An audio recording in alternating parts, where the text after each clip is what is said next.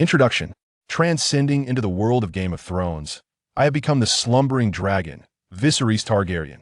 Trapped in the land of Essos, in Pentos, my sister Daenerys is coveted by the Horse Lord. The awakening of a sign-in system allows me to check in daily. Starting off, I sign in to summon the 300 Spartans, battling against the Dothraki cavalry in the name of gladiators. Sign-in successful. Congratulations, host. You have obtained a colossal dragon. Sign-in successful. Congratulations, host. You have acquired an elephant cavalry. Sign-in successful. Congratulations, host. You have gained a legion of sorcerers. Sign-in successful. Congratulations, host. You have secured the Black Pearl. Sign-in successful. Congratulations, host. You have received Daenerys Targaryen, Sansa Stark, Arya Stark, and the Rose of Highgarden, Margaery Tyrell. 1. Have I become Viserys Targaryen? Is this a transmigration? Exclaimed a silvery-haired youth, astonished as he rose from the soft cushions. Just moments ago, he was an ordinary student on Blue Star. Awakening, he found himself in the world of Game of Thrones. Moreover, he had become the most infamous slumbering dragon in the narrative. Viserys Targaryen. Why must I transmigrate as that useless Viserys? Reflecting on the actions of Viserys in the original work, he truly epitomizes the term useless. He was nearly on par with the tyrant Joffrey. Exiled for over a decade, he possessed no real capabilities, only knowing how to bully his sister Daenerys. In a desperate bid to reclaim the throne, he even wed his sister to Khal Drogo, the leader of the strongest Dothraki tribe. Not only foolish, but also dim-witted. Within the Dothraki's domain, he constantly clashed with Daenerys, who had already ascended as Khaleesi. He even brandished a sword at the child she carried in her womb. Ultimately, he was adorned with a crown of gold poured by Khal Drogo. Truly pathetic. Viserys cursed silently. Since I have become Viserys, I shall not succumb to a pointless demise. First and foremost, I must prevent my sister Daenerys from marrying Khal Drogo. Daenerys is the true dragon lord, unafraid of flames and heat. If I can somehow deceive the governor of Pentos, Illyrio, to acquire those 3 dragon eggs for her to hatch, then I can utilize these 3 young dragons to rally a force, developing stealthily, seizing the major cities of Karth, Astapor, and Meereen. Finally, while the 7 kingdoms of Westeros are embroiled in their incessant struggles for the Iron Throne, I shall cross the sea and reclaim the Iron Throne. The thought of Westeros exhilarated Viserys. Currently, Westeros is on the brink of chaos due to the death of Ned Stark. The North seeks independence. Baratheons rebel, Lannisters mobilize, Greyjoys declare independence. It has descended into utter turmoil. Meanwhile, I can secretly develop in the land of Essos. The continent of Essos possesses a populace and resources that rival those of Westeros. However, the economic, political, and cultural advancements of Westeros far exceed those of Essos. The immediate priority is to prevent the wedding between my sister Daenerys and Khal Drogo. Alas, under Illyrio's machinations, Khal Drogo has already consented to the marriage. We must devise a plan. At that moment, a voice suddenly resonated within his mind. Ding! Detecting intense fluctuations in the host's spirit, binding the sign-in system. Binding successful. Newbie gift package being dispatched. Dispatch successful. Viserys exclaimed in delight. A system. As a transmigrator, how could he be unfamiliar with the concept of a system? It is a standard feature for those who traverse worlds. He hastily inquired mentally, system, what are your functions? Replying to the host, this system is known as the sign-in system. The host may sign in daily to receive various rewards. The sign-in system. Viserys opened his personal attributes panel. Host, Viserys Targaryen. Identity, head of the Targaryen family, exiled prince of the Targaryen royal lineage. Ethnicity, Valyrian. Strength, 21. Intelligence, 65. Political acumen, 33. Military skill, 18. Skills, noble etiquette LV6, swordsmanship LV1, horsemanship LV2. Special skill, wrath of the sleeping dragon. When enraged, strength increases by 15 points, while intelligence decreases by 58 points. Inventory, newbie gift package 1. Goodness, truly a disappointment. Viserys clutched his head, instinctively uttering those words. His highest attribute was intelligence, yet it merely stood at 65 points. According to the system's description, 60 points in intelligence is merely that of an average individual. Compared to those who manipulate schemes and intrigue, he is not even worthy to carry their shoes. After years of exile, Viserys had scarcely any opportunity to learn swordsmanship, horsemanship, and the like. Yet, he had managed to attain noble etiquette to LV6. He truly could not fathom his own thought process. Wait, I still have the newbie gift package. Viserys exclaimed with excitement. System, I wish to open the newbie gift package. Opening newbie gift package. Opening successful. Congratulations, host. You have received Super Soldier Serum 1 and the skill 8 Extreme Fist LV Max. A pale blue vial and a book radiating an ancient glow materialized in his hands. Super Soldier Serum. When ingested, it gradually alters one's physique, significantly enhancing strength, speed, mental acuity, and lifespan.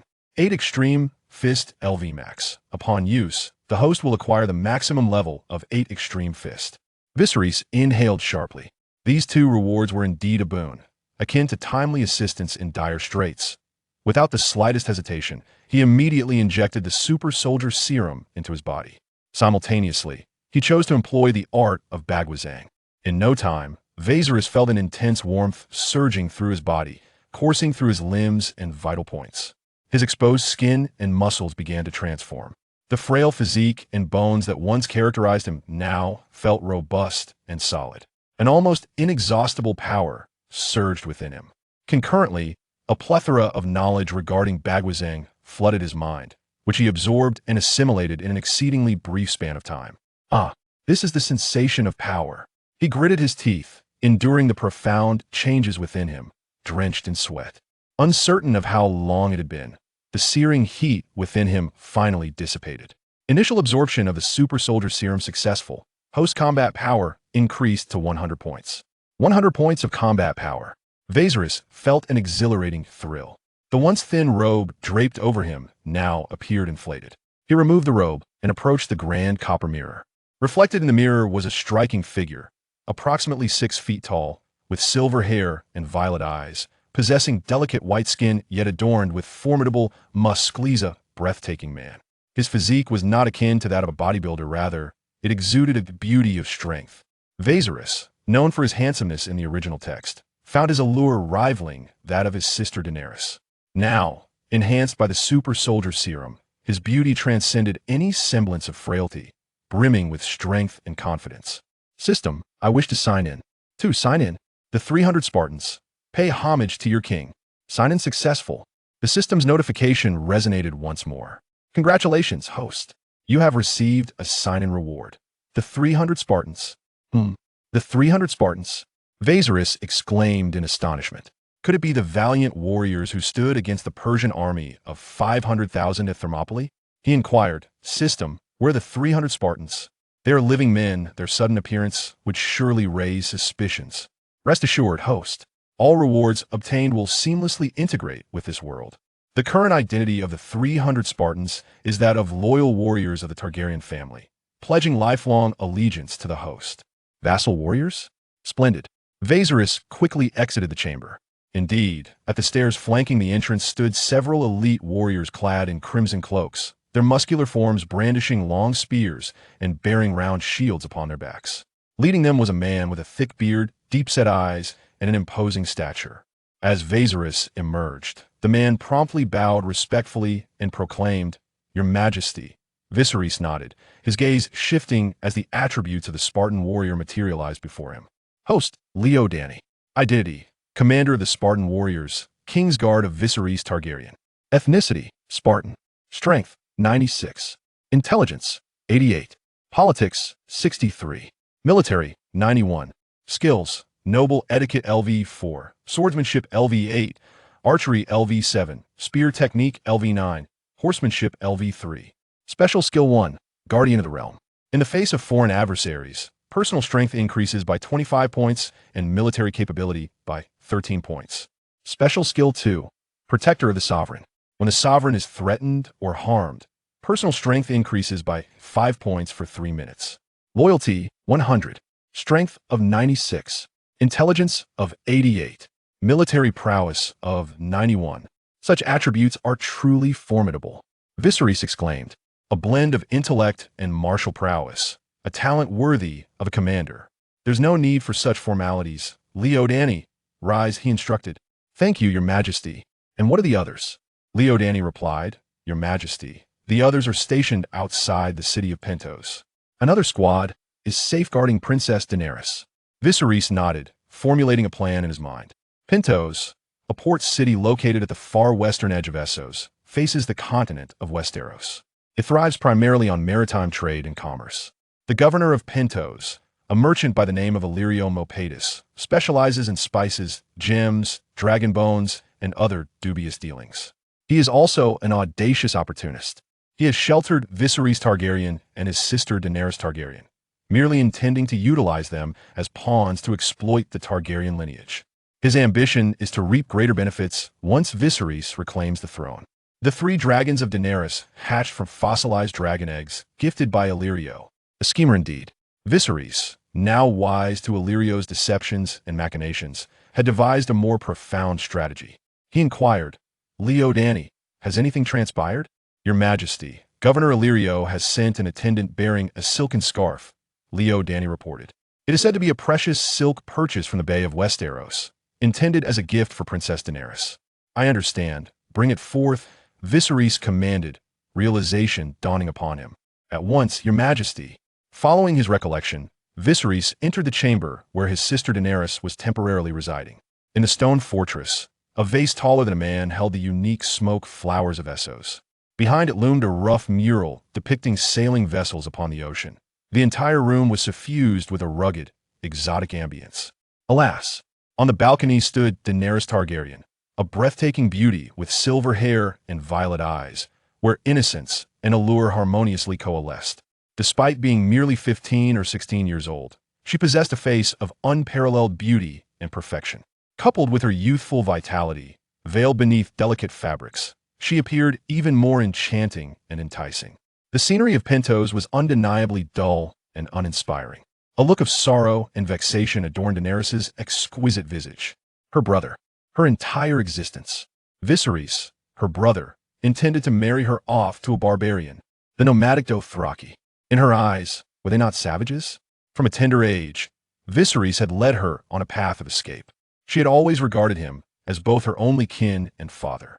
However, as Viserys matured, the compassion and urgency in his gaze dissipated, replaced by ambition and madness. In pursuit of vengeance, to reclaim the Iron Throne, he had paid an exorbitant price. And now was it her turn? Daenerys offered a bitter smile. Her brother, the trueborn son of the dragon, Viserys was poised to marry her to a chieftain of the savages, in exchange for a host of cavalry to aid him in reclaiming the Iron Throne. Poor brother. The Iron Throne was never seized through the aid of others. With a sigh of despair, Daenerys resigned herself to her fate. If her brother wished for her to wed that savage, she had no choice but to comply. After all, Viserys was her brother. And yet, Daenerys. A call pulled Daenerys back to reality. She turned. "Brother." Viserys entered her chamber, holding a veil. On the balcony, a stunning maiden clad only in a pink gossamer garment slowly turned to face him. Daenerys cautiously lifted her dress as she approached Viserys. "Indeed, you are the fairest girl in the Seven Kingdoms, Daenerys." Viserys murmured, a flicker of fire and greed igniting in his eyes. The Targaryen family's ancestral tongue spoke of blood and fire. Moreover, they adhered to the traditions of the Valyrian lineage. "Bloodkin." "Daenerys, you are my sister, and you shall be a queen," her brother whispered as Daenerys approached Viserys. He snapped back to reality, revealing a warm smile while holding the delicate gown in his hands. "My dear sister Daenerys, behold this garment. Feel the fabric. It would look splendid upon you." Yet, Daenerys' face remained clouded with discontent. She gazed at the gown, devoid of any glimmer of enthusiasm. "Brother, this gown is a gift from Illyrio. From the silken lands of our homeland." Daenerys summoned her courage to speak. "We have been guests in Pentos for over a year, and he has never made any demands of us." "Illyrio is shrewd," Viserys replied with a chuckle. "He understands that when I reclaim the throne, I shall not forget the friends who aided me in my time of need." Daenerys blinked and lowered her head once more. "Daenerys, lift your chin." Viserys instructed as he handed the gown to his servant and gently lifted Daenerys' silver hair. His hands encircled her delicate neck, caressing it softly. He did not untie the laces at her back. Resigned, Daenerys raised her head, suddenly feeling a shift. Why was her brother so tender today? With newfound bravery, she declared, "Brother, I wish to go home." Viserys halted his movements and gazed at the exquisite girl before him. "Daenerys, I too long for home, to return with you," he replied, his smile growing warmer. "But our home has been taken from us. Tell me, dear sister, what shall we do?"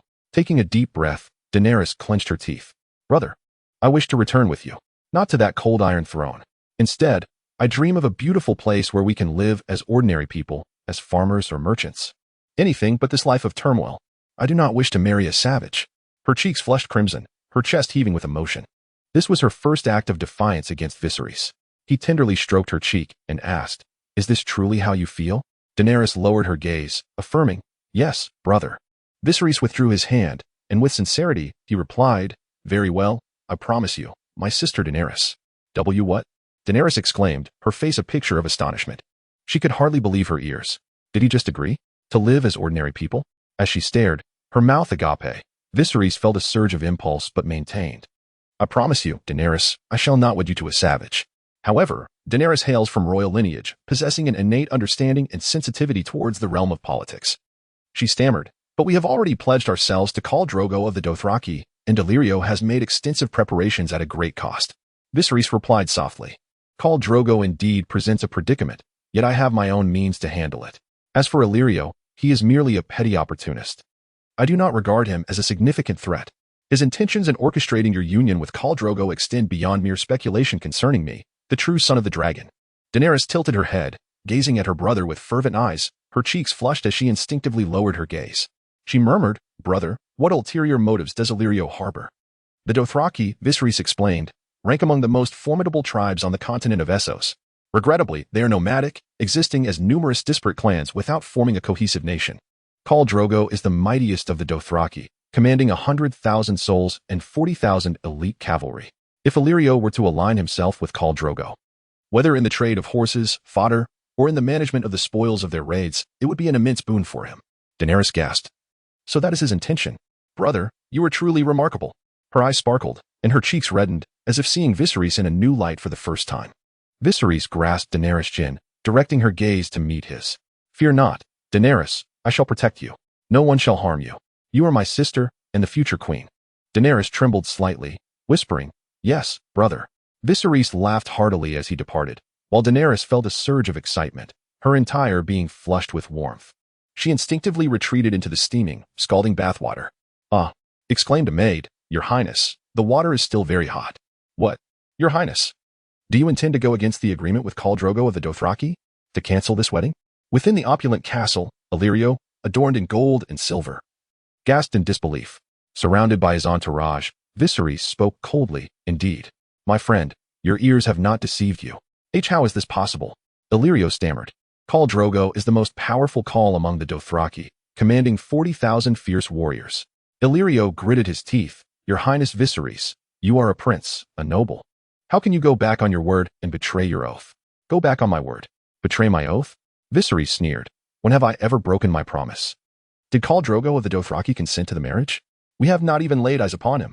My sister Daenerys, a scion of the noble and ancient Targaryen lineage. A true born of dragons. How could she possibly wed a barbarian?" Yet, Illyrio instinctively remarked, "That barbarian commands an army of 40,000 fierce warriors. He is the mightiest Khal among the Dothraki. The Khal has arrived. A disgrace that can only be cleansed with blood. The mightiest Khal?" Viserys retorted, "I too command the most formidable Spartan warriors." Leo Dany shuddered at the words, involuntarily stepping forward to kneel before Viserys. "Your Majesty, we shall be the sharpest swords in your hand, slicing through all thorns that obstruct your path." "Excellent. Rise." Illyrio nearly gasped for breath. He was not well acquainted with the captain of Viserys' King's Guard and had no knowledge of Leo Dany's prowess. However, as a semi-native who had lived on the continent of Essos for decades, how could he remain oblivious to the might of Khal Drogo? How could he be unaware of the terror of the Dothraki cavalry? In Essos, no city-state stands a chance against the Dothraki riders in the wild. Were it not for the Dothraki being divided into numerous tribes, they could conquer any city-state on the continent at will. "Madman, madman." Illyrio trembled as he spoke. He wished to avoid the wrath of the Dothraki cavalry. Viserys raised a goblet of red wine. "My ally, fear not. We can easily find a maid to wed Khal Drogo. I shall not offer my sister. She is a true born of dragons." "Impossible!" Illyrio exclaimed. "While Khal Drogo may be a savage, he is no fool. The silver hair and purple eyes of the Targaryen lineage are known even to the distant sea folk of Dothraki. An ordinary maid could never deceive Khal Drogo. In such a case, I shall bear the brunt of the fury of tens of thousands of Dothraki riders." Viserys downed the wine in one gulp. Speaking coldly, "Until the vow is made, No alliance exists between Khal Drogo and myself. If he seeks trouble, let him come find me." Illyrio trembled as he implored, "Your Highness, you are being too impetuous. This is not the behavior of a worthy king." Impetuous? No.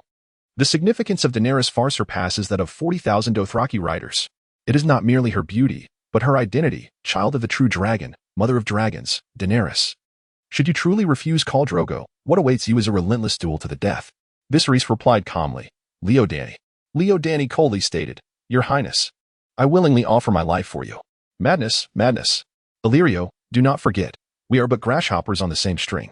Under the pressures of coercion and persuasion, I have managed to temporarily bring Illyrio aboard my ship. He is the governor of Pentos and covertly supports the Targaryen family, even maintaining connections with Varys, the spider of King's Landing. For now, I must keep him stable.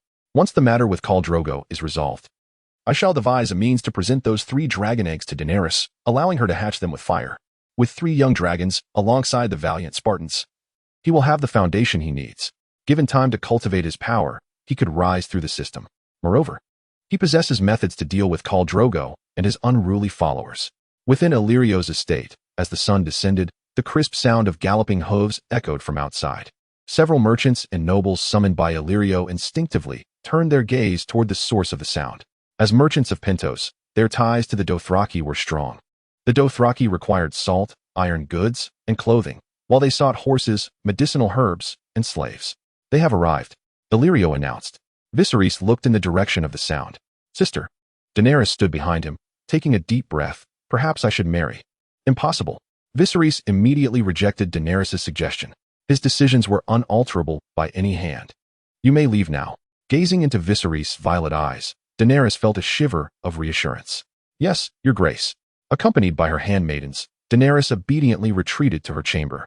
A group of bare-chested, robust men, their coarse hair tied into rough ponytails, charged into Illyrio's estate on magnificent steeds. Their bronze skin gleamed, their muscular forms radiated defiance. And even before their arrival, a potent masculine scent filled the air, an amalgam of sweat, horse dung, blood, and the stench of decaying flesh. Leading the group was a particularly imposing figure, his muscles rippling, hair resembling wild grass, carelessly braided and cascading over his shoulders. He surveyed the surrounding Pentos merchants and nobles with disdain. Khal Drogo, the mightiest of the Dothraki tribes, the call of 40,000 roaring warriors. The horse lord. Illyrio inhaled deeply and approached Khal Drogo. "Allow me to introduce 2 esteemed guests from the Targaryen lineage, Viserys III, the rightful king who commands the Andalusians, and the first men." Illyrio repeated in the Dothraki tongue. Khal Drogo, mounted on his magnificent steed, surveyed his surroundings as if surveying his dominion. However, where was Illyrio's promised queen, the renowned beauty of the 7 kingdoms, the Targaryen princess? He inquired in Dothraki. "Where is the woman you promised me?" Illyrio glanced at Viserys and, with gritted teeth, responded, "My esteemed guest, Khal Drogo. There have been some unfortunate developments regarding your alliance with Princess Daenerys of House Targaryen. Perhaps we may pursue our alliance through other means." Before Illyrio could complete his statement, Drogo's tone turned frigid. "What do you mean? Has House Targaryen reneged on their vow? Deliver the Targaryen princess, or else shame must be washed away in blood." Illyrio instinctively stepped back. A beautifully crafted yet rustic whip was tossed at Viserys' feet.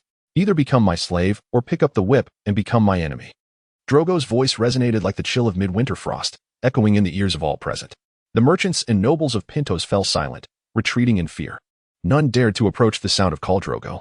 Despite the fact that only 3 Dothraki horsemen accompanied him, Drogo's presence loomed large.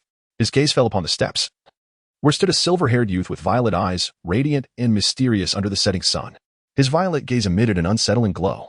Viserys, the legitimate heir of House Targaryen, the true-born dragon. However, a figure stepped forward, obstructing Drogo's line of sight. Leonidas, the mightiest warrior from the city-state of Sparta. He trod upon the whip Drogo had discarded. Kneeling before Viserys with utmost respect, "Your Majesty, permit me to slay this wretch who dares to insult you." In Leonidas's heart, Viserys was the object of his unwavering loyalty. He was his king. A savage who dared to challenge the king's majesty, a wretch, must be cleansed with blood.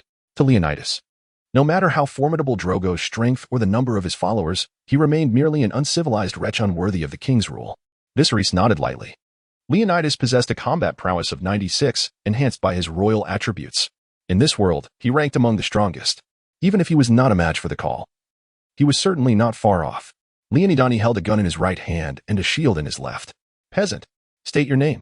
Although Drogo Cow could not comprehend the words of Leonidani, his actions spoke volumes. With a fierce roar, he seized the Dothraki curved sword hanging from his horse and dismounted. Like a tempest, he charged towards Leonidani. How many years had it been since an adversary dared to confront him head-on? Sparta, Leonidani bellowed in response. Leaping from the platform and lunging at Drogo Cow. Utilizing the terrain and the advantage of elevation, he thrust his steel shield forward, colliding with Drogo Cow. A resounding crash echoed as the Dothraki curved sword clashed violently against the steel shield, showering sparks in all directions. In midair, Leonidani's spear shot forth like a venomous serpent from behind the shield, aiming for Drogo Cow. With a swift twist, Drogo Cow narrowly deflected the strike with his crescent-shaped sword. The air crackled with fire. Seizing the moment, Drogo Cow's left arm slammed against the shield held by Leonidani. Bang! The two figures separated. Drogo Cow laughed heartily, his eyes gleaming with malice. What did he say? Asked Viserys from the steps. Illyrio, momentarily taken aback, quickly explained, Your Grace. Drogo Cow claims that your captain of the King's Guard is a true warrior. He intends to fashion a perfect wine vessel from your captain's head. Viserys chuckled lightly. That would indeed be a challenge for him. Leonidani's strength is not to be underestimated. Illyrio whispered, Your Grace, this captain of the King's Guard is indeed formidable. Yet I wonder if you command 300 such warriors. Viserys replied with a smile, I possess 300 Spartans as formidable as Leonidani. 300? Illyrio gasped, realizing that among them, only Leonidani stood a chance against Drogo Cow. He had witnessed the 2 squads of Spartan guards brought by Viserys, all equally strong and robust. The others, at best, could only compare to Drogo Cow's bloodsworn. Nevertheless, these 300 were more than capable of seizing his city of Pentos. Below, Drogo Cow and Leonidani re-engaged in fierce combat. Drogo Cow moved with the agility of a seasoned lone wolf, circling around Leonidani, his Dothraki curved sword slicing through the air, relentlessly aiming at Leonidani. As for Leonidani, he held his shield in one hand and his gun in the other. Half of his body was concealed behind the round shield, his movements imbued with a certain discipline. With his left hand, he continuously deflected the curved dagger wielded by Drogo Cow, while his right hand wielded a spear, striking with the swiftness of a serpent whenever Drogo Cow left an opening. It was as if he had endured countless trials. In essence, Drogo Cow's method of attack was learned from the battlefield, marked by simplicity, efficiency, and directness. In contrast, Leonidani's martial prowess, particularly his technique of shield and spear, was a culmination of centuries of refinement by the Spartans. Roaring in frustration, Drogo Cow could no longer contain his anger. When had he ever suffered such humiliation? Typically, ordinary foes fell within mere breaths under his onslaught. Yet this peculiar warrior, armed with shield in one hand and spear in the other, managed to endure so long. His defense was impenetrable, while his strikes were stealthy and venomous as a snake. The curved dagger in his hand radiated an intense heat. In a fit of rage, he charged at Leonidani, disregarding his own vulnerabilities, and swung his Dothraki dagger towards him. Leonidani, employing his well-practiced technique, surged forward, crashing his round shield against Drogo Cow's dagger. His intention was clear, to disarm his opponent. The clash of metal rang out like thunder, sparks flying in the air.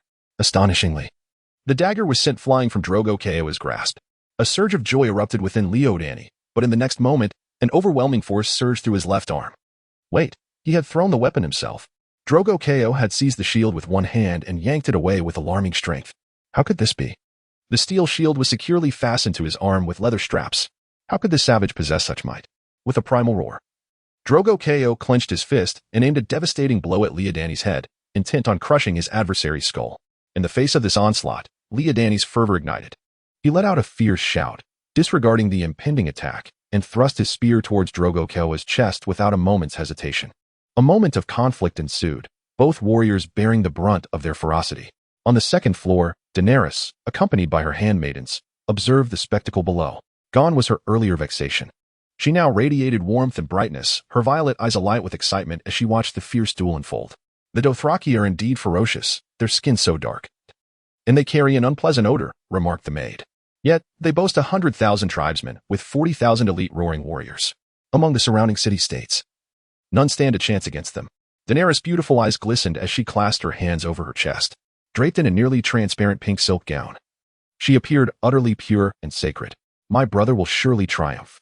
I have faith in him. Ding. Leonidani has been stimulated, activating the special skill Outward Control. Personal combat power increases by 5 points. Current power stands at 101 points. Military strength increases by 1 point. Current military strength is 92 points. Special skill 1, outward control. When confronting foreign tribes, personal combat power increases by 25 points, military strength by 13 points. A combat power of 101 points signifies that he possesses the attributes of an exceptional general. The system's voice suddenly echoed in Viserys' mind. He quickly inquired, "System, may I access the attribute information of Khal Drogo?" The system responded, "Due to the conflict with the target individual Khal Drogo, partial attributes can be accessed. Name, Khal Drogo. Identity, Dothraki tribe Khal Drogo. Ethnicity, Dothraki. Combat power. Intelligence, 61. Politics, 44. Military, 79. Skills, horsemanship, Dothraki scimitar technique 9. Archery 9. Close combat 8. Special skill 1. Outwardly strong but internally weak. Dothraki, accustomed to harsh conditions, relish raw meat and water, harboring numerous bacteria and viruses. In the event of an injury, there is a 50% chance of triggering severe illness. Special skill 2. Special skill 3? Observing Khal Drogo's attributes, Viserys furrowed his brow. The inability to detect combat power? This implies it is at least above 100 points. No wonder Leo Dany was not his match. However, what does this outwardly strong but internally weak skill entail? An injury resulting in a 50% chance of severe illness? He recalled the original narrative, where Khal Drogo, in punishing a subordinate who had disrespected Daenerys, inflicted a wound upon his chest with a scimitar. Ultimately, this led to an infection, resulting in tetanus. The great horse lord lost his life due to a seemingly trivial wound. No wonder in the gladiatorial arena. The two fought with reckless abandon, yet it was Khal Drogo who ultimately retreated. His punch could undoubtedly shatter an enemy's skull. Yet the enemy's spear would surely pierce his chest. After all, he is Khal of the Dothraki. Moreover, he is the formidable Khal. How could he perish at the hands of an unknown adversary? Though his body remains suspended in midair, he instinctively twists, narrowly evading a blow aimed at his head. Instead, the strike lands upon his chest, causing a torrent of blood to erupt from his mouth. His robust form is sent hurtling backward, crashing into a decorative boulder. The lance in his grasp inflicts a deep gash, approximately 10 centimeters long, upon Khal's chest. Roar. Gurgle. Illyrio hastily elucidated. His blood oath warriors are proclaiming that Khal has sustained an injury. Vaesilis furrowed his brow. Could Khal still be contemplating an attack? He bellowed in fury. Striding purposefully toward Khal, blood streamed from the wound on his chest, yet he merely wiped it away in a careless manner. He was intent on eliminating Khal. How could Vaesilis possibly grant him that wish? Thud. Thud. Clash. Two lances plunged almost simultaneously into the ground before Khal. Several figures, brandishing round shields and long lances, surged forth from either side, positioning themselves protectively in front of Khal, their lances pointed ominously at him. Khal's pupils constricted. Such formidable warriors still exist here? Khal had long been impressed by Leo Dany's tenacity and prowess. The steel shields and lances were indeed a formidable challenge. A rapid succession of Dothraki phrases escaped his lips. Illyrio wiped the sweat from his brow, quickly translating. Khal inquires if we are about to incite war. Vaesilis descended from the platform, looking down imperiously. Tell him. Should you wish for battle, I shall gladly oblige. Illyrio hesitated for a moment but ultimately conveyed the message. Khal's smile turned cruel as he regarded the youthful figure before him, his gaze icy. Suddenly, he sprang into action. His massive form surged forward like a tempest towards Vaesilis. The distance between them was less than 10 meters. He was confident. Given 3 breaths, no, 2 breaths, he could sever the boy's head from his shoulders. His speed was formidable. Yet Vaesilis' swiftness eclipsed his own. He stepped forward, his right foot landing firmly in Khal's path. With a horizontal swing of his right arm, he launched a powerful elbow strike toward Khal. Boom. Khal could hardly fathom that this seemingly frail youth was, in fact, a human embodiment of a raging beast.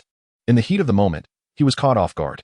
As the elbow barreled toward him, he hesitated not an instant, his arms transforming into claws as he lunged toward Vaesilis. Bang! As their elbows collided, a sharp sound of bone fracturing echoed, utilizing the momentum of the clash. Viserys employed the unique force techniques of the 8 Extremes boxing, immediately shattering the bones in Drogo KO's right hand. Relentless in his assault, Viserys continued to twist and lunge forward. His shoulder, elbow, fist, hip, knee, and foot became instruments of destruction, delivering strikes with the force of a taut bowstring and the speed of a lightning bolt. He transformed into a spectral figure, relentlessly battering Drogo KO. Caught off guard, KO could only resort to passive defense. Moments later, his body was sent hurtling backward in utter disarray. KO. KO. 7. Flatten Pentos. Divide and conquer. Outside the city of Pentos, Drogo Ko emerged, battered and disheveled, after regrouping with other blood allies. His chest was crudely bandaged with mud and cloth, and his right arm took on a peculiar angle. His entire body was bruised and swollen, his face ashen, presenting a pitiful sight devoid of his previous arrogance. Enraged, he exclaimed in Dothraki, "Cursed Valyrians! Cursed Pentos! Ago! Raklo!" 2 burly blood allies responded swiftly. "Rally the warriors of the tribe. I vow to cleanse the entirety of Pentos in blood within 3 days." "Yes, Ko." Ago inquired with concern. "Ko, how severe are your injuries?" Drogo Ko dismissed the concern, stating, "Merely a minor wound. I shall recover in 2 days. That wretch, I will crush his skull." Raklo suddenly posed a question. "Ko, should we inform Lord Bono and Jacko's men?" After a moment of contemplation, Drogo Ko replied, "No need. They have other tasks." "Yes, Ko." Bono and Jacko were the 2 mightiest warlords within Drogo Ko's tribe, akin to minor chieftains. The Dothraki resided in a tribe known as Khalasar, led by the most valiant warrior, Ko. Each Khalasar was subdivided into several factions called Khals, each led by a warlord. Upon Ko's demise, a new Ko would ascend to power, or the Khals might disperse and reorganize into a new Khalasar, with the former warlords becoming the new cows. Thus, Bono and Jacko were hidden adversaries of Drogo Ko, his challengers. In the original narrative, following Drogo Ko's death, Bono and Jacko were the first to rebel, plundering vast numbers of people, horses, and resources before separating to form a new Khalasar, claiming the title of New Ko. As for Ago, Raklo, and those around them, they served as his blood allies. Each Ko had their own blood allies, who were not only guardians but also brothers and companions. In the affairs of Khal Oba, the Blood Riders have remained steadfastly by his side. An ancient tradition dictates that they must follow him into the afterlife upon his death. Should Khal Oba perish in battle, the Blood Riders would devote their remaining lives to vengeance, culminating in their own demise after avenging him. Some of Khal Oba's Blood Riders even share the company of his wife. Thus, the loyalty of the Blood Riders is indisputable. The 2 swiftly departed to rally their followers, while Khal Drogo returned to his temporary encampment, surrounded by the remaining Blood Riders. Their journey, besides the diplomatic union with Illyrio, primarily aimed to conduct trade in Pentos and procure essential supplies. They would not be departing any time soon. "Damn Viserys! Damn Illyrio! I shall personally send you both to hell." Within the walls of Pentos, in a room saturated with the scent of medicinal herbs, Viserys silently observed the actions of several individuals. Leodain lay grievously injured from a punch delivered by Khal Drogo, while a few physicians worked frantically to revive him. His faith in the medical practices of this era was utterly lacking, yet he had no better alternatives and could only rely on the doctors summoned by Illyrio. "Your Highness, fear not. Your guard possesses remarkable vitality," a wrinkled physician assured, inching closer. "With our treatment and sufficient rest, there is a considerable chance of recovery." Outside, Illyrio's frantic voice pierced through the door. "Let me in. I must see His Highness. Prince Viserys." "Let him enter," Viserys commanded. Moments later, Illyrio burst into the room, breathless. "My friend, what brings such urgency?" Viserys inquired with a smile. "Your Highness, the Dothraki are rallying their kin. They are encamped at the foot of the Kono Mountains and will be here within 3 days, bringing thousands of Dothraki cavalry to assault this place. With the forces and walls of Pentos, we cannot withstand their onslaught. We must flee." Illyrio gasped. "I have a few ships at my disposal.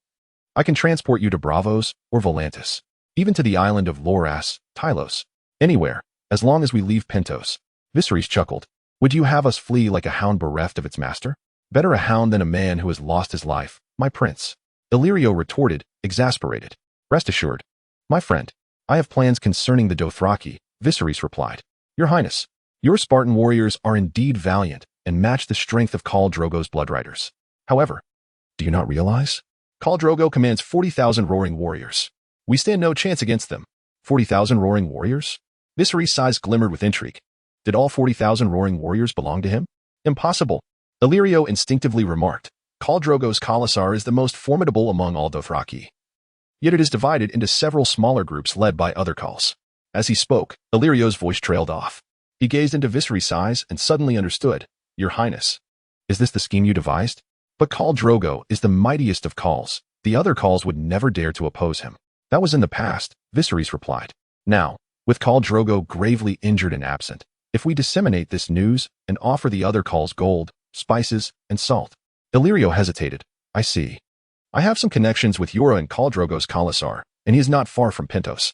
I shall write him a letter at once. There is one more matter. Viserys called out to Illyrio. Your Highness? I am aware of your connections in King's Landing and the considerable power they wield. Illyrio wiped his brow. Yes, Your Highness. I have a piece of top-secret information that I wish to leverage through you, to ensure all of King's Landing, and indeed, all of Westeros, become aware. What is it?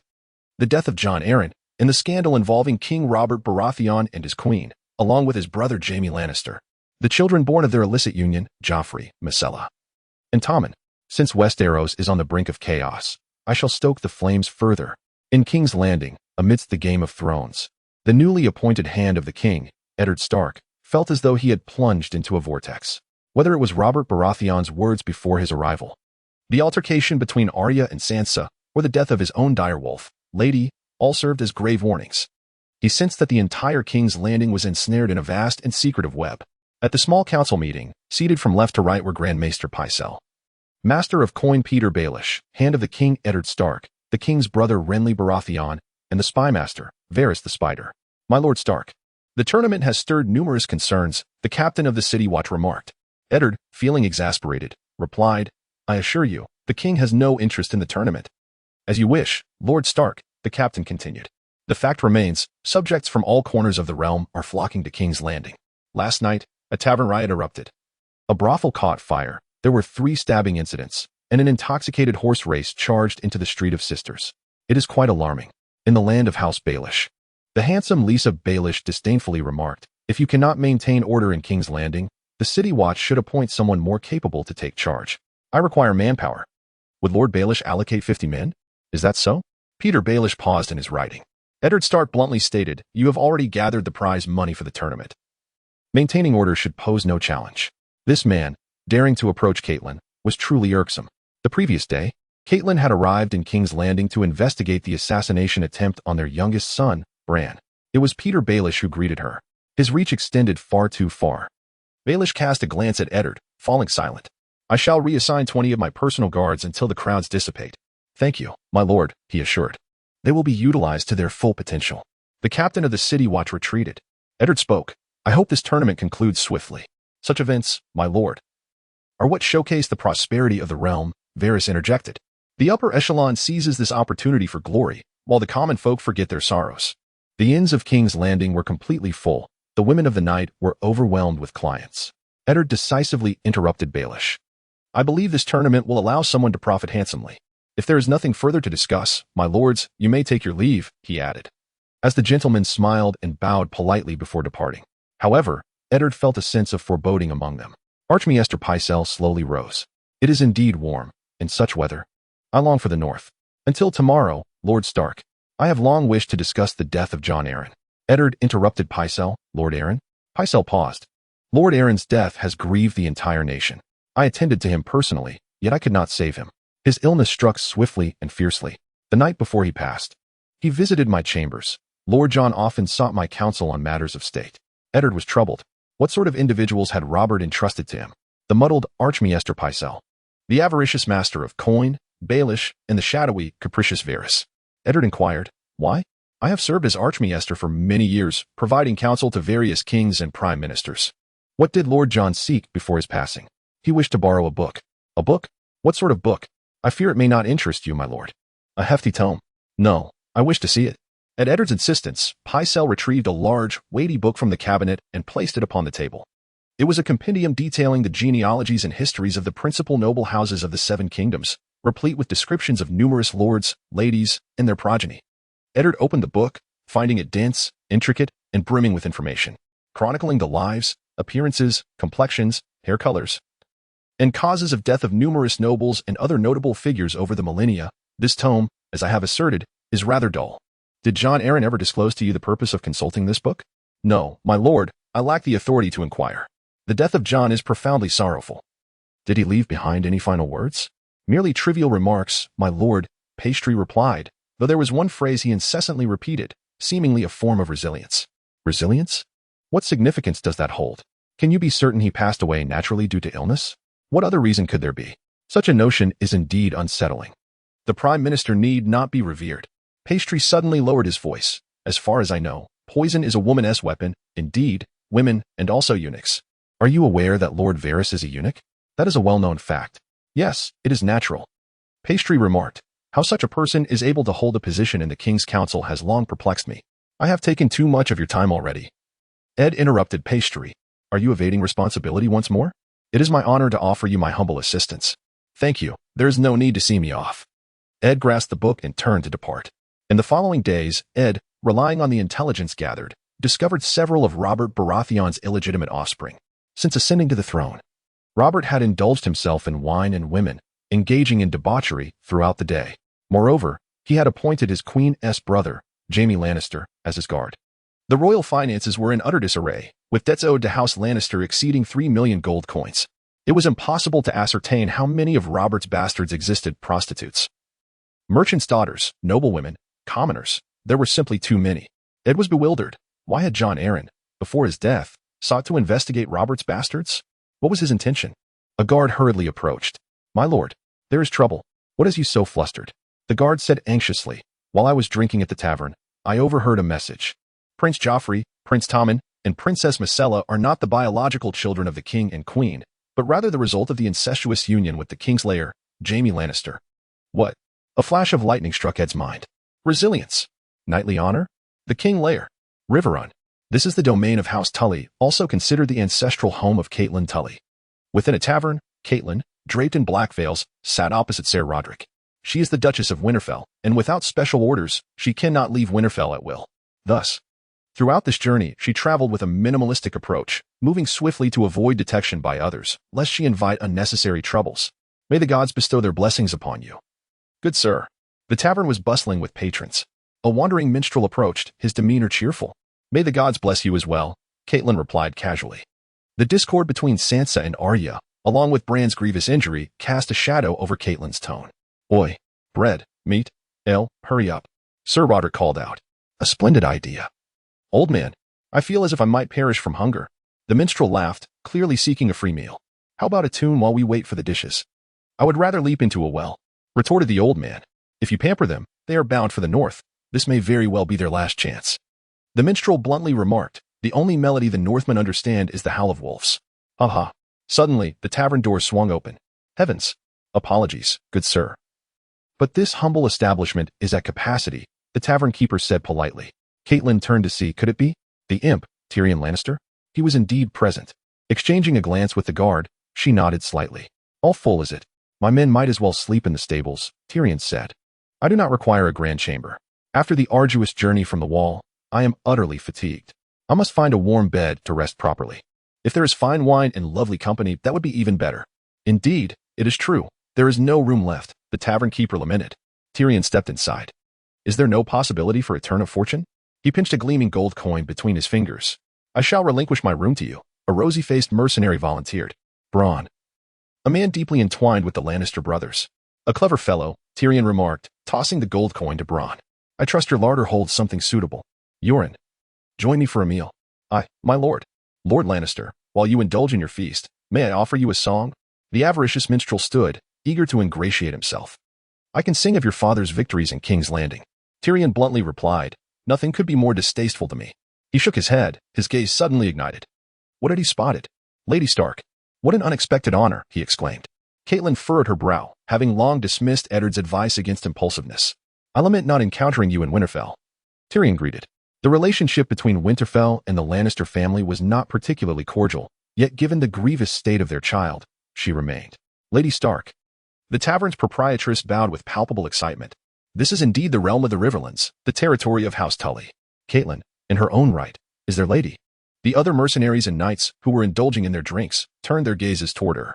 A mysterious smile graced Catelyn's face as she rose to her feet. Tyrion sensed an ominous turn of events. Catelyn lifted her veil and spoke. The last time I graced this place, I was still Catelyn Tully. She directed her attention to a knight. Sir, with the black bed emblazoned upon your coat, are you not one of the men of House Blackhat from Harrenhal? Indeed. My lady, he replied, rising. My father is Lord Hoteam Tully, the Lord of Riverrun. Lady of Harrenhal, your father is a true and trusted friend to him. Yes, my lady, the knight affirmed once more. Catelyn then turned her gaze to another individual. Riverrun always welcomes the arrival of the Red Stallion crest. Another knight stood. My father regards Count Jonos Bracken as his most loyal vassal, the knight stated respectfully. My lord takes great pride in his trust. Lady Stark. Tyrion felt an unsettling sensation in his heart. I envy your father for having such a close confidant, yet I fail to comprehend the significance of your words. Catelyn turned her attention to yet another knight. I recognize your sigil as well. Another knight stood. Sir Ura Mormont, is your lord in good health? The knight respectfully responded. Lord Walder is well, my lady. He has invited your father to celebrate his 90th birthday.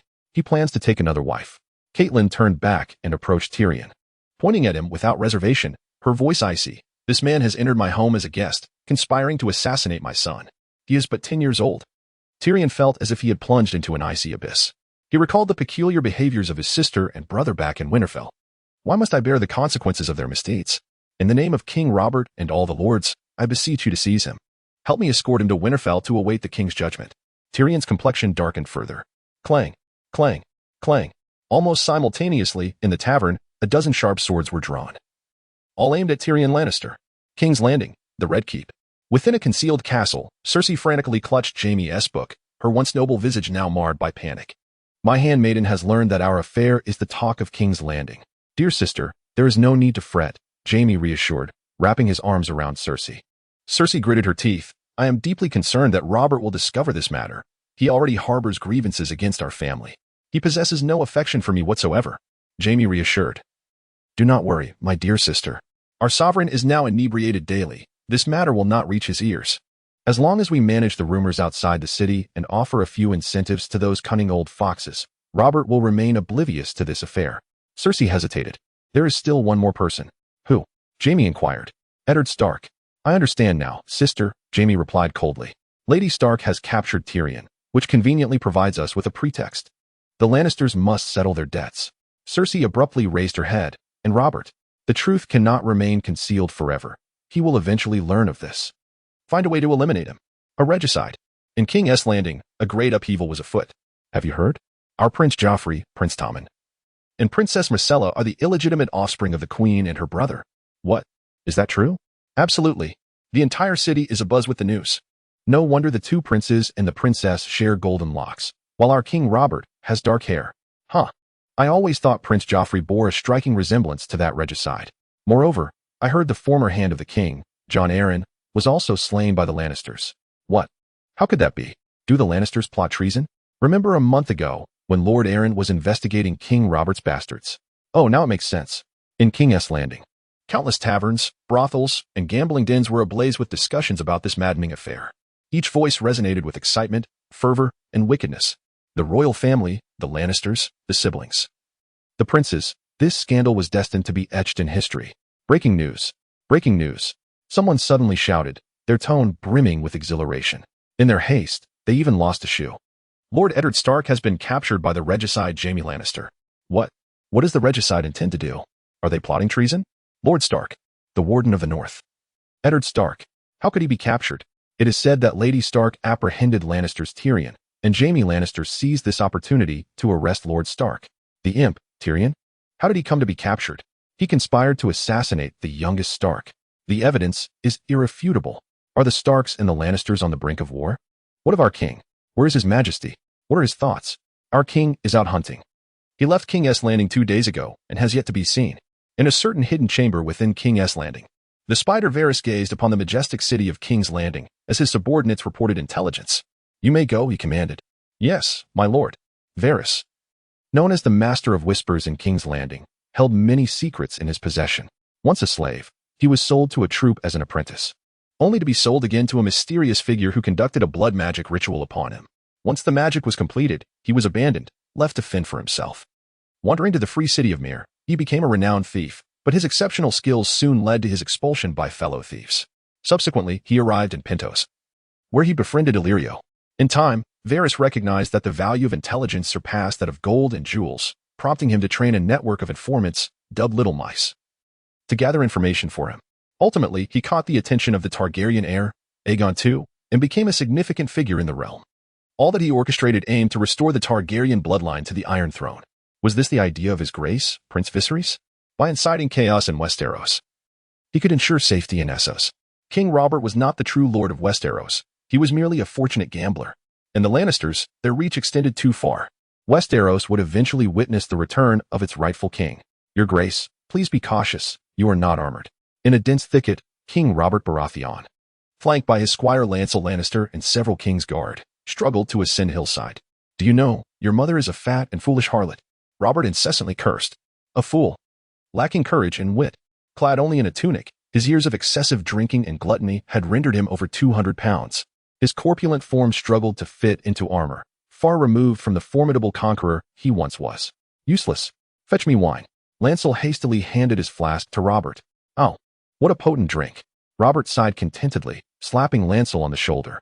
Do you know, fool? You excel only in this. Your wine is to my liking. Thank you, your grace. Lancel murmured, his hands instinctively clutching the flask. This wine had been specially prepared by his cousin Cersei, 3 times stronger than ordinary spirits, sufficient to fell a wild bear. Suddenly, a robust wild boar leapt from the underbrush. A wild boar. Aha! It is my quarry. Seize it. Your grace. Be careful. Ah! Your grace is injured. Quick. Summon the doctor. Your majesty. Your majesty. The captain of the King's Guard, Barristan Selmy, suddenly galloped over. Robert endured the excruciating pain in his abdomen. Fully aware that his time was short, the wild boar had pierced him, leaving his insides spilling forth. Barristan, gripping Robert's hand tightly, spoke through gritted teeth. What brings you here? Weren't you ordered to remain in King's Landing? Barristan pressed firmly on Robert's wound. Your majesty, something has transpired in King's Landing. What has happened? Where is Eddard? Is he not the hand of the king?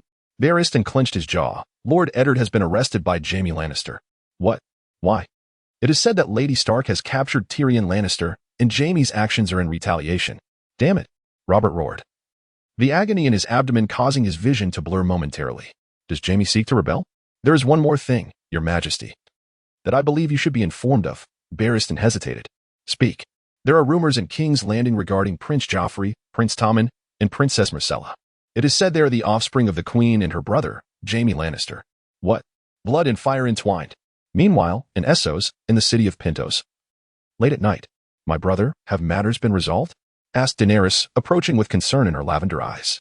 Essos, perpetually arid and sweltering, dictated a wardrobe of simplicity and lightness. Viserys stroked Daenerys' hair, attempting to reassure her. Do not worry, Daenerys, no one shall lay claim to you. Not even the fierce Dothraki horsemen who roam these lands shall abduct you from my side. Brother. Daenerys lowered her gaze. She had followed Viserys into exile from a young age, with him caring for and nurturing her throughout their journey.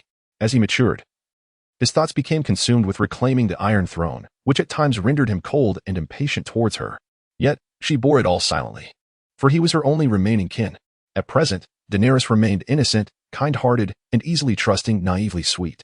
My brother, she murmured, as the night deepened. Viserys gazed at the inky sky, calculating the time until he could sign in once more. After midnight, he would have the opportunity to claim his rewards anew. He had also instructed Illyrio to disseminate the intelligence he possessed throughout King's Landing. What changes might unfold there, he wondered. In the realm of Westeros, the tumultuous struggle for power unfolds among the houses of Baelish, Stark, Lannister, Arryn, Greyjoy, Tully, Tyrell, and Martell. The atmosphere grows ever more intriguing. What are you saying, brother? Daenerys inquired softly. Nothing of significance, merely trivial matters, he replied. Tonight, I find myself feeling rather apprehensive. Might you stay here with me? Daenerys' voice dwindled to a whisper. Viserys' expression shifted. He recalled the traditions of House Targaryen, blood and fire intertwined. The tales of Aegon the Conqueror, along with his sister-wife Visenya and Rhaenys, flooded his mind. Hours later, in the dimly lit ancient castle, Viserys opened his eyes. A prompt echoed in his mind. Dear host, the sign-in time has arrived. Would you like to sign in? He gently draped a velvet blanket over Daenerys, who lay beside him, and carefully tucked away the embroidered red scarf beneath him. Subsequently, he rose and approached the balcony. Outside, the distant sound of the sea's waves whispered faintly. The sky, shrouded in darkness, was speckled with stars. Below the castle lay the grand city of Pentos, its lights flickering in the distance. Feeling the surge of power within him, Viserys declared, Sign in. Sign in successful. Congratulations. Host, you have received a sign-in reward. The Black Dragon King Deathwing Nefarian, in juvenile form. What? The Black Dragon King? Deathwing? Nefarian? Viserys gasped in astonishment. Nefarian is the mightiest Black Dragon King in the world of Azeroth. To have gained the loyalty of such a colossal beast is truly remarkable. He instinctively overlooked the phrase juvenile form. Viserys hurriedly inquired, System, where is Nefarian currently? The system responded, Deathwing Nefarian is en route to the host from the shadows of Acheron, and is expected to arrive by tomorrow morning. According to the system's explanation, the generals, sorcerers, mages, and pets acquired through sign-in would all possess reasonable identities. Given that Acheron is the birthplace of dragons, Nefarion's appearance there is entirely fitting. The shadows of Acheron. I shall see Nefarion by tomorrow. Viserys paced eagerly, while the magnificent sleeping dragon stirred restlessly. Deathwing Nefarion is evidently far superior to Daenerys' 3 dragons. With its presence, I must reorganize my forthcoming plans regarding Pentos, Dothraki, and the continent of Essos. The following day, Illyrio visited Viserys. Your Grace, I have dispatched envoys to persuade Bono and Jacko. I trust we shall receive news shortly. Viserys, lost in thought, remarked, Bono and Jacobo have never bowed to Drogo. If given a single opportunity, they would seize it without hesitation. Gold, women, spices, everything they desire is within reach. Moreover, should they agree to join my ranks, once I conquer Westeros, I could grant them a lush expanse of grassland for their prosperity. Illyrio interjected, Your Highness, they will not consent. Viserys chuckled. They would not have agreed in the past, but now, things have changed. What do you mean? Illyrio questioned, his skepticism palpable. The young prince before him was becoming increasingly inscrutable. Was this still the Targaryen prince he once knew? Suddenly, a cacophony of piercing roars erupted outside the castle, accompanied by panicked cries. Viserys' eyes brightened with anticipation. They have arrived. What is happening? Illyrio shouted. Pentos was his domain. How could a Spartan warrior have intruded? Your Highness, a dragon has attacked Pentos. What? A dragon? Illyrio gasped, instinctively exclaiming, How is that possible? Dragons are extinct. Without waiting, Viserys hastened out of the castle. Illyrio's stronghold was perched atop the highest point of Pentos, offering a commanding view of the city, now engulfed in chaos. Countless individuals, farmers, mercenaries, slaves, nobles, and merchants filled the streets, all gazing skyward. Oh heavens! What is that? A dragon? It cannot be. Look, it is coming this way. In the skies, a colossal dragon, adorned in shades of black and red, with a wingspan nearing 20 meters, soared towards the castle with a thunderous roar. Your Highness, be cautious. Deathwing, nefarious. Your Highness, take cover. Protect the prince. Leo Dany, gravely injured and yet to recover, stood resolutely beside Viserys, shielding him with his own body, armed with shields and spears. The Spartan warriors aimed their weapons at the descending dragon. A dragon, indeed. It is truly a dragon. Illyrio stammered, cowering behind Viserys, peeking out with trepidation, too fearful to fully gaze upon the spectacle. With a thunderous roar, the dragon descended, its immense form nearly occupying half the courtyard outside the castle. Its scales shimmered with a metallic sheen in hues of black and red. The head of the beast was adorned with sharp fangs and formidable horns, while its bronze vertical pupils glinted with an ancient ferocity. Upon its neck and along its spine, fearsome bony spines emerged. With its wings folded, its robust hind limbs rose to a height of over 10 meters.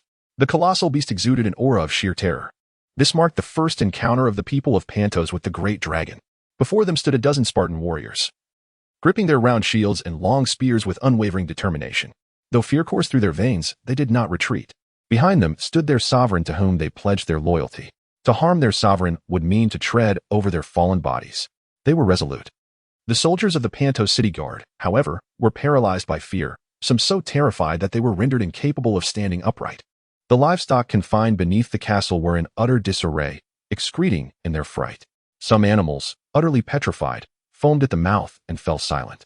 A deep, resonant roar emanated from the throat of Nysario, accompanied by a thick plume of scorching sulfuric breath that enveloped the entire square. 2 Spartan warriors, unable to contain themselves, instinctively lunged their spears towards Nysario. Halt! Commanded Viserys with authority. The 300 Spartan warriors were his direct guards. He could not afford any losses among his own. He approached Nysario, despite the warnings from the crowd. Your Highness, be careful. Your Majesty, do not. Echoed several cries.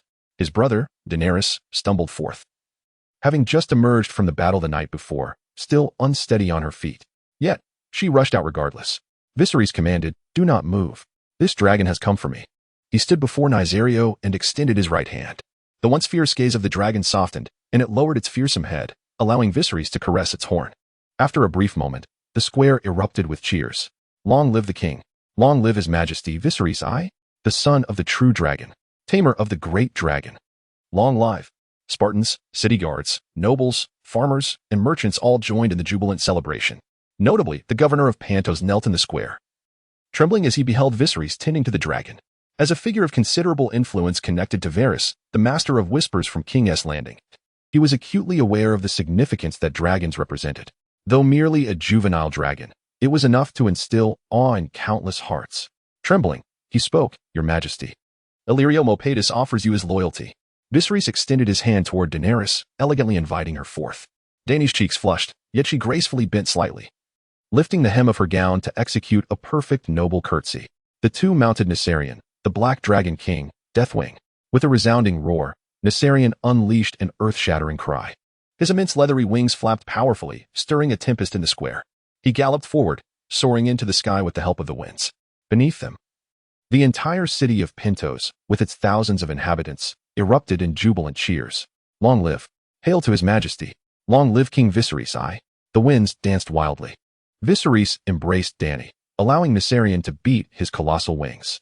They flew over cities, across plains, and over mountains, plunging into the narrow sea. Thunderous roars echoed as the tidal waves surged, the fierce winds howled. The massive silhouette of the dragon parted the waters, creating a silver spray. "Ha ha ha!" Viserys laughed with abandon. Dany nestled anxiously in his embrace, feeling his powerful grip. Is this the might of a dragon? Is this her king? After relishing the breathtaking scenery, Viserys began to assess Nissarion's attributes: name, Nissarion, juvenile; title, Black Dragon King; Deathwing; identity, extraordinary being; race, Black Dragon; physique, extraordinary physique, a bodily essence that transcends the mundane. Growing stronger with age; strength, extraordinary strength, a power that exceeds the ordinary, increasing with age; agility, extraordinary agility, a nimbleness that surpasses the ordinary. Maturing with age; mentality, extraordinary mentality, a spirit that transcends the commonplace; developing with age; special skill 1, dragon's might. Racial trait. All beings are inherently subdued by Nissarion's dragon might, reducing familiarity by 30. Special skill 2, dragon fire. Exhales searing, unquenchable flames that can incinerate any material. Juvenile? Viserys suddenly understood. No wonder Nissarion's size deviated from his memories. In the world of Azeroth, Nissarion was a towering figure, easily reaching hundreds of meters. The foremost among the chromatic dragons, possessing immense power. If a juvenile Nissarion is this formidable, one can only imagine the terror he will wield in adulthood. After more than an hour, Nissarion returned with Viserys and Dany to Pentos. "Your Majesty." Illyrio immediately knelt at Viserys' feet. "Please accept my loyalty. I am willing to offer you all that I possess." Viserys nodded. "Rise, Illyrio. You shall always be my friend." Indeed, Nissalior is the great dragon who, besides seeking the true dragon's offspring, has sensed the presence of his kin. Do you possess any artifacts of the dragonkin in your possession? Perhaps a dragon egg? To report, Your Majesty, a dragon egg? I wish to become KO. To report, Your Majesty. Illyrio knelt before Viserys and Daenerys, holding a long box. I procured this from a merchant group hailing from the shadowy lands of Asdai, 3 dragon egg fossils. After invoking Nissalior's name and asserting Illyrio's possession of the 3 dragon egg fossils, he readily presented them. Upon opening, 3 fossils, each the size of an adult's head, appeared before the two. Daenerys, filled with curiosity, picked up one of the dragon eggs. "Brother, are they still alive?" "Your Highness," Illyrio explained, "these are dragon egg fossils. They have long since lost their life force. Perhaps there are other means to awaken them, but that knowledge eludes us." "Oh, is that so?" Daenerys mused as she caressed the dragon egg in her hands, faintly sensing a warmth and a slight throbbing sound. "Daenerys, these 3 dragon eggs shall be entrusted to you." "Very well, brother. They may yet bring you surprises." Daenerys' eyes sparkled with excitement. "Thank you, brother. I believe we should first conduct an experiment." Viserys smiled as he stroked Daenerys' silky hair. An experiment concerning flames. The Dothraki Sea, an expanse of endless grassland, occupies nearly 1/3 of the Essos continent. It encompasses prairies, deserts, oases, forests, and mountains. The nomadic Dothraki people thrive within this vast ocean. At this moment, in the Khalasar of Drogo, 2 Khalasars, Jacko and Bono, have gathered. Jacko, a round-faced Dothraki man with thick long hair braided and cascading down his back, bears braids that are merely 3 inches shorter than Drogo's, indicating that he has only fallen to Drogo once in his lifetime. After that defeat, his tribe was absorbed by Drogo, and he became one of the Khalasars within Drogo's Khalasar. Bono, on the other hand, is a robust man, his body marred by countless scars. He hails from the northwestern Dothraki Sea, near the Skull Mountains, and his tribe too was subsumed by Drogo. He constantly fantasizes about reclaiming all that he has lost and becoming the KO of the Khalasar. Jacko spoke in Dothraki, Bono. The envoy from Pentos has brought gifts and intelligence. Do you choose to believe it? Bono, biting into a horse's leg, replied, Drogo has sustained grave injuries? The men of Pentos seek an alliance with us to annex Khal Drogo's Khalasar. This is the very dream I have longed for. Jocko shook his head with disdain. Those merchants from Pentos are nothing but feeble sheep. Who would ever trust the intelligence delivered by such timid creatures? How could the great and invincible Khal Drogo sustain grave injuries in the city of Pentos? That city, even if it sends forth 100 men, 1,000 men, could never harm Khal Drogo. Bono spoke. However, I've heard that the one who took action this time was none other than the former Kingsguard commander of House Targaryen, the exiled royal family from across the narrow sea in Westeros. The Lord Commander of the Kingsguard and Khal Drogo have wounded each other gravely. He lies unconscious with severe injuries, while the mighty Khal suffers grievous wounds as well. This is our sole opportunity. Jocko swayed the flask in his hand, hesitating as he pondered. What if this matter is a fabrication? There is no what if. Bono growled with malice. The Khalasar directly under Khal Drogo still encamps around the city of Pentos. The Pentoshi offered him a princess, yet the prince spurned the gift, leaving Khal Drogo grievously wounded. In his wrath, the great Khal has summoned his personal cavalry, intent on breaching the walls of Pentos. A glimmer of murderous intent flashed in Bono's eyes. The fact that Zagakeo was gravely injured, whether true or not, presents us with an opportunity. Oh, what thoughts do you have? Jocko inquired. To which Bono replied, let us first seek out Dorgo Cow to ascertain the truth of his purported severe injuries. If he is indeed gravely wounded, we shall act swiftly to eliminate him and seize his Khalisa, thereby becoming the new Khal. Then, lead our kin to breach the city of Pentos. If it is false, Bono said fiercely, then let us unite forces with Dragoko and together breach the walls of Pentos city. Regardless of the circumstances, we stand to gain considerable advantages. Very well. We shall heed your counsel. Outside Pentos, Khal Drogo's countenance was far from pleasant.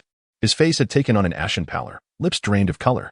The crude mixture of mud and horse dung plastered over his chest wound proved utterly ineffective, as fresh blood continued to seep through. The relentless, excruciating pain had transformed him into a vessel of boundless irritation and unbridled fury. The tent flap was abruptly thrown open as Aggo, the Blood Rider, burst inside. Aggo, roared Khal Drogo, have you uncovered the truth? What was that dreadful roar we heard? To our astonishment, even the mighty steeds of our Dothraki tribe were thrown into disarray. Aggo's eyes betrayed a flicker of panic, yet he clenched his teeth and declared, Khaleesi, I inquired with the merchants from Pentos and learned that roar. It was the bellow of a dragon. A dragon? How could this be? Khal Drogo gritted his teeth and declared, dragons have long been extinct. This is the truth. Aggo panted heavily as he added, tens of thousands in Pentos bore witness to it. According to their words, the great dragon came in search of the true dragon's heir. He intended to assist the rightful successor in reclaiming the Iron Throne. Boom. Before Aggo could finish his words, Khal Drogo smashed the table with a single punch. Impossible. The son of the dragon? That treacherous prince who wounded me? I shall slay him. By all the gods, I swear to end his miserable life. Cough, cough. In a moment of agitation, Khal Drogo coughed violently, appearing rather disheveled. The mighty Khal exhaled sharply. The tents were open once more. LaCroix, have all the tribesmen been assembled? Another blood rider, Ricaro, also wore a grim expression. Damn it, something's off, he said. Jogo and Pono's Kaz are on the move. They're heading toward Pentos. What? A coup? The Khal's decision. Late at night. Hail the Khal. Hail the Khal. Inside the tent, Jocko and Bono bowed respectfully to Khal Drogo. Yet, their eyes subtly scrutinized the mighty Khal. The air within was sweltering, thick with the scent of flames and charred embers. Beneath it all, however, lingered the faint but unmistakable metallic tang of blood. Upon the elevated platform, Khal Drogo sat with an air of unyielding arrogance and disdain. Yet, a trace of weariness could be discerned upon his countenance. Most striking of all was the grievous wound that marred his chest, a sight both shocking and profound. Khal Drogo made no effort to conceal his wounds. This unexpected situation actually made Jogo and Pono hesitate, not daring to make the first move. Khal Drogo watched them coldly and spoke.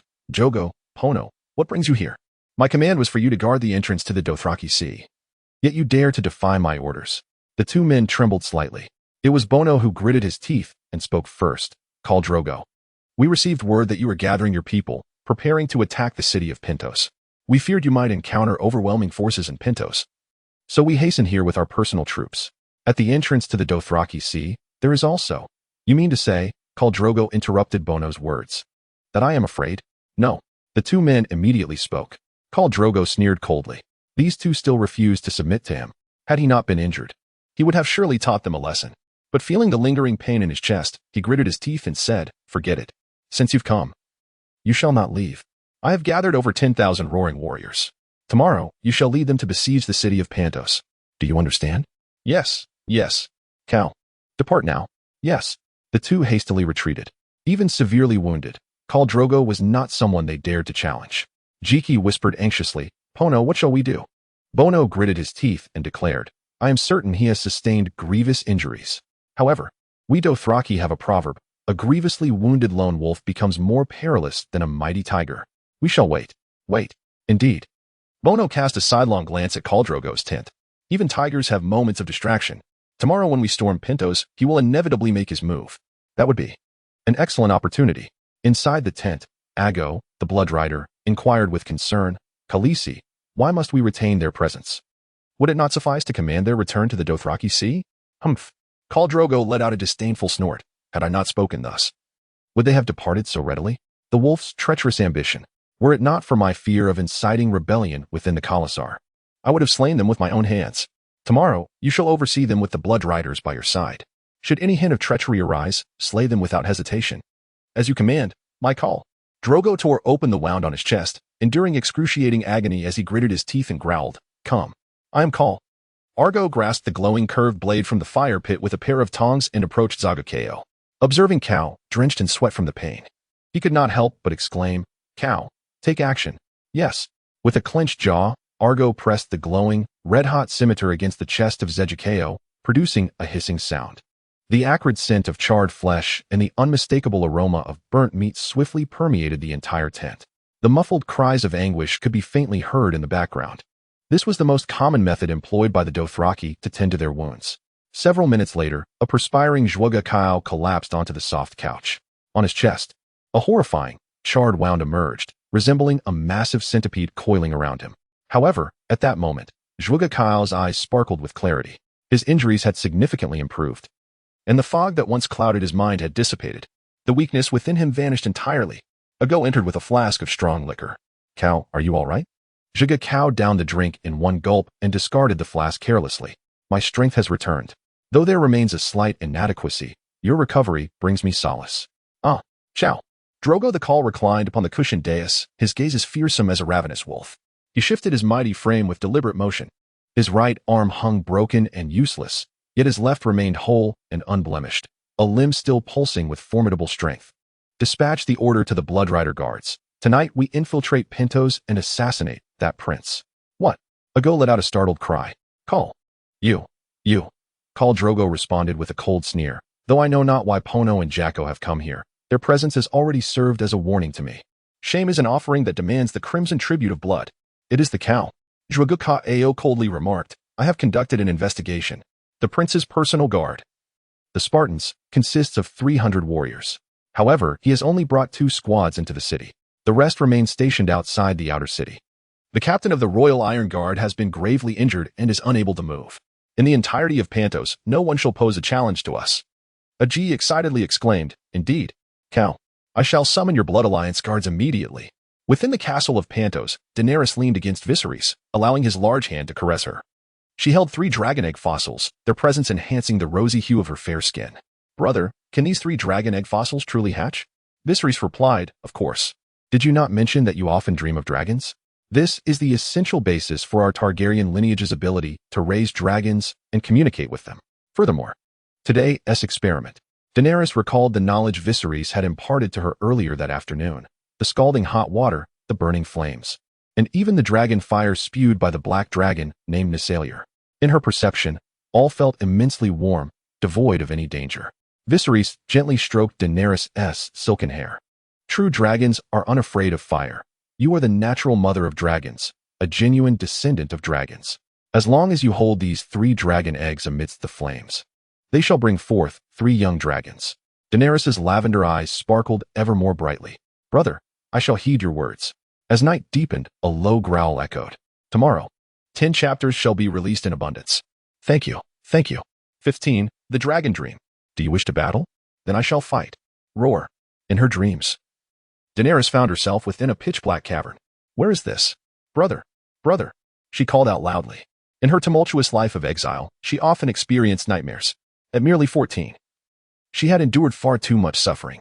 However, now she had a brother who cared for her and cherished her. Viserys. Brother. Roar. Another deep growl resonated from the dark distance. Before her, a crimson glow emerged. Boom. For pillars of fire rose beside her, and above the sky, a vast expanse of fiery clouds appeared. Beneath her, torrents of seething magma surged. Her body was engulfed by the lava. Strangely, Daenerys was not consumed by the magma. Instead, she reveled in its warmth, experiencing both pain and joy. Brother. Brother. Viserys. She cried out. Time lost its meaning as a colossal shadow loomed overhead. Looking up, she was filled with astonishment. A colossal dragon clad in obsidian scales fixed its ancient bronze-slitted eyes upon her, scrutinizing with an intensity that seemed to pierce her very soul. Its massive form exuded raw power, its mighty wings capable of stirring tempest with a single beat. Upon closer inspection, this leviathan bore an uncanny resemblance to her brother's Deathwing. Though lacking the latter's jagged bone protrusions and terrifying visage, it dwarfed even that infamous beast in sheer size. This was not the first time dragons had haunted her dreams.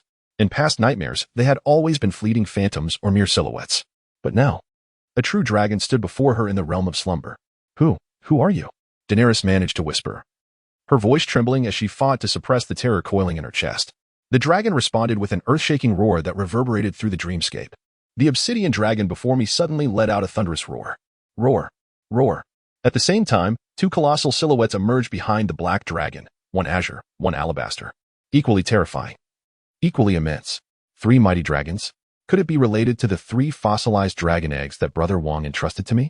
The three colossal dragons unleashed their mighty maws. Three torrents of scorching dragon fire erupted from their throats, instantly engulfing Daenerys' silhouette in an infernal embrace. Ah! Daenerys gasped, her entire body involuntarily shuddering with sudden intensity. In the next instant, her vision was filled with the serene stillness of the house and the faint, flickering glow of candlelight. Dany, you had a nightmare. Are you all right? Her delicate frame was enveloped in a broad, warm embrace. Nestled against her brother's chest, Daenerys felt her breathing gradually steady, though her skin was damp with perspiration. She had no desire to pull away. Brother, she murmured weakly, I had a nightmare. I dreamt of a place engulfed in flames, where three dragons, black, green, and white, breathed fire upon me. Perhaps I had displeased them in some way. Viserys soothed her. Dany, this is a dragon dream. It is the birthright of our Targaryen bloodline. The gift of the true dragon's descendants, to commune with dragons in the realm of dreams. As for why they breathed fire upon you, perhaps they were merely playing, or perhaps, his brow furrowed. Since consuming the super soldier serum, his strength and constitution had undergone profound transformations, growing more formidable with each passing day. Beyond that, his senses, hearing, smell, and vision had all been heightened to extraordinary degrees. And now, with crystalline clarity, he detected it, the faint whistle of blades slicing through flesh. The muffled cries of silenced throats beyond the castle walls. Assassins. He dismounted swiftly, pushing Daenerys back with a firm hand. Stay here. He casually draped a garment over his shoulders and opened the grand door. Your Highness. Outside stood the Spartan warriors who had kept vigil through the night. Assassins. Spartans, assemble. Aye. Your Highness, a dozen Spartan warriors had just assembled when a group of bare-chested Dothraki, drenched in blood, stormed in. At their forefront stood none other than Khal Drogo. Eurus. Drogo Khaleesi's fury ignited the moment his gaze fell upon Viserys. With a thunderous roar, he charged at the silver-haired prince like a tempestuous storm. And the blood riders behind him charged forward without the slightest hesitation. Since when have the Dothraki adopted the ways of assassins and covert murder? Viserys sneered coldly. A pity. He did not comprehend the Dothraki tongue, speaking instead in the common tongue of the realm. Khal Drogo remained utterly oblivious to his words. In the blink of an eye, the warlord surged forward toward the Spartan guard. Form ranks. A thunderous battle cry echoed. 20 Spartan warriors swiftly formed their battle formation, grouped in units of 5. They raised their round shields before them. Between the interlocking gaps of their shields, the deadly spears protruded like serpents' fangs. One unit after another assembled into a scaled formation reminiscent of fish scales. With this legendary phalanx, the 300 Spartans had once held the pass at Thermopylae against the onslaught of Persia's 500,000-strong army. Clang.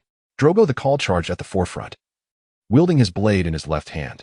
With a single mighty slash, he deflected the foremost round shield in a shower of sparks. Twisting his formidable frame, he plunged into the phalanx formation. His Dothraki arak carved a deadly arc through the air, wounding 3 Spartan warriors in an instant, ducking beneath the thrust of 2 spears. His lithe form darted through the enemy ranks like a fish through water. His almond-shaped, flaxen eyes burned with predatory focus, locked unwaveringly upon Viserys. Behind him, his blood riders, elite warriors among the Dothraki, had already clashed with the Spartan soldiers. In the guttural tones of the Dothraki tongue, he roared, "Prince of the Targaryens, today shall be your doom." Viserys let out a disdainful snort. He truly hadn't anticipated that Khal Drogo would resort to such a crude method as assassination. A pity. He was no feeble prince incapable of self-defense. Facing the charging Khal Drogo, who moved like a lone wolf, Viserys chose to countercharge. "You seek battle? Then battle you shall have." The Eight Extremities Fist. Mountain-splitting palm. Chapter 16. Single combat with the Horse Lord. Dragonfire.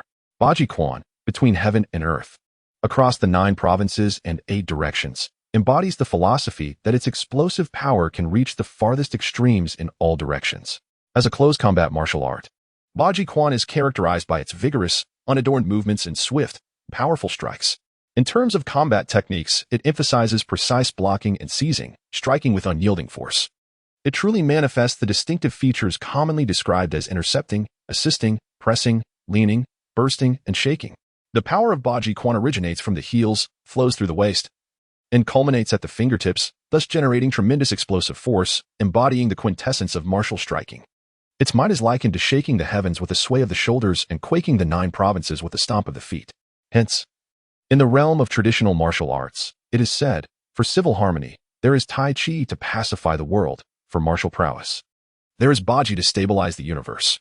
Once a Baji practitioner closes the distance, they can harness the full force of their body and unleash an unrelenting barrage of attacks to instantly overwhelm their opponent. Mountain-splitting palm. With a single outstretched palm, Viserys seized the advantage of the elevated terrain, delivering a devastating downward strike toward Khal Drogo. Mid-air, the sheer force of the blow even produced a sharp whistling sound as it cleaved through the wind. Drogo, who had been deftly evading the Spartan spears thrusting at him from all directions, instinctively raised his head upon hearing the attack. In that critical moment, he disregarded the surrounding spears entirely. Gripping his curved blade with his left hand, he executed a fierce upward diagonal slash. Viserys moved with astonishing swiftness. In midair, his hand transformed into a claw-like appendage. With mere flesh and bone, he managed to firmly grasp the Dothraki Arak that Khal Drogo had swung towards him. What sorcery was this? Drogo the Khal let out a startled exclamation. His almond-shaped eyes, the color of flax, were filled with utter disbelief. How could this be? Though my right hand is rendered useless, the strength of my left surpasses that of any other Dothraki warrior. How could any man dare seize my Arak with naught but bare flesh? In the midst of his astonishment, a tremendous force suddenly surged forth. The Dothraki Arak in his hand was effortlessly wrenched away by Viserys. Casually tossing it aside, Viserys chuckled lightly and remarked, "Is this the extent of the might of the greatest Khal among the Dothraki?" Though Khal Drogo could not comprehend the words of Viserys, the mocking smirk upon his lips had already ignited a seething fury within him. "Perish!" He roared fiercely in Dothraki, disregarding the pain in his injured right arm, and lunged forward. His right hand reached out with ferocity towards Viserys, akin to a wounded and ravenous wolf. It was a mere desperate struggle for survival. Viserys sneered coldly. His right foot stamped forward violently, sending a swirl of dust billowing from the ground. With his right hand clenched into a fist, he launched a direct strike toward Khal Drogo, a cannon punch. Drogo's expression darkened slightly. With a swift shift of his stance, he sought to evade the incoming blow. Yet Viserys moved with even greater alacrity. He moved swiftly on his legs, his waist slightly bent. The entire figure resembled a fierce tiger walking upright. Swiftly closing in on Zuijikeo, a tiger charging up the mountain, he entwined his hands around Khal Drogo's left arm and with a sudden twist, a crisp snapping sound echoed through the air. Once more, Khal Drogo's left arm was rendered useless by Viserys. Harnessing the momentum of his swift charge, he planted a foot firmly upon Khal Drogo's knee and vaulted upwards with a powerful twist. A surge of immense force followed as Viserys pivoted sharply, driving both elbows with brutal precision into the Khal's armored chest. He sent him flying with consecutive impacts.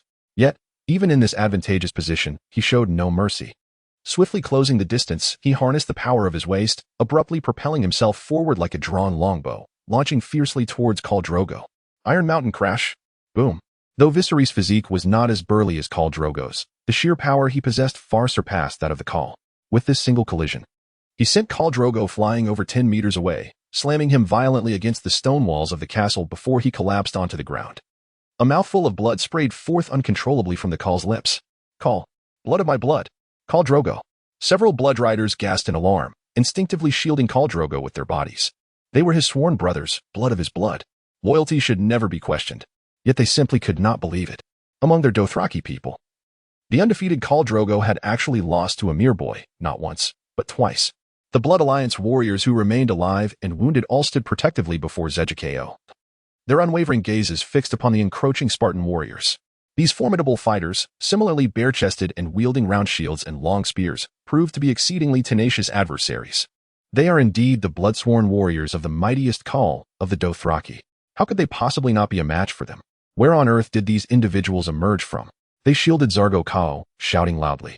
Viserys furrowed his brow and called out to a Spartan warrior, "Go summon Illyrio. At once." "Your Highness." Without Illyrio present, he was utterly oblivious to the discourse of the Dothraki. At that moment, one of the Blood Riders suddenly bellowed something. Two of them assisted Khal Drogo, while the others converged and charged directly at the Spartans. They appeared determined to fight their way out with Khal Drogo. Showing no inclination for negotiation, a chilling roar suddenly echoed from the pitch-black sky. A colossal figure, equally dark, descended with the fury of a tempest. Crashing onto the plaza before the castle, the Spartans swiftly withdrew. Netharion, the Deathwing has descended from the heavens. A dragon, a mighty dragon. It blotted out the sun. A group of Blood Alliance warriors stood in terror before Netharion. The Dragon King, his scaled neck arched high, gazed down menacingly at these audacious reptiles who dared to brandish their weapons against him. Suddenly, a melodious voice echoed in the mind of Lord Viserys, filled with curiosity and inquiry. Netharion is indeed the king of the Black Dragons, even in his juvenile stage. He possesses a certain wisdom that allows for mental communication with Viserys. This group of Dothraki resembles the stones of a latrine, foul and unyielding. Let us teach them a lesson. Obeying your command, my lord. Netharion raised his fearsome head, a searing flame coalescing within his mouth before erupting forth. A roaring torrent of black and crimson dragon fire surged from Netharia's jaws, overwhelming the Dothraki in an instant. Once more, the mysterious sorcerer had arrived, my lord. Illyrio rushed forward, and upon stepping onto the raised platform, he was astonished by the scene before him, bodies and blood strewn across the ground. The black dragon crouched in the center of the square, its menacing head turning, causing his heart to momentarily cease. Before the dragon lay the charred remains of those who had perished. The dragon fire swept through, leaving nothing to withstand its incinerating blaze. Beside the charred corpses, a few Dothraki knelt, their expressions vacant, faces awash with disbelief. The glory upon which they relied for existence was rendered meaningless in the face of the dragon and its flames. Mortals could never compare to a dragon. Illyrio, overwhelmed, collapsed into a nearby flower bed, retching violently. It was several minutes before he was able to recover, not daring to look again at the horrors in the square. He approached Viserys. My lord, these matters. Viserys succinctly replied, Drogo Khal and his Blood Riders. Drogo. Illyrio swallowed hard. Drogo Khal was the mightiest of the Dothraki. To be so easily vanquished by Prince Viserys was astounding. The Blood Riders were reduced to but a few. Such power was truly formidable. He had no time to ponder why Drogo Khal and his Blood Riders were present. My lord, over 10,000 Dothraki screamers have gathered outside the city of Pentos. Viserys interrupted. Even with Drogo Khal as a hostage, we cannot command the Dothraki outside? Illyrio was taken aback. Was Drogo Khal still alive? Not yet, but his time is drawing near. Illyrio hastily explained, My lord, the Dothraki are unlike the nobles of Westeros. If their Khal is captured by the enemy, no ransom can be procured. Instead, his Khalasar will swiftly disintegrate, as various warlords vie for the position of new Khal, leading to mutual slaughter. Alternatively, they may fragment, each gathering a following of people and slaves to form a new Khalasar, establishing a new Khal. Viserys smiled and said, So, in essence, Drogo Khal holds no value for us. Illyrio contemplated for a moment and remarked, That is not the case. We could sever the heads of Khal Drogo and his Blood Rider allies, preserving them with lime as a testament to your martial prowess. Viserys shook his head. Such an approach is indeed a waste. Then Viserys' expression suddenly faltered. Your Highness? It is nothing, Viserys responded, clearly unwilling to elaborate further. Have this place cleaned.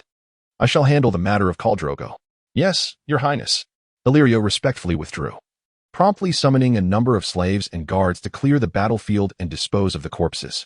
Outside the city, the Dothraki, upon learning of Khal Drogo's capture, would likely descend into disarray, forming new Khalasars and departing. Thus, the siege of Pentos would be effortlessly lifted. Viserys returned to his chamber, and just then, a notification from the system echoed in his mind. It is time for the daily sign-in. With Khal Drogo captured and with Netharion at his side, the Dothraki warriors outside posed little threat. Regrettably, following his defeat, Khal Drogo had lost all value. Otherwise, he shook his head. He connected to the system. System. I wish to sign in. Sign in successful. The system's notification resounded once more. Congratulations, host, you have received the sign-in reward. Wizard recruitment card. A wizard recruitment card? What is this? A beautifully crafted card suddenly materialized in his hand. The card was predominantly black, adorned with a gilded border that illustrated intricate, enigmatic patterns. On the front, there was a figure shrouded in a black mist cloak, wielding a staff. The back depicted a complex magical array, shimmering with faint starlight. The system elucidated. Wizard recruitment card, one of the character's summoning items. By using this card, you can recruit a wizard to serve the protagonist. A wizard? Viserys' eyes sparkled with intrigue. He recalled the Red Priestess from the original narrative, Melisandre, the priestess of the Lord of Light, Lawler. At this moment, she should be in service to Stannis Baratheon, renowned for her peculiar abilities in prophecy and curses. In the original storyline, she had utilized Stannis' own blood to summon a shadow assassin, who subsequently assassinated his rival, Renly Baratheon. She then cursed Balon Greyjoy, Robb Stark, and Joffrey Baratheon, 3 pretenders to the throne, using the blood of Robert Baratheon's illegitimate son, Gendry. Shortly thereafter, all 3 met their demise. Whether by coincidence or not, this matter imbued Melisandre, the priestess of the Lord of Light, with an aura of profound mystery. Uncertain of the strength of the wizard he had summoned compared to Melisandre, the priestess of the light, Viserys hesitated not for a moment before opting to proceed. The system's notification resonated. Wizard recruitment card successfully used. Suddenly, a radiant light manifested before him, revealing a procession of figures streaking across the sky like meteors. There were both men and women, young and old, and even several beings of other races. In no time, the luminous veil settled upon a striking young woman with golden hair and dark eyes, possessing an exquisite visage. She donned a deep crimson magical robe adorned with a unique emblem, and in her hand, she held a wand approximately 10 inches in length. Congratulations, host. You have acquired the wizard, Hermione Granger. Current identity upon arrival, a wizard from the Shadowlands of Asha, drawn to your side to experience the might of the dragon. Currently residing in the White Owl and within the inner city. Viserys' eyes sparkled with delight as he promptly commanded. Bring forth the lady named Hermione Granger from the White Owl and in the inner city. Yes, your highness. As the extraordinary world approached, a witch cloaked in black was soon escorted into his presence by a valiant Spartan warrior. Upon beholding Viserys, she unveiled her hood, revealing a captivating face framed by golden locks and dark eyes. She bowed slightly and respectfully addressed him. I am Hermione Granger, a witch from the Shadowlands of Asha. Honored to meet the son of the true dragon, the esteemed Targaryen heir, Prince Viserys Targaryen.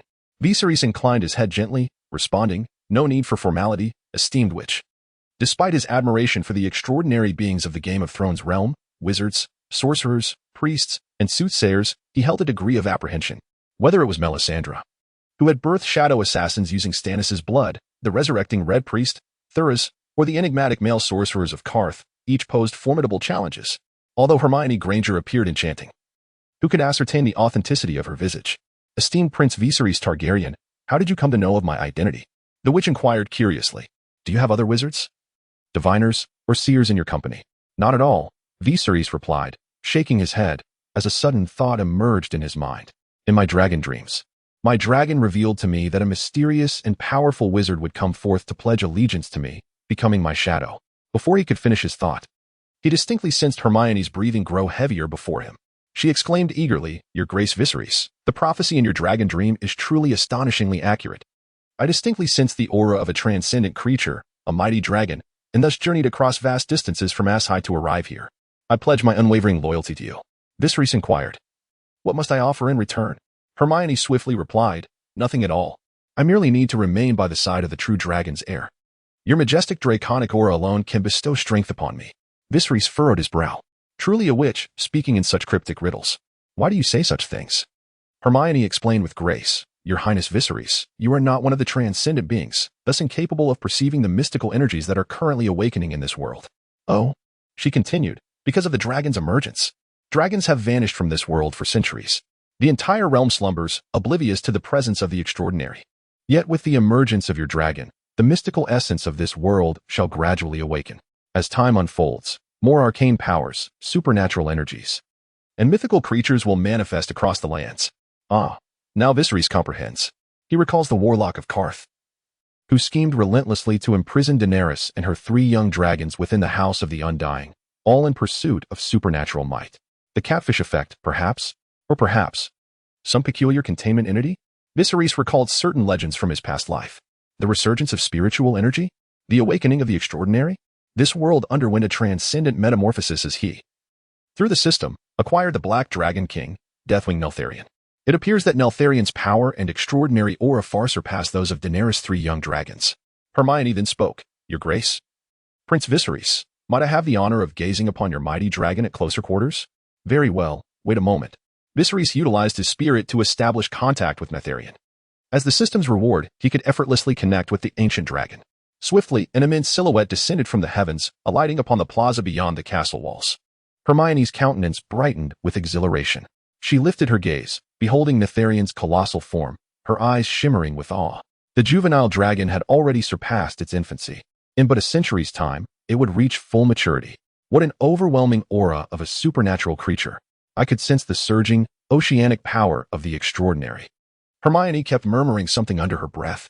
After a long while, she turned back to gaze at Viserys and spoke with solemn sincerity. "Your Highness, Prince Viserys. You must protect your dragon at all costs." His emergence triggered the awakening of extraordinary powers. In the shadows, countless malevolent gazes lurked unseen. To possess him, to slaughter him. In the desperate hope of seizing the dragon's power, Viserys inquired, "By your account, would other sorcerers seek to approach me as well?" "Not only wizards," Hermione said earnestly. "Priests of the 7 or the old gods, shadow binders from the Shadowlands, spell singers, warlocks, sky mages, even some creatures of other races will approach you." Viserys thought of this world: knights, wizards, dragons, the children of the forest, giants, the White Walkers. A low magic world transitioning into a mid-magic one, or perhaps even high magic. Viserys nodded thoughtfully. "I understand. By the way, Miss Hermione, might I inquire what particular branch of sorcery you excel in?" Hermione declared with pride, "Your Highness. I am hailed as the most prodigious young sorceress in all of the lands of Ashai. Curses, transfiguration, defense against the dark arts, ancient runes, history of magic, care of magical creatures, potions, herbology, I possess some knowledge in each." Viserys suddenly inquired, "Transfiguration? The ability to assume another's form?" No, Hermione shook her head apologetically. "It's magic that transforms one substance into another identical substance, not into a different person.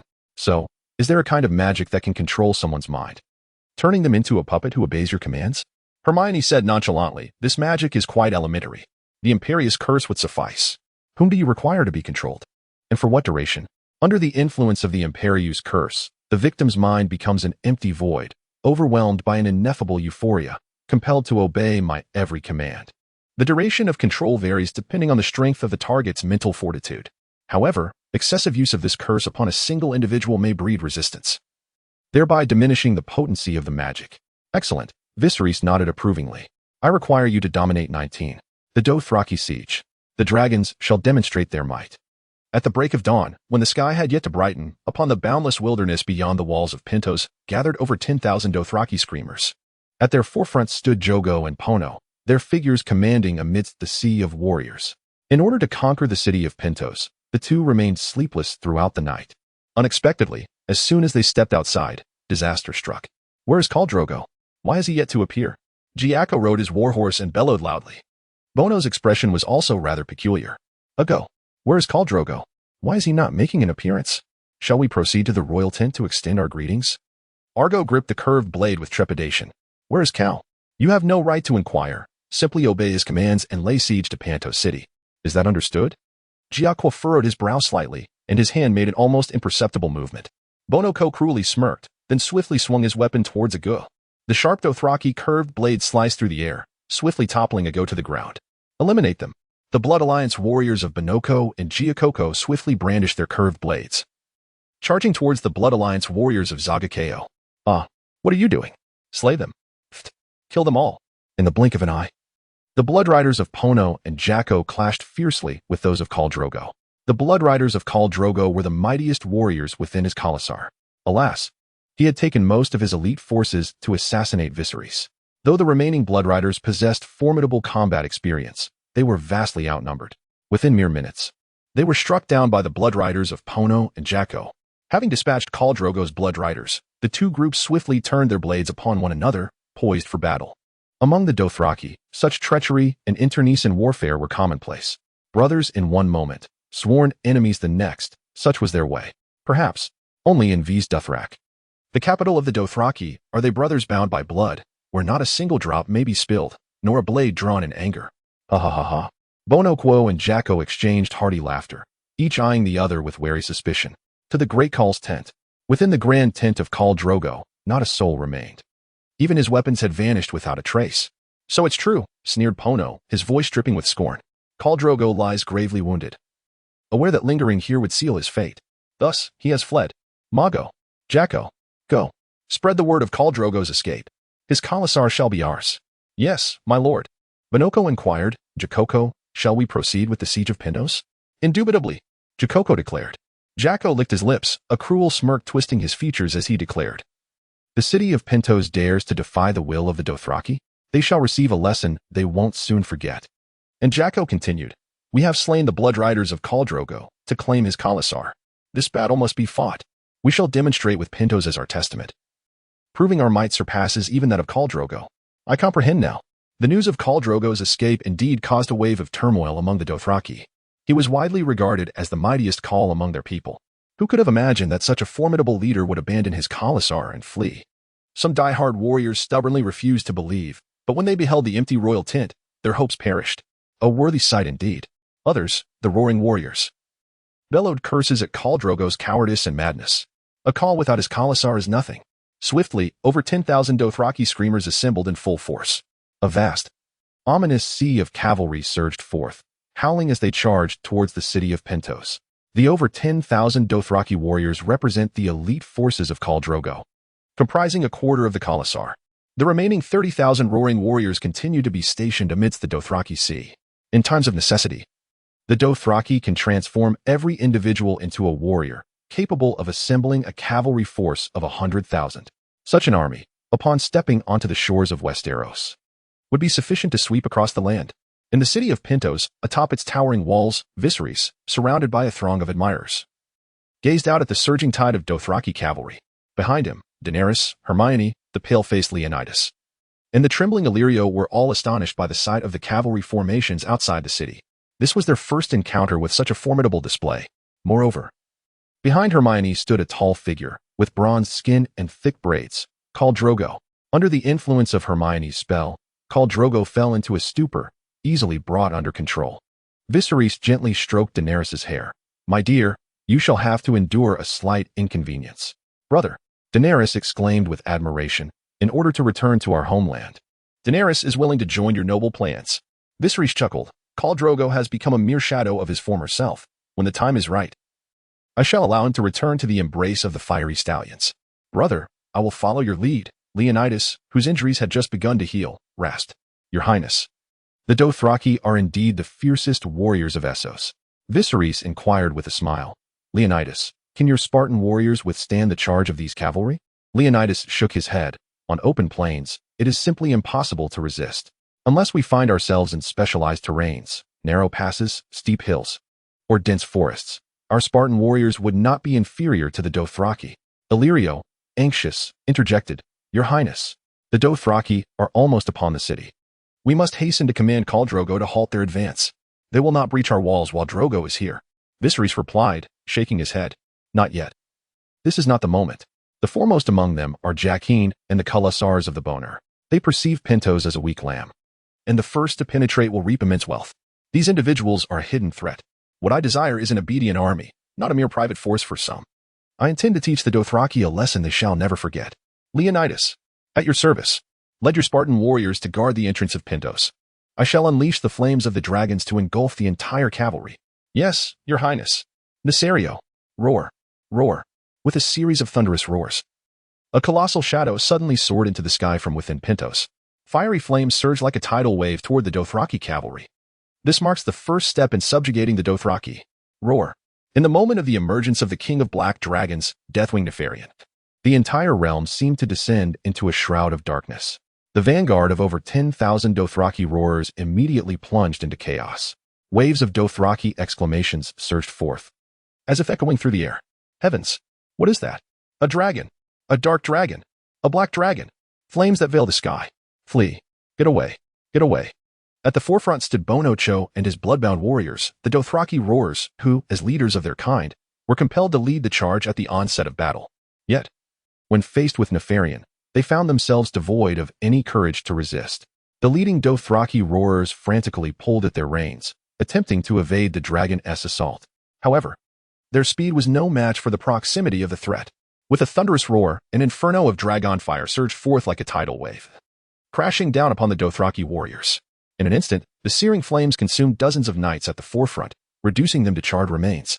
Bonocho and his bloodbound warriors were incinerated before they even had time to react. The Dothraki cavalry behind were swept away by the mighty flaps of Nefarian's colossal wings, sent hurtling through the air, crashing to the ground amidst their anguished cries. They were relatively fortunate, having escaped the Dragonfire's grasp. Yet behind them, Nefarian unleashed another torrent of flames. The massive Dragon-s had swung violently, tracing a sinister arc of black and red. Anything caught in the path of the Dragonfire, be it steeds, weaponry, or flesh, was reduced to cinders in mere moments. Fire! Shoot! Charge! Came the urgent commands as a rain of arrows flew from the rear ranks of the Dothraki cavalry. Alas, ordinary arrows, upon striking Nefarian, failed to pierce even his scales, merely igniting sparks that fell impotently to the ground. As the mightiest race and warriors of Essos, the Dothraki had never entertained the notion of retreat without battle. Even in the face of a dragon, they dared to launch relentless assaults, embracing a suicidal charge. Kill. At that moment, Leonidas led 300 Spartan warriors into the fray. They surged forth in the direction Nefarian had flown, their long spears striking out with serpentine precision, swiftly dispatching the still-dazed Dothraki cavalry. The Dothraki formation had already crumbled in the wake of Nefarian's appearance. To capture the thief, one must first seize the king. Without the command of call, the Dothraki cavalry found themselves in disarray, devoid of leadership and direction. Chaos reigned supreme as the dragon, Viserys, wreaked havoc among their ranks. Faced with the charge of Spartan warriors, the Dothraki were unable to mount any effective resistance. My lord, that man must be a leader. A Spartan warrior pointed ahead. To the side, a group of Dothraki howling warriors was desperately escorting an individual, retreating clumsily into the throng. Jacko Bonacor was swiftly dispatched by Viserys. Yet Jacko managed to escape by sheer luck. Seize him. With a command, 300 Spartan warriors swiftly lunged towards Jacko. Your Highness, victory is yours, Illyrio exclaimed, surveying the tumultuous battlefield. Across the entire Essos continent, and even in Westeros, none could rival you on this battlefield. Yet, Viserys remained composed. This unexpected appearance of the dragon amidst the Dothraki cavalry had taken them by surprise, but it would not happen again. In the future, others would be prepared. The dragon could only serve as a strategic weapon, not one for regular engagement. Strategic weapon? Illyrio, perplexed, gazed blankly at Viserys. Hermione, it is your turn to act. Yes, Your Highness, Hermione responded promptly. Behind her, Khal Drogo ascended to the battlements. With a flourish of her wand, she uttered an incantation. Amplification. At that moment, Viserys soared into the sky. Roar. He unleashed another thunderous bellow. The imposing presence of the dragon sent waves of terror through the Dothraki cavalry below. The steeds, overwhelmed by Viserys' might, collapsed in fright. No matter how fiercely the Dothraki lashed out, their mounts refused to rise. My call. My kin. Suddenly, a familiar and resonant voice echoed across the battlefield. It is Khal. Drogo Khal. Our king. He is there. On the walls of Pentos. The Dothraki cried out in unison. The name of Drogo Khal held an irreplaceable status in their hearts. Jacko and Bonacor have incited rebellion. My ally, the Prince of House Targaryen, with his dragon, has aided us in quelling this insurrection. I have pledged my loyalty to the great Prince Viserys, the true son of the dragon. Lay down your weapons and offer your allegiance to Prince Viserys, and the dragon's wrath shall cease. We Dothraki shall become the sharpest scimitar in Prince Viserys' hand. Allies with the dragon, companions of the true dragon, the entire continent of Essos shall become our pasture. The voice of Khal Drogo resonated in the ears of every Dothraki through the amplification spell of Hermione. Furthermore, I shall wed the princess of House Targaryen, Daenerys, born of the storm, the unburnt, the true heir of dragons. She shall become the Khaleesi of the great sea of Dothraki, to the great son of the true dragon. The master of dragons, King Aegon of the Undulls, the Rhoynar, and the First Men, the king of the Seven Kingdoms, the protector of the realm, the prince of Dragonstone. We pledge our loyalty. A grand Dothraki wedding. A magnificent celebration unfolds outside the city of Pentos. The protagonists are Khal Drogo, the mightiest of the Dothraki, commanding over 100,000 people, including 40,000 roaring warriors. The other is Daenerys Targaryen, the princess from Dragonstone, born of the storm, a Targaryen by blood. On a rugged stone, rich in tradition, 2 stone chairs are arranged. Khal Drogo and Daenerys sit on either side. However, at this moment, Khal Drogo appears dazed, his gray, almond-shaped eyes devoid of focus, his gaze vacant. Behind him stands a mysterious woman cloaked in shadows. As for Daenerys, although her face is adorned with a radiant smile, her attention is entirely directed towards her brother, Viserys, with affectionate glances, barely acknowledging the main figure of this grand wedding, Khal Drogo. Ha, kill him. Kill him. At the wedding, thousands of Dothraki revel in wild celebration. This is not only the wedding of their Khal, but also the grandest festival of the Dothraki. Enormous bonfires blaze in the center of the square as Dothraki dance ecstatically, their bronze, glistening skins gleaming in the firelight. Meanwhile, Khal Drogo's blood riders, the roaring warriors of Dothraki, surround the festivities, their curved blades swaying rhythmically in hand. Among the crowd, an elderly man draped in white approaches, holding a silver cup filled with a collection of glimmering, azure-hued gems. Illyrio, seated nearby, explains to Viserys, "Your Grace, this man is a merchant from the city of Meereen, presenting the renowned blue sea gems from the castle of Meereen. It is said that these gems possess a unique ability to soothe the spirit. 1 blue sea gem can be exchanged for 10 Dothraki warhorses. That collection contains over 30 gems. One of Khal Drogo's blood riders takes possession of them.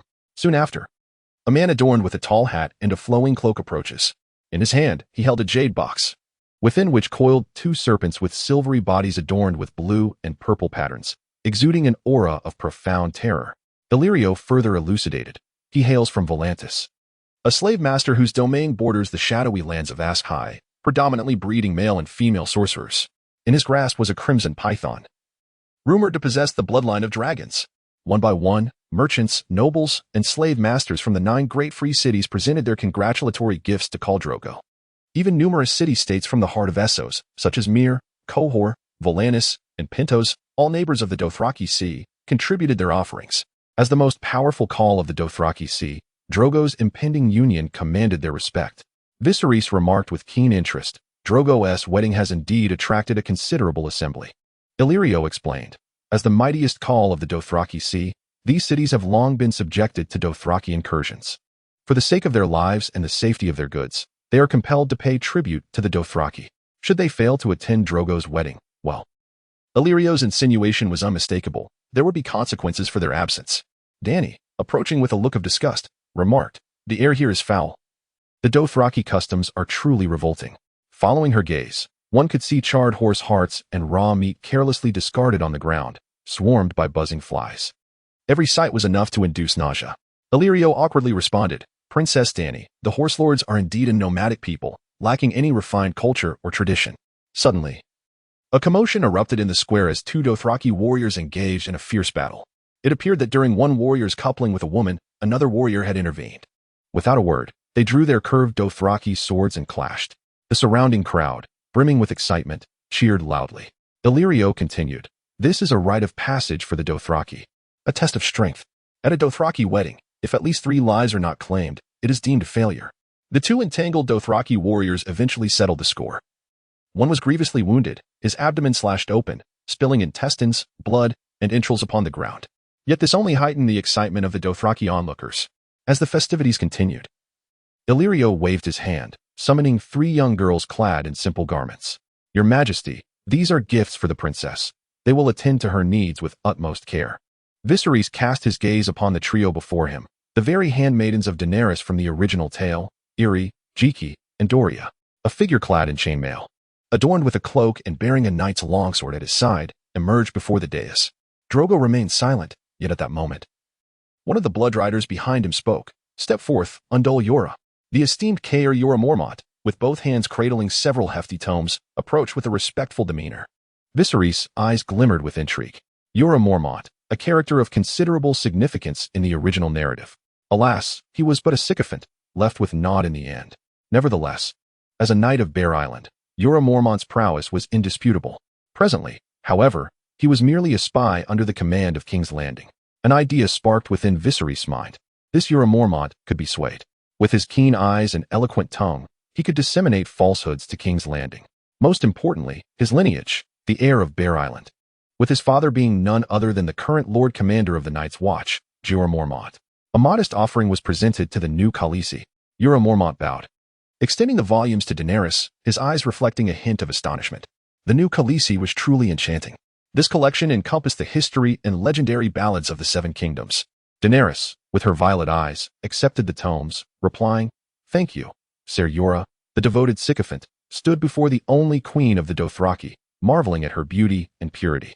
A pang of bitterness unexpectedly stirred within him. Was it jealousy? Jorah was a robust middle-aged man, slightly balding, yet still formidable. His skin was dark, his hair thick. Not strikingly handsome, yet among the Dothraki, he possessed a certain allure.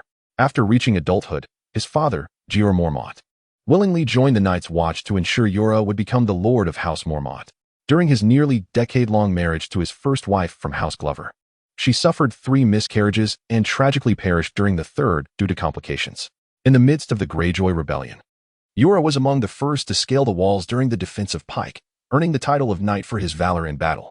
Subsequently, to celebrate this victory, King Robert Baratheon hosted a tournament in Lannisport, where Jorah encountered Lynesse Hightower and was instantly captivated, requesting a token to wear during the competition.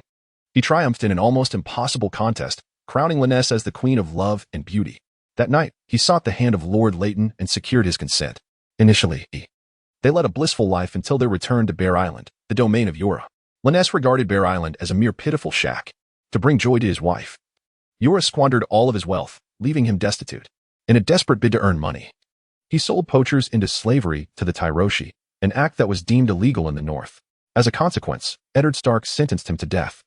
Rather than joining the Night's Watch or facing his demise with fortitude, Jorah fled with Lynesse to Lys, where he became a mercenary knight. In Lys, he found himself unable to provide for his wife. During a battle against the Braavosi at the banks of the Rhoyne, Lynesse seized the opportunity to abandon him, disappearing with a wealthy man. In the original narrative, he harbored a deep infatuation for Daenerys, willing to do anything for her.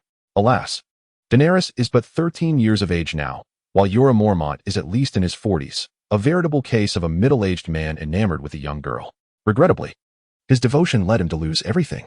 In his despair, Jorah became a wandering mercenary and traitor, leveraging his formidable combat skills and reliable reputation to enter the realm of the Dothraki, trading horses, fabrics, and provisions. However, unbeknownst to many, he also served as a spy for King S. Landing. In pursuit of royal pardon, he clandestinely reported on the movements of the remnants of House Targaryen. Daenerys, gazing at Jorah, inquired hesitantly, "Are you not from my homeland, Westeros?" Born on Dragonstone, she had been exiled to Essos at a tender age, her memories of Westeros nearly non-existent. Jorah, filled with emotion, proclaimed, "I am Ser Jorah Mormont of Bear Island, having served your father for many years. By the gods, I pledge my eternal service to the true king." He cast a glance at Viserys.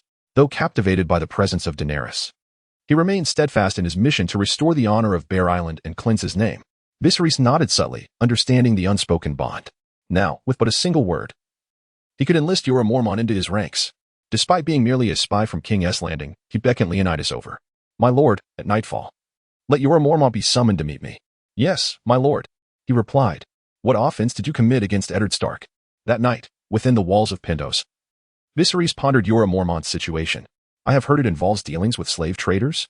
Jorah instinctively responded, "No, my lord, I sold captured poachers to the slavers."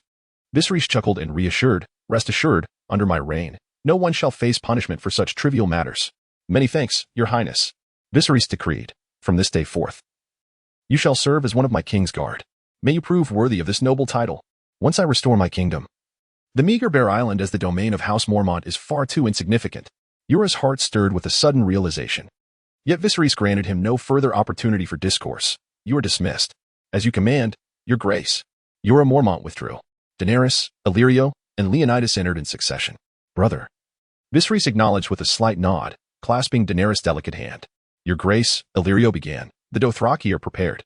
They stand ready to depart for Vaes Dothrak at your command." Vaes Dothrak, the sole city of the Dothraki, lay beyond the vast Dothraki Sea, nestled by the sacred lake known as the Womb of the World. Beneath the shadow of the Mother of Mountains, it was called the City of the Horse Lords. Vaes Dothrak had no walls. It sprawled wide enough to embrace every Khalasar, should they all return at once. The city was governed and inhabited by slaves and the Dosh Khaleen, the widows of all deceased Khals who had come before. Within the holy city, the bearing of blades and the spilling of blood were strictly forbidden. Viserys' plan was to journey to Vaes Dothrak, the sacred heart of the Dothraki Sea. Beyond presenting Daenerys as a bride before the Dosh Khaleen, the widows of fallen Khals who dwelled there, his greater ambition was to rally the Dothraki to his cause. Khal Drogo is indeed the mightiest among the Dothraki Khals. However, there remain a dozen other Khalasars of slightly lesser strength. Should all these Khalasars be united under one banner, Viserys would command a cavalry force exceeding 100,000 Dothraki screamers. Your Grace, Illyrio continued with measured deference. If I may speak frankly, are you truly convinced this sorcerer you've chosen possesses the capacity to restrain Khal Drogo? Viserys smiled mysteriously. Controlling Khal Drogo is merely the first step. The most crucial element is my sister, the Khaleesi of the Great Grass Sea. She wed Khal Drogo, becoming part of the Dothraki people. She would rise as a Khaleesi within Khal Drogo's Khalasar. In time, she might emerge as the sole female Khal among the Dothraki, or perhaps the queen of all Dothraki. Recharge 100 to receive 500 bonus points. Seize this opportunity from May 31st to June 2nd at 2300 hours. The storm is born, mother of dragons. I shall christen this grand scheme as the Conqueror's Gambit. Viserys declared solemnly, the journey from Pentos to Vaes Dothrak would require traversing the vast Dothraki Sea for no less than 3 moons. During this span of time, we shall endeavor to subjugate as many Khalasars of the Dothraki as possible. Upon reaching Vaes Dothrak, we must subjugate all the Dothraki. Illyrio gasped sharply. Having lived on the continent of Essos for decades, he was practically a local power broker there. Moreover, as the governor of Pentos, how could he possibly be unaware of the formidable might of the Dothraki? They were divided into dozens of Khalasars, large and small, wreaking havoc across the entire continent of Essos, leaving hundreds of city-states in turmoil. If Prince Viserys truly managed to unite them into a single formidable Khalasar or nation, just the thought of it sent shivers down his spine. Fortunately, he had already pledged his allegiance to Prince Viserys in advance. Perhaps, when His Highness launches the counteroffensive to reclaim Westeros and retake the Iron Throne, he may yet rise as a pillar of the new realm. At this thought, his excitement intensified. Your Highness, for the sake of your grand design, I would willingly sacrifice everything. What commands do you have for me? Viserys gently placed his hand upon his shoulder. My most loyal companion, your duty is straightforward yet vital. Leverage your connections with Varys to gather intelligence. Monitor every movement within King's Landing and across the Lords of Westeros, then deliver all such information to me. I shall dispatch Nazarian approximately every 7 days to retrieve these reports. At once, your Grace. Viserys was acutely aware. Riding Netharian, he could reach Vaes Dothrak in mere days. Yet what purpose would that serve? Without just cause for war, he would face the hostility of the Dothraki, even with dragons at his command. Yet Daenerys was different. She now stood as the Khaleesi of the Great Grass Sea, the rightful wife of Khal Drogo in name and deed. After the demise of Khal Drogo, she shall ascend as the new Khal of his Khalasar, aided by her own prowess and the might of her dragons. With rightful legitimacy, she entered Vaes Dothrak, destined to ascend as the Khaleesi of the Dothraki people. All of this required them to advance step by step toward Vaes Dothrak. Dany, the moment is yours now. Cradling 3 dragon eggs in her arms, Daenerys spoke with fervor. Brother, I am ready. Amidst the throng of onlookers, they once again arrived at the Golden Ape outside the city of Pentos. The valiant 300 Spartans, under the dominion of Hermione, stood alongside Drogon. The newly appointed Bloodsworn of Drogon, as well as Viserys, Illyrio, Yora, and others, all respectfully awaiting their arrival. And there too was Daenerys. Before them, a vast pyre was constructed from an abundance of fragrant wood. Beneath it lay an array of flammable oils and fibers. Brother, is it truly permissible for me to proceed? Cradling 3 dragon eggs, Daenerys hesitated and inquired, have you forgotten the experiments we conducted over the past few days? Viserys gazed earnestly at Daenerys. In recent days, they have been engaged in various forms of research. Scalding hot water and blazing flames have proven incapable of harming Daenerys. Even the dragon fire emitted by Viserion could be approached with ease by her, causing her only a faint sensation of pain and warmth. She embodies the essence of a true dragon, a descendant of dragons. To return home, we must journey to Vaes Dothrak, where we seek their strength. Clutching 3 dragon eggs, Daenerys gazed at the throng of Dothraki. A glimmer of determination appeared in her pale violet eyes. Do not worry, Daenerys, Viserys reassured her, if you feel unwell, I shall command Viserion to extinguish this flame. Daenerys felt a wave of relief wash over her. Brother, all of this is for us, she declared, and with that, she strode towards the woodpile. Viserion, coiled nearby, opened his enormous maw and unleashed a torrent of black-red dragon fire. Boom! The wooden pyre was instantly engulfed in roaring flames. A wave of heat surged forth, causing the surrounding Dothraki to instinctively retreat, their skin scorched by the intense heat. "My lord!" Jorah exclaimed, filled with excitement. He could hardly fathom why Daenerys would approach the flames, while his brother, Prince Viserys, remained unmoved. "Sir Jorah, there is no need for concern," Leonidas said as he grasped Jorah's shoulder. "We all have faith in the princess." "Faith?" Jorah replied. His gaze filled with worry and affection as he watched Daenerys being consumed by the flames. Boom! The fire roared, completely enveloping her figure. Time seemed to stretch indefinitely. When the morning star illuminated the eastern sky with a crimson glow, the fierce flames finally subsided, leaving nothing but a blanket of ash. Hiss, hiss, hiss. In the tranquil dawn, a series of hoarse yet youthful cries suddenly pierced the air. Amid the incredulous gazes of thousands, a figure slowly rose from the blackened ashes. Seated cross-legged, surrounding her were charred wood and the burnt bones of horses. She stood bare, her body covered in ash, her once elegant garments reduced to cinders, and her beautiful hair all but consumed by the flames. Yet, she emerged unscathed. The dragon eggs had vanished, replaced by 3 newly hatched dragons, green, white, and black, perched upon her. "Dragons! True dragons!" Hermione Granger instinctively shouted. As a witch, she felt the palpable birth of extraordinary power, and there were 3 of them. Roar! Viserion's roar erupted, his wings beating fiercely, stirring a tempest that enveloped all in a cloud of dust, obscuring everyone's vision. As Viserys slowly approached Daenerys, he shed his garments and draped them over her tender form. "Dany, my sister, congratulations on becoming the mother of dragons." Following Viserys' gaze, one could see thousands of Dothraki, the valiant 300 Spartans, as well as the nobles and commoners of Pentos, all kneeling in reverence. "The storm is born, mother of dragons." The fall of King's Landing. In Westeros, in the city of King's Landing, Eddard Stark was fervently penning a missive to Stannis Baratheon, urging him to come to King's Landing and claim the throne as king, accompanied by his forces. He had been ambushed and wounded by the minions of Jaime Lannister, though it was evident that their intent was merely to teach him a lesson or assert their position. Lannister, a debt must be repaid. After injuring Eddard, Jaime Lannister swiftly departed King's Landing, returning to the Lannister lands, or rather, to his father's war tent. Days prior, King Robert Baratheon had been gored by a wild boar while hunting. In a frantic rush back to King's Landing, he was unexpectedly attacked by a group of mysterious assailants. Despite the valiant resistance of his King's Guard, they were no match for the attackers. King Robert was slain, and aside from the captain of the King's Guard, Barristan Selmy, in the hand of the king, Robert's younger brother Renly Baratheon, who managed to escape, the rest perished. Renly returned with Robert's will, delivering it to Eddard. In the wake of this tragedy, Eddard rejected Renly's suggestion to leverage the king's authority to command the lords, insisting instead that the throne be passed to Stannis Baratheon.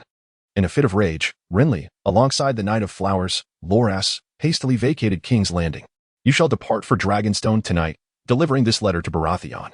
It must be given to him personally, not to a steward or the captain of the guard, nor to his wife. Eddard sealed the wax envelope and handed it to his guard. "As you command, my lord." Suddenly, the door swung open, and Peter Baelish entered, his expression somber. "Leave us." "My lord protector," Baelish bowed. In Robert's final wishes, he had appointed Eddard as the protector of the realm and bequeathed the throne to Stannis Baratheon, stripping Queen Cersei of her title and ordering the arrest and execution of Jaime Lannister. Alas, the king had no legitimate heirs. Eddard stated solemnly, "Joffrey and Tommen are both bastards of Jaime Lannister. Upon the king's demise, the throne shall go to a brother's son." "Indeed, it appears so, unless," Baelish interjected. "There is no unless," Eddard asserted. "He is the rightful heir, beyond question." Peter Baelish counseled, "Without your assistance, he cannot ascend the throne. You must refuse him to secure Joffrey's claim." "Do you possess even a modicum of honor?" Eddard retorted coldly. "You now hold the position of Hand of the King and Protector of the Realm, wielding immense power at your fingertips." Baelish, with a sense of persuasion, suggested, "Coexist peacefully with House Lannister, release the imp, and marry your daughter to Joffrey. There is ample time to eliminate Stannis. If Joffrey becomes king and proves disobedient, we can merely unveil his true lineage and elevate Lord Renly to the throne." Baelish's voice trembled with excitement. This was the opportunity he had long coveted. Hand of the King, Protector of the Realm. He held the king's last will in his grasp, controlling the fates of 2 great families. 3 claimants to the throne sought his assistance. To wield the emperor's authority to command the lords? If he so desired to wed his daughter to the future king, he would be of royal blood. Others would surely pay a considerable price to curry his favor. The title of duke seemed rather paltry. Prince, perhaps? Alas, Baelish's grandiose fantasies were shattered by Eddard's resolute rejection. "You require support," Baelish smiled. I am willing to assist. The price is negotiable. Eddard scoffed. You are inciting treason. In victory or defeat, Baelish replied. Eddard shook his head, grasping the dagger in his hand. You speak of peaceful coexistence with House Lannister? They intend to slay my son. Peace is only sought with enemies, my lord. No, Eddard decisively declared. I shall not comply. Baelish frowned. So you choose Stannis in war? I have no other choice. He's the legitimate heir. Baelish took a deep breath. Then why have you summoned me? Clearly, it was not to seek counsel. You once vowed to Catelyn that you would assist me. The queen has 12 knights and 100 fully armed guards, sufficient to disarm me. Eddard shook his head, perplexed as to why Robert entrusted the palace's defenses to House Lannister. Even his attendants, the Kingsguard, bore the Lannister sigil. It was utterly foolish. I require the Gold Cloak's assistance. The City Watch consists of 2,000 sworn to guard the capital and maintain peace. The Gold Cloaks are indeed the Kingsguard. Baelish's smile was enigmatic. Look at you. In need of my aid for an inevitable outcome, yet it lacks dignity. You are like a fishbone lodged in your throat. When the queen and the hand each uphold their king, whom will the Gold Cloaks protect? Whose commands will they heed? Naturally, they will follow the one who offers the gold. Suddenly, there was a loud knocking at the door, and a figure burst into the room. Eddard swiftly grasped his dagger. My Lord Stark. A breathless guard stated, My Lord Stark, King Joffrey and the Queen Regent summon you to the royal court. King Joffrey? Eddard repeated, casting a grave glance at Baelish. Both men were expressions of solemnity. With the passing of King Robert, Prince Joffrey had ascended the throne today. Under the aegis of the Queen Regent, Eddard inhaled deeply and turned to Baelish, who nodded subtly in response. Upon arriving in the capital, they were surrounded by the soldiers of the City Watch. Baelish had arrived ahead of him, waiting at this location. The preparations are complete. And the City Watch is at your command, he affirmed. Very well, Eddard gasped. What of Lord Renly? Lord Renly has departed, came the reply. He crossed the old gate before dusk, accompanied by Ser Loras Tyrell and 50 retainers, leaving the capital. Varys shrugged. Some claimed to have seen him hastily heading south to his lands, Storm's End. Eddard sighed heavily as he stepped into the royal palace, flanked by dozens of soldiers from the City Watch. To the Game of Thrones. The king in the north, presenting his Majesty Joffrey I, king of the Undulls and the First Men, ruler of the Seven Kingdoms, and protector of the realm, of House Baratheon and House Lannister. In the expansive hall, dozens of knights from House Lannister, soldiers of the City Watch, the Kingsguard, and gold-cloaked guards stood in grim formation. An air of menace enveloped the space. And Eddard inhaled deeply. With the support of the City Watch and the Gold Cloaks, and armed with Robert's will, he felt assured of victory in this confrontation. He was determined to reveal Joffrey's true lineage to the world. He aimed to shatter the Lannister ambition once and for all. He aspired to restore order to chaos and uphold the crumbling structure. He sought to present the Iron Throne to the rightful heir of House Baratheon, the Duke of Dragonstone, Stannis Baratheon. Yet, unbeknownst to him, in his unwavering pursuit of honor, Eddard remained oblivious to the fact that the moment he denied Lord Renly's claim, he had already sealed his own fate. Following the ensuing turmoil, all the Stark guards were slain, and he himself was effortlessly captured by Baelish. Baelish's voice dripped with mockery and coldness. I warned you not to trust me. In the instant he closed his eyes, Eddard envisioned Cersei's triumphant smile and recalled her words from days past. In the game of power, if you are not the victor, you are left with only death. There is no middle ground. Overwhelmed by despair, he shut his eyes. Days later, Eddard Stark, the Duke of the North, was executed for treason by order of His Majesty Joffrey I, King of the Undulls and the First Men, ruler of the Seven Kingdoms, and protector of the realm. In the city of King's Landing. Ironically, on that fateful day, Queen Cersei Lannister unleashed her fury within the confines of the capital, shattering numerous vases and porcelain artifacts. The turmoil in Westeros is imminent. In the backdrop of the wall, beyond the brink of despair, Jon Snow, Sam, and several companions knelt before the weirwood tree. Indifferent to the swirling snowflakes, a fervent and impassioned oath resonated in the air. I swear here, the long night approaches, and from this day forth, I shall keep watch until death claims me. I shall take no wife, hold no lands, father no children. I shall wear no crown, seek no glory. I pledge my unwavering loyalty, living and dying in this place. I am the sword in the darkness, the watchman on the wall, the iron guard of the realm. I dedicate my life and honor to the Night's Watch, this night and every night henceforth. The Night's Watchman, Yoren, nodded in agreement. When you kneel, you are but children. When you rise, you are brothers of the Night's Watch. The group stood, embracing one another. Well done. Well done. Jon's smile was somewhat forced.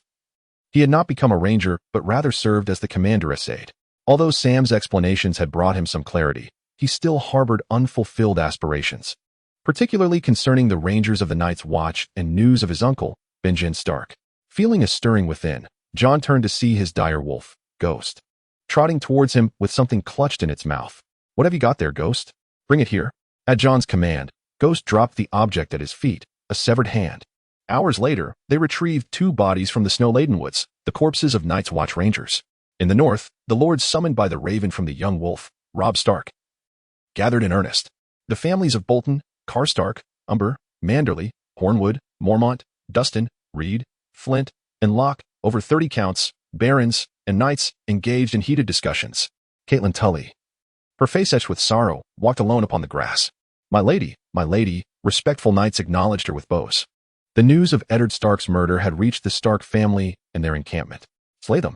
Leave none alive. Annihilate the Lannisters and the people of the capital. In the depths of the night, within Robb's camp, over 30 nobles and lords clashed vocally. The situation had become clear. They rallied behind Renly to march south and join forces with him. Renly cannot ascend the throne. Surely you do not support Joffrey, my lord. He has condemned your father to death. However, that does not imply that Renly can claim the throne. The now serene Robb spoke calmly. He is my second brother. Just as Bran cannot ascend to be the Lord of Winterfell before me, Renly cannot inherit the throne before Stannis. Are you suggesting that we should rally behind Stannis as king? Renly is not an option, my lords. If we were to follow Stannis, a cacophony of voices erupted among the gathered nobles, creating a tumultuous atmosphere, with some advocating for Renly and others for Stannis. Jon Amber stepped forward, exclaiming, Renly Baratheon is nothing but a worthless cur. Stannis is no better. Before the campaign, Jon had openly defied Robb, who met his challenge without fear. Particularly, Robb's dire wolf, Grey Wind, had even bitten off 2 of Jon Amber's fingers. Yet it was precisely this incident that deepened Jon Amber's loyalty to Robb Stark, to the people of the North. As the Lord of Winterfell and the Duke of the North, such conduct was expected, decisive, and merciless. He proclaimed loudly, "Why do they sit comfortably on their thrones in the South, ruling over me and my brethren? What do they truly know of the Wall or the Wolfswood? Even the gods they worship are not true deities." Ha.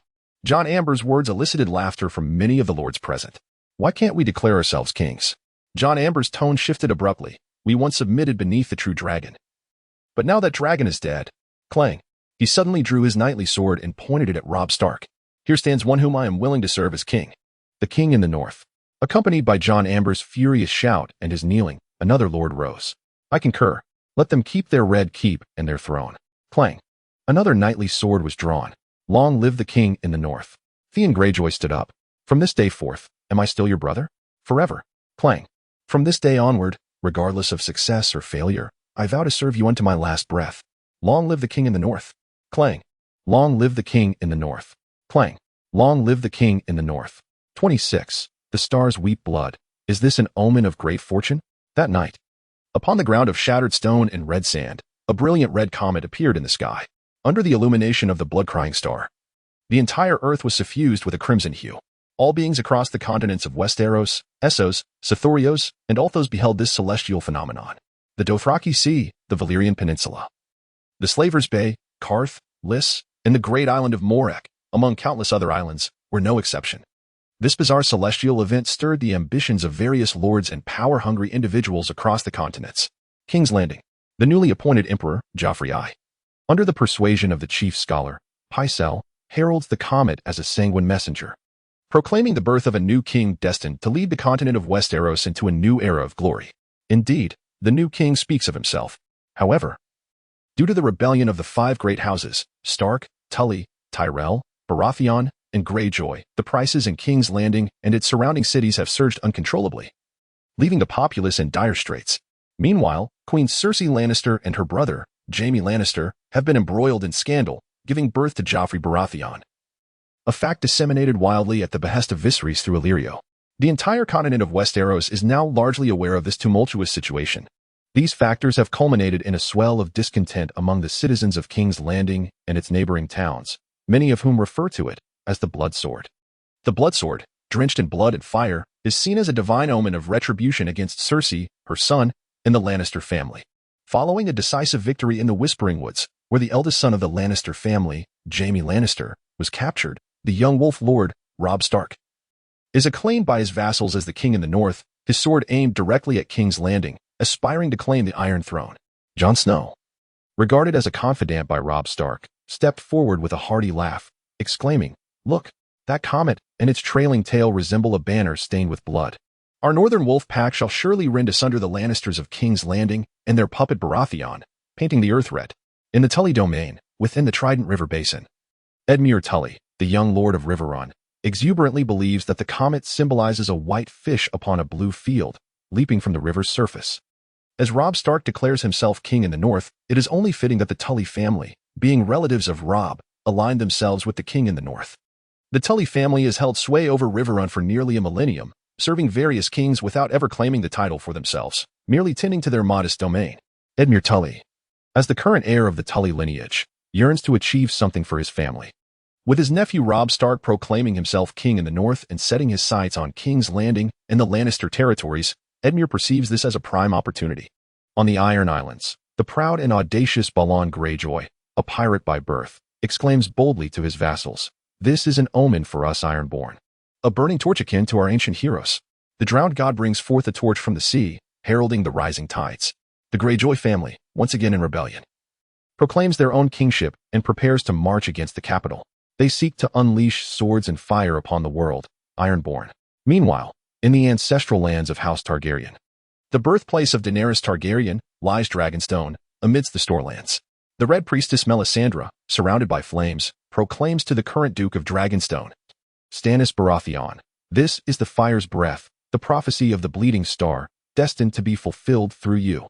Clad in a crimson ceremonial robe, her wine-red hair dances in the wind, contrasting with the snow-white expanse of her bosom. Her vivid red lips and enchanting eyes stand out intensely against the pitch-black night sky. After a long summer, the stars weep blood, and a chilling darkness will envelop the world. In this moment of terror, a warrior shall draw forth a burning sword from the flames. That sword is the harbinger of light, the red arrow of heroes. The one who wields it is the reincarnation of the god of light, Azor Ahai, destined to banish the darkness. Now, as the long summer wanes, the bleeding star has emerged, and Azor Ahai will be reborn in the land of smoke and salt, awakening the dragons of stone. Melisandre speaks with an alluring tone, "Your Grace, you are the one foretold in the prophecy, the reincarnation of Azor Ahai, chosen by the heavens to save the world. Alas, why must it be me?" Stannis Baratheon grits his teeth. "I only wish to be a good brother, a loyal subject, protecting the realm for the king. Why must I ascend to kingship? Such a burden." In Storm's End, the winds fell silent. Renly Baratheon, backed by the noble Tyrell family of the Reach and numerous vassals, is crowned king. The Tyrell family's prized jewel, the young Rose Margaery Tyrell, becomes Renly's queen. Yet, tragically, Renly is enamored not with Margaery, but with her brother. They are the true lovers. Nobles and soldiers gaze up at the bleeding star in the sky, murmuring among themselves. Adorned with a floral crown and elegant attire, Margaery Tyrell softly laughs. "That is a gift from the heavens and the gods for the wedding of Renly and me." The sky, drenched in blood-red roses, heralds the eternal friendship and love between the Tyrells and the Baratheons. Renly Baratheon beams with joy, and the entire Storm's End, along with the Tyrell family, rejoices in this divine gift. Otherwise, why would the phenomenon of the bleeding star appear at their wedding?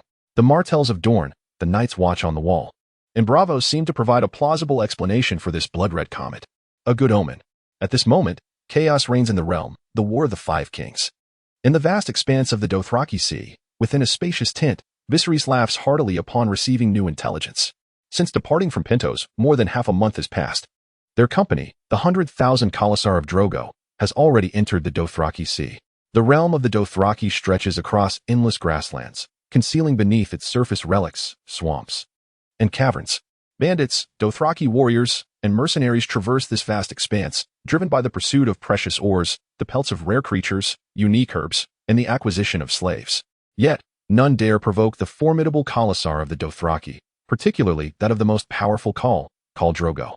Regrettably, the once mighty Khal Drogo has now become a mere puppet, secluded and shadowed by a witch whose figure is cloaked in darkness. The infamous King Joffrey, who brazenly executed Eddard Stark, must be infuriating Cersei and Tywin. The Lannisters and Starks are at war.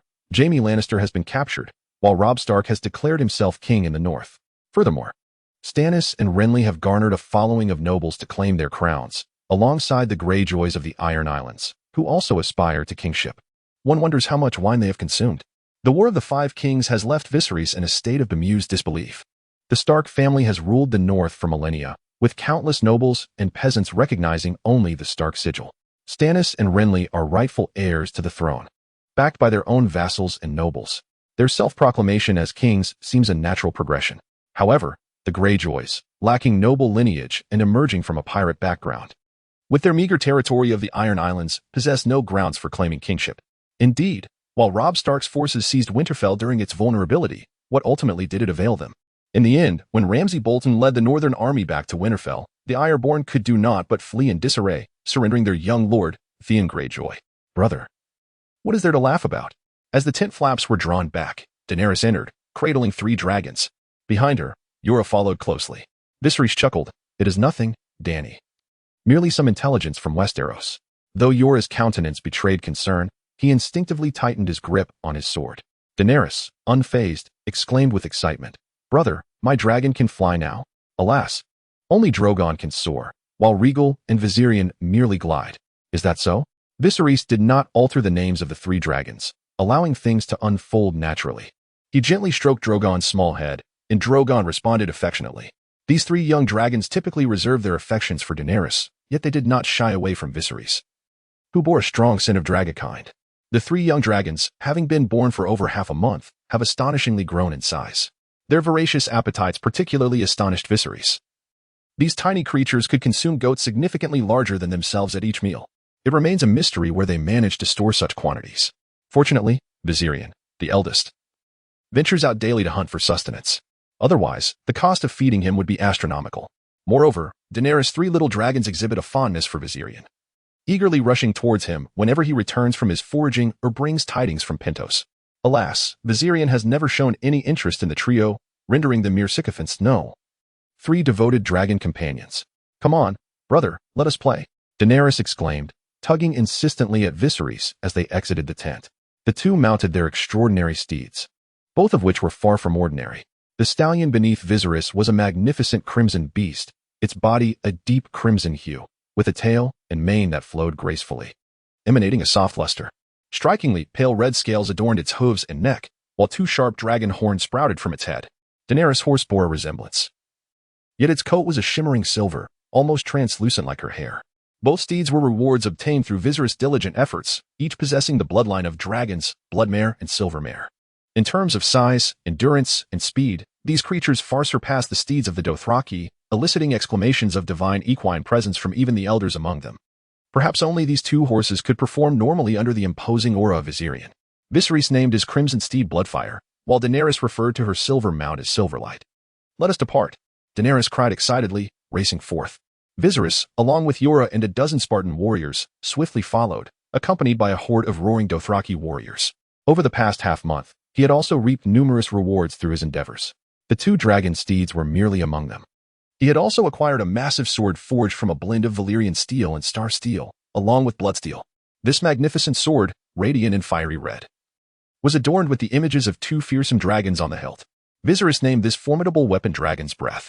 In the realm of Westeros, many noble families treasure longswords crafted from Valyrian steel as heirlooms, such as the Stark family Essos and the Lannister family Brightroar. Regrettably, what remained were not ordinary weapons, but rather food, books, and other items of little significance, which he generously bestowed upon others. Soon after, they arrived at a gentle hillside. Daenerys, brimming with excitement, embraced Rhaego and whispered sweet nothings into his ear. Then, with a sudden motion, she hurled Rhaego into the sky. A cry of distress escaped Rhaego as he flapped his tender wings in an attempt to soar. He resembled a duck, struggling for a considerable time, yet managing to ascend only a few meters before tumbling back onto the grass with a thud. Oh, Rhaego, how clumsy you are. Just moments ago, you flew nearly 10 meters high. Rhaego, stretching his slender neck, scampered toward Daenerys. However, midway through his dash, he abruptly turned back and issued a series of warning roars toward another direction across the plain. Roar. The ruler of the grasslands? The White Lion. Enemies. An attack. Leonidas and Jorah shouted almost simultaneously. 2 squads of Spartan warriors swiftly rushed to shield Viserys and Daenerys from behind. Jorah drew his knightly sword, positioning himself protectively in front of Daenerys. In the tall grass, a massive lion slowly rose to its feet. This lion was as large as a Dothraki warhorse, its coat a brilliant white, with traces of fresh blood at its jaws. Its gaze fixed on Rhaego, brimming with greed and cruelty. While dragons are indeed the apex of all creatures, a juvenile dragon represents an indisputable feast for others. Consuming a young dragon could alter their very bloodline, offering a chance to ascend to a higher state of being. The allure of Rhaego's presence had undoubtedly drawn this white lion here. Yora's expression shifted. It is a white lion, the sovereign of the Dothraki Sea. A single white lion can dispatch a dozen ordinary lions. Yet, he pondered. Why was this lion so enormous? Taller than a Dothraki warhorse? Could it be a white lion with mutated physiology? Viserys recalled Hermione's words about the awakening extraordinary essence in the world due to the emergence of dragons. As time progresses, more extraordinary beings will undoubtedly manifest. There was no question that this white lion was gradually transforming into one such being. Daenerys, bring Rhaego back. Leonidas, slay it. Yes, your highness. Leonidas inhaled deeply, charging toward the white lion with several others. Meanwhile, a Dothraki warrior at the rear of the group loosed an arrow into the sky, the shrill sound of its flight piercing the air. This was a signal arrow, summoning the nearby Dothraki warriors to rally. These individuals were specifically arranged by Viserys for Daenerys. They are vigorous young Dothraki warriors in their teenage years, possessing remarkable strength and keen intellect. Sparta, Leonidas roared, thrusting his spear fiercely towards the white lion. A glint of cruelty flashed in the lion's eyes as its powerful front pole rose abruptly, aiming for Leonidas. The clash of the lion's claw against the round shield sparked a shower of sparks. The tremendous force struck before Leonidas could deliver his attack. The white lion swatted him away with a single paw. Fortunately, the shield provided some protection. Otherwise, he would have faced dire consequences. Leonidas's assault bore no fruit, while the other Spartan warriors' spears had already been thrust towards the beast. With a sickening sound, their spears barely pierced the lion's hide, drawing forth a spray of blood. In agony, the white lion let out a furious roar and violently shook its body, sending two Spartan warriors crashing to the ground. Its robust tail lashed out, striking one warrior who failed to evade, sending him crashing onto the shield. The steel shield bore a noticeable dent, and the unfortunate warrior was flung away, blood painting the air. Sparta, Leonidas bellowed once more, his eyes now suffused with a blood-red hue, his breath growing labored. The spear in his grasp was shrouded in a mist of crimson. Like an arrow released from its bow, he dashed toward the white lion, narrowly evading its lethal claws. With a cunning angle, his spear struck like a viper, plunging deep into the lion's neck. The attack pierced through the lion's fur and skin, with the spearhead embedding itself over 10 centimeters into its flesh. The white lion, grievously wounded, fell into a frenzy. It abruptly lifted its upper body, its paws carrying immense power, and struck down towards Leonidas. Boom. Leonidas instinctively dodged. However, the lioness' assault was swift, although he evaded the descending claws. The residual force struck him, rendering his shield as mere scrap metal, and the ground trembled beneath him as he staggered backward. The other Spartan warriors fared worse. The shockwave from the lion's strike sent several nearby Spartans and Dothraki raiders into unconsciousness. The enraged lion swiftly dispatched 3 of them with its jaws. What had transpired with Leonidas? From a distance, Viserys noticed something amiss with Leonidas. Yet, there was no time for contemplation. If help did not arrive soon, these Spartans and Dothraki warriors would stand no chance against the ferocious white lion. He swiftly drew the dragon's breath, sword that hung from the bloodied flames. A patch of grass surged towards the battlefield. Yora, protect Dany.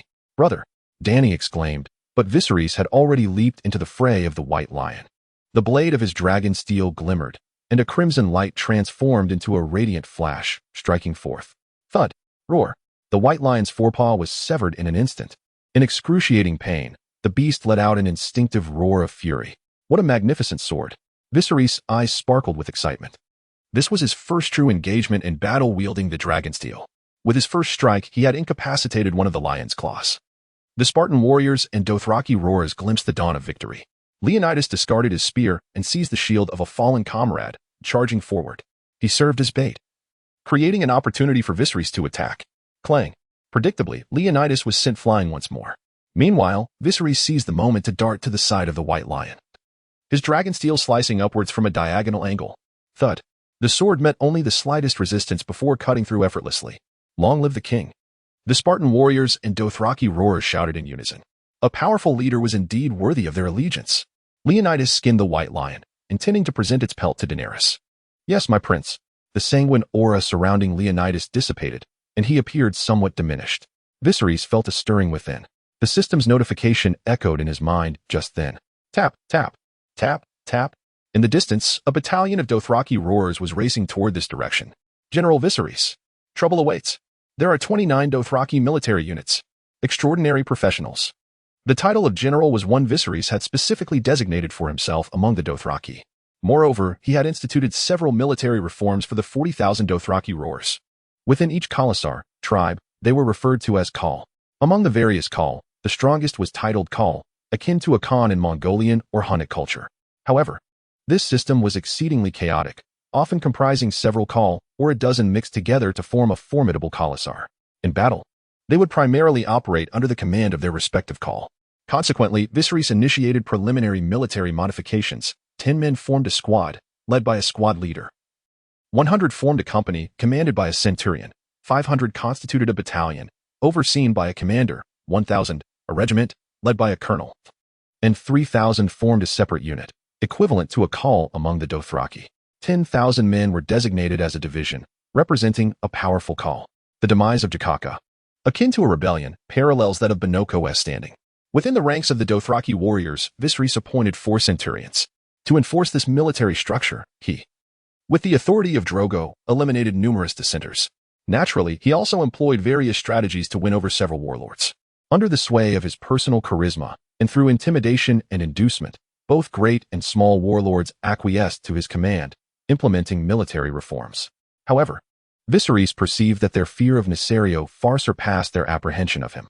A fortnight prior, in a battle outside the city of Pentos, Nysario, upon the back of his dragon, effortlessly slaughtered over 1,000 Dothraki warriors, with even Jakaka perishing in the dragon's flames. As for Benoko, he fell victim to Viserys' intimidation tactics, having his head severed. Under such coercion and allure, Viserys swiftly began to consolidate control over the 40,000 Dothraki warriors, along with an additional 60,000 Dothraki and slaves. This was, of course, all executed under Drogo's command. Once Viserys and Daenerys fully grasped the reins of the Dothraki, it would signal the moment of Drogo's disappearance. General Viserys. The distant battalion rapidly approached. Viserys furrowed his brow. They did not originate from the main Dothraki tribe, but rather from an alternative direction. Scouts. The Dothraki, while on the move or encamped, frequently dispatched scouts to survey the front and flanks, typically spaced a day apart. Each squad comprised approximately 100 scouts. In a bid to assess the surrounding terrain, Viserys dispatched 10 scout teams, totaling 1,000 men. This contingent of Dothraki warriors was precisely the scouts sent forth. Yura galloped over to Viserys, reporting, "Your Majesty." They claimed to have spotted more white lions in the distance, at least 100. The leading scout, gesturing to the recently slain white lion, rambled on with a flurry of words. Yura's expression darkened. He added that within the lion pack, several were larger than the deceased lion. Moreover, the direction of their movement was toward Khalasar. Viserys' brow knitted further. Were these white lions targeting the Dothraki or Daenerys' 3 dragons? Their Khalasar boasted a population of over 100,000, certainly not all stationed in a single location. The expanse of Khalasar stretched for miles. It was impossible to monitor every area. If that pack of lions were to launch a sudden attack, Viserys contemplated briefly before stating, "Yura, relay the order for Centurions Hagar, Moro, and Mogo to take their warriors and accompany me in hunting this pack of white lions." "Yes, Your Majesty." Soon, a series of tremors and roars emanated from the distant Karas. Over 3,000 Dothraki cavalry, led by 3 prominent figures, charged forth. "Brother, why do you not summon Nysario?" Daenerys inquired, puzzled. Viserys elucidated, "We cannot perpetually rely on Nysario. What I seek is dominion and obedience, not merely a brute force. If every great battle requires Nysarion's intervention, what purpose do they serve? Nysario, or once your 3 dragons mature, they shall only function as strategic assets.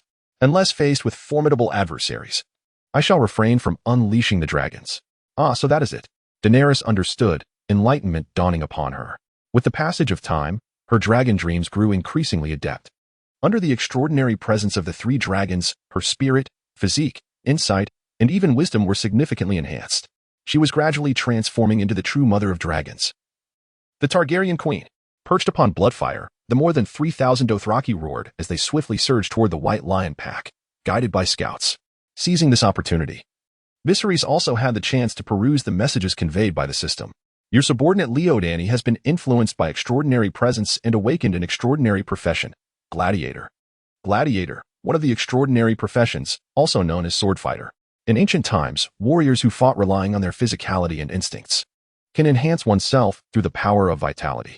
Upon awakening, personal combat power, 10, intelligence, 2, politics, 2, military, 5, extraordinary profession, Viserys' eyes gleamed with intrigue. Leonidas, under the influence of extraordinary presence, had awakened an extraordinary profession. Could it be that the generals he had recruited through the system were also susceptible to the extraordinary essence of this world? Name, Leodani. Identity, captain of the Spartan warriors. Captain of Viserys Targaryen's Iron Guard. Extraordinary profession, gladiator. Ethnicity, Spartan. Combat power, 106. Intelligence, 90. Politics, 65. Military, 96. Skills, noble etiquette 5. Swordsmanship 8. Archery 7. Polearm 9. Horsemanship 5. Special skill 1. Against outsiders. In conflicts against foreign entities, personal combat power increases by 25 points, military by 13 points. Special skill 2. Guardian. When the sovereign is threatened or harmed, personal combat power increases by 5 points, lasting 3 minutes. Loyalty, 100. Leonidas's attributes underwent a remarkable transformation. His combat power exceeded 100. His foundational skills also received substantial enhancement. Leodani truly surprised me.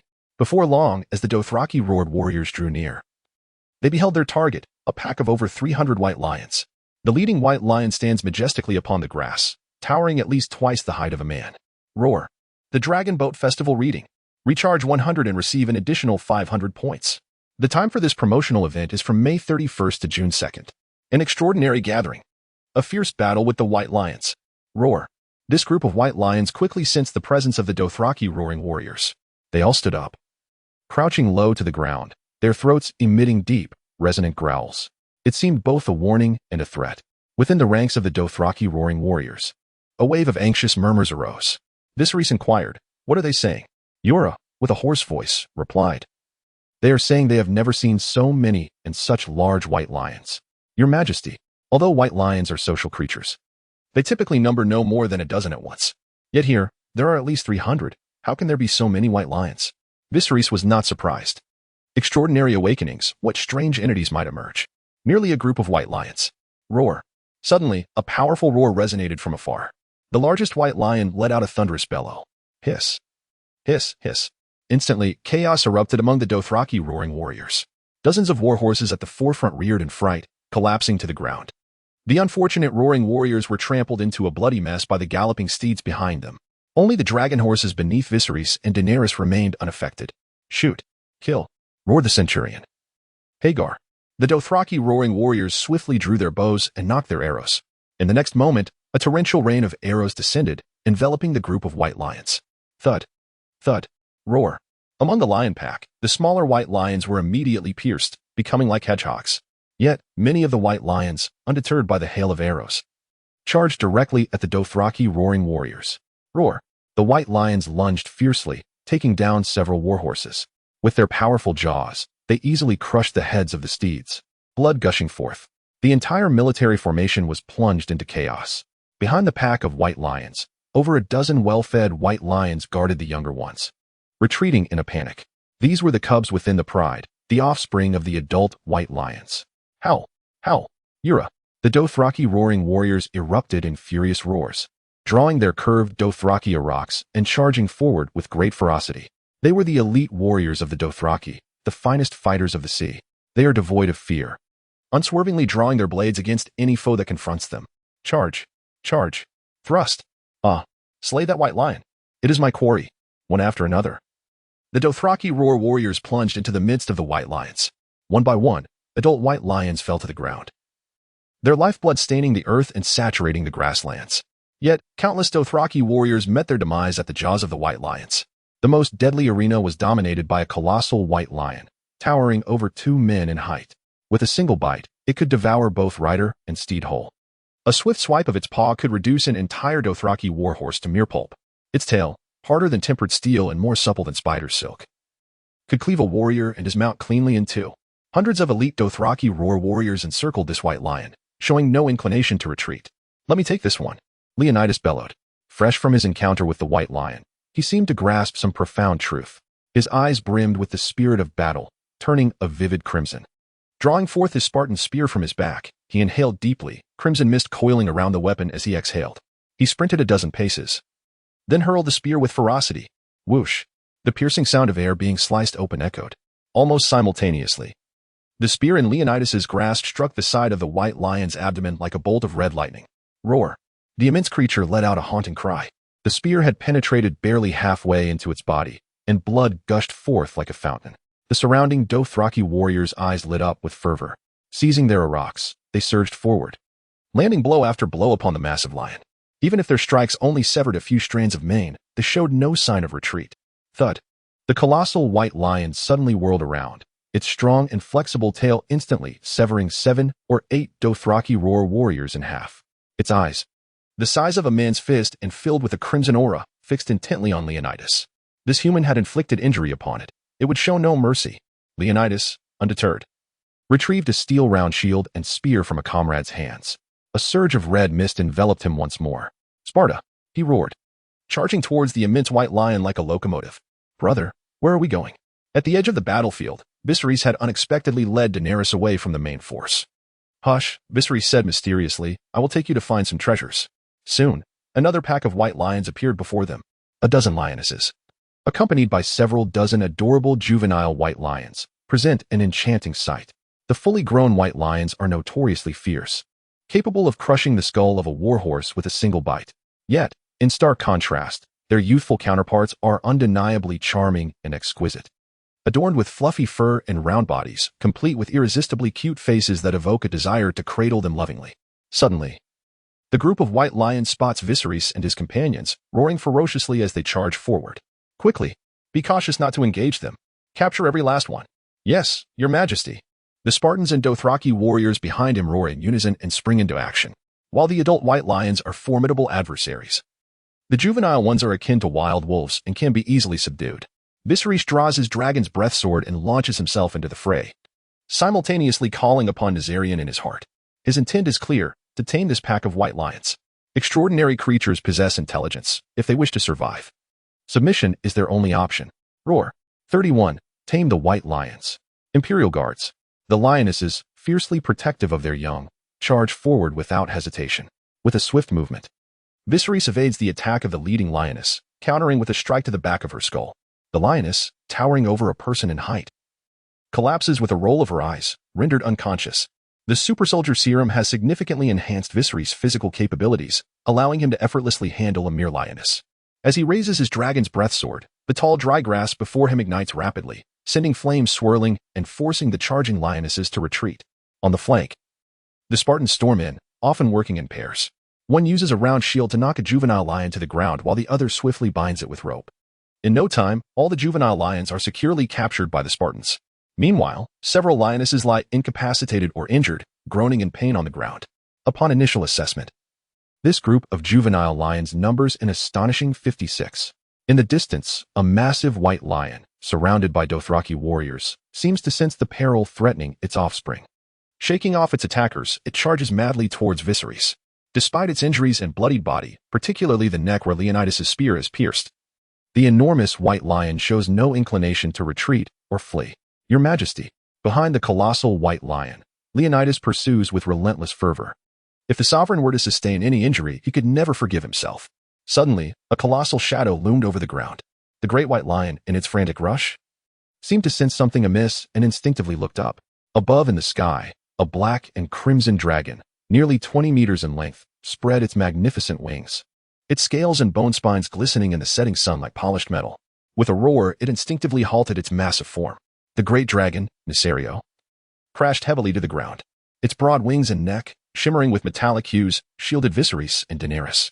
The formidable dragon had twisted to gaze in the direction of the charging white lion. As it opened its jaws, an overwhelming aura surged forth, sweeping across the surroundings with ferocity. The vast crimson pupils of the great white lion gradually cleared. Upon encountering the dragon, which was 5 to 6 times its size, a flicker of panic appeared in its gaze. Yet Viserys paid no heed to the lion's thoughts. With powerful hind legs, he stomped the ground and, with a flash of his wings, transformed into a streak of black lightning, hurtling towards the great white lion. In his mind, Viserys commanded, Nesario, do not slay him. I desire him alive. As you wish, my master, echoed Nesario's voice within Viserys' mind. At the brink of life and death, the great white lion finally regained its composure. With a furious roar, it exerted its limbs, propelling its massive body forward like a drawn bowstring.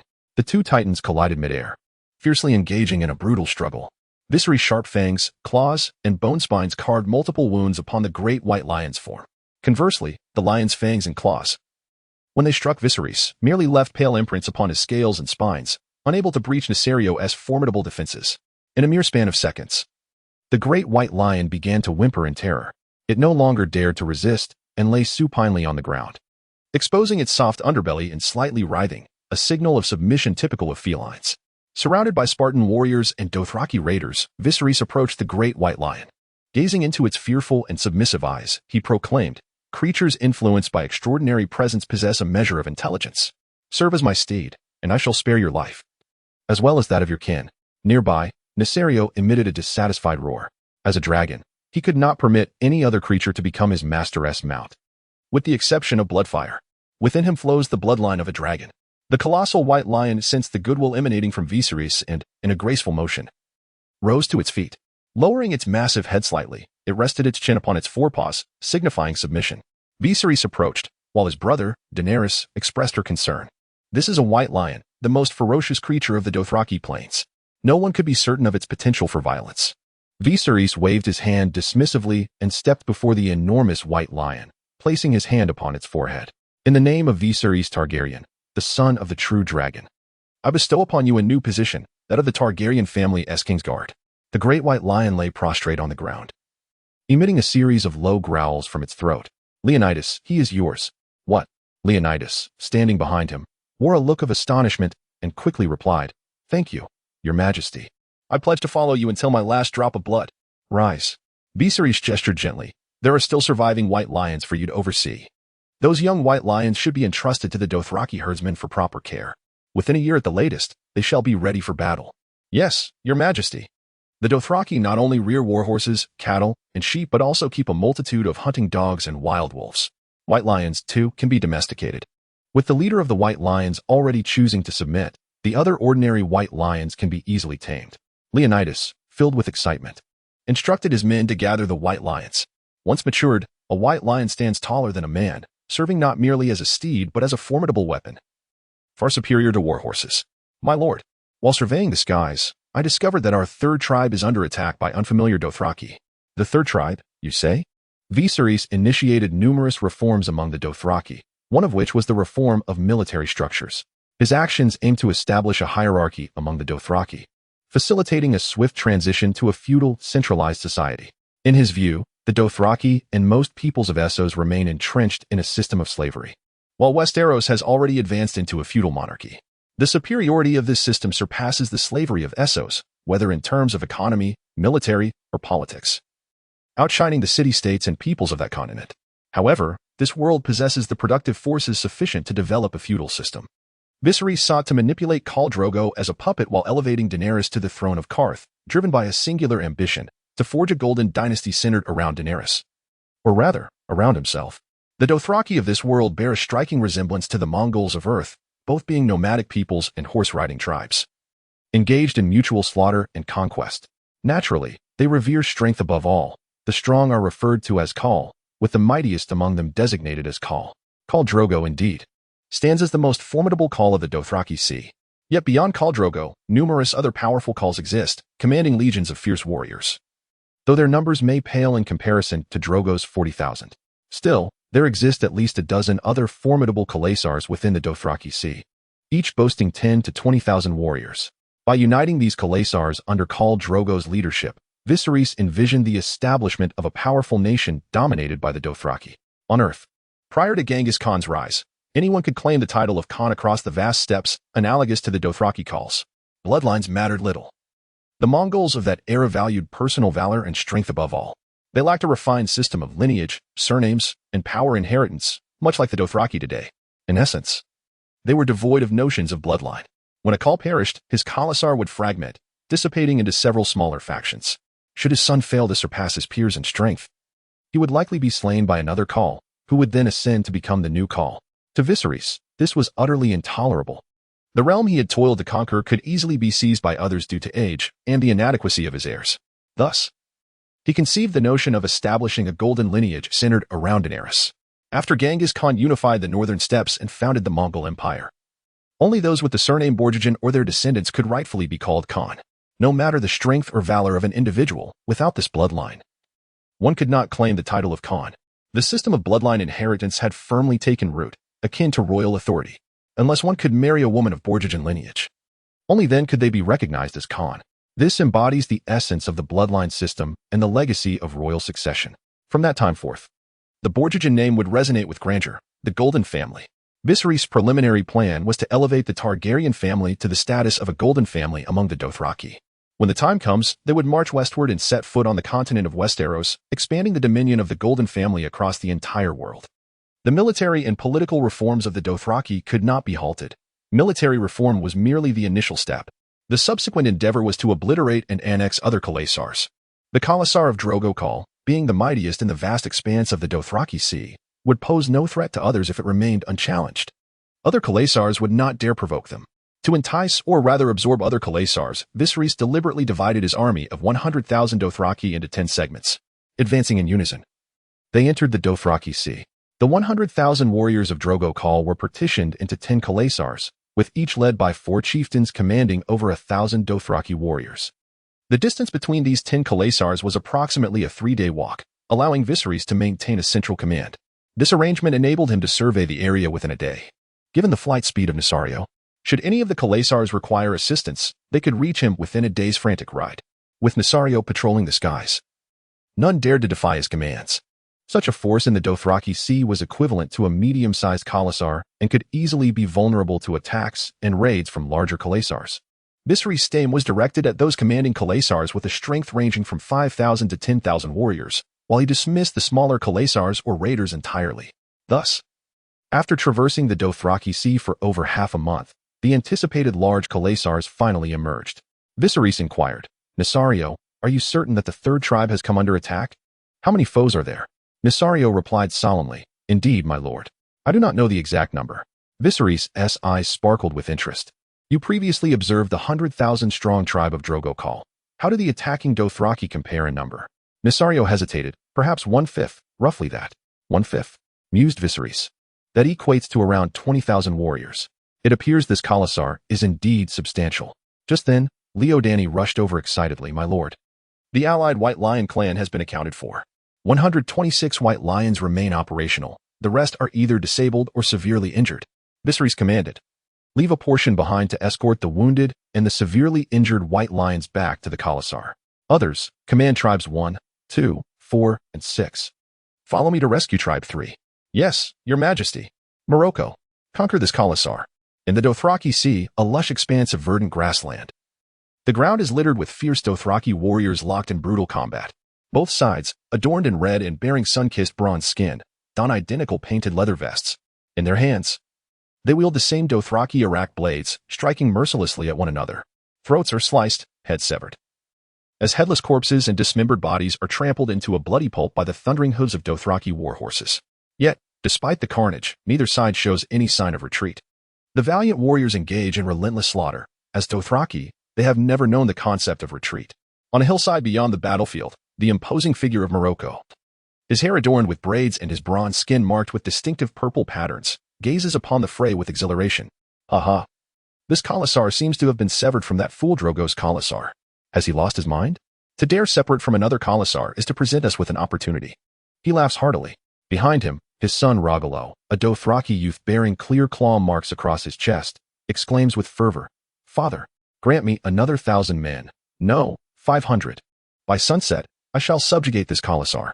In Dothraki custom, to subjugate another Khalasar means to slay every able-bodied man among them. Furthermore, should the enemy inflict significant casualties, the ruthless Dothraki will not hesitate to kill all boys above the height of a wagon wheel, leaving only the children and women. In the Dothraki Sea, as long as there are women and children, a new Khalasar can be formed in the years to come. Morocco claps Ragalo on the shoulder, laughing, "Ragalo, my strongest wild stallion, even the White Lion did not take your life. I shall grant you another 1,000 roaring warriors. By dusk, you must conquer this Khalasar that is split from Drogo's ranks. Our scouts have discovered that a vast Khalasar, seemingly also severed from Drogo's, lies just a day's swift ride from here. Devour them. I, Morocco, shall become the mightiest Khal. Our Khalasar shall rise as the strongest Khalasar." Ragalo responds eagerly, "Yes, father. Charge forth." 1,000 units of Dothraki warriors, their battle cries echoing, surge forth once more. At the forefront was Ragaro, the son of Morocco. Kill. With a swift and decisive strike, Margaery led a fresh wave of fighters into the fray, toppling a dozen foes in an instant. The separation from the Khalasar had visibly shattered Cass, as Morocco watched with excitement. Ha ha ha, Khal Drogo is finished. He has taken a woman from a stone house. That woman will shatter his spirit, destroy his will, and ruin his Khalasar. I shall ascend. Before his words could fade, a fierce and resonant roar suddenly echoed from the distant sky. Instinctively, he turned to gaze. A dark figure was hurtling towards them at an alarming speed. What is that? Morocco was only aware that Khal Drogo had married a woman from the continent of Westeros, oblivious to the dragon that loomed behind them. Nissarian's form swiftly appeared upon the battlefield, accompanied by a furious roar that unleashed the might of the dragon. Thousands of Dothraki steeds on the grassland were immediately terrified, frothing at the mouth and collapsing to the ground. The black-red dragon flames cascaded from the sky like molten lava as Nissarian soared overhead. He left a trail of fiery walls in his wake. Under the onslaught of this divine dragon, the Dothraki warriors under Morocco could only despairingly endure the onslaught of dragon fire, becoming mere charred remains. Their attacks consisted solely of visible arrows, but alas, the flying dragon's powerful wings stirred up gales that rendered the Dothraki's arrows utterly ineffective against Nissarian. Retreat. Quickly retreat. That is a dragon of magic. The punishment of the dragon. Flee. Morocco shouted in panic. The bloodbound guards and roaring warriors behind him urged others to hastily withdraw. With the dragon's presence, they had no chance of victory. Boom. Boom. Suddenly, the ground trembled. Morocco instinctively looked towards the direction from which the dragon approached. There, a cloud of dust swirled, the earth quaked, and beasts roared. In his alarmed gaze, a relentless tide of Dothraki warriors surged forth from the horizon, rushing towards them. It is over. Watching the approaching Dothraki warriors, Morocco slumped on his horse. He simply could not fathom where Khal Drogo had found a dragon.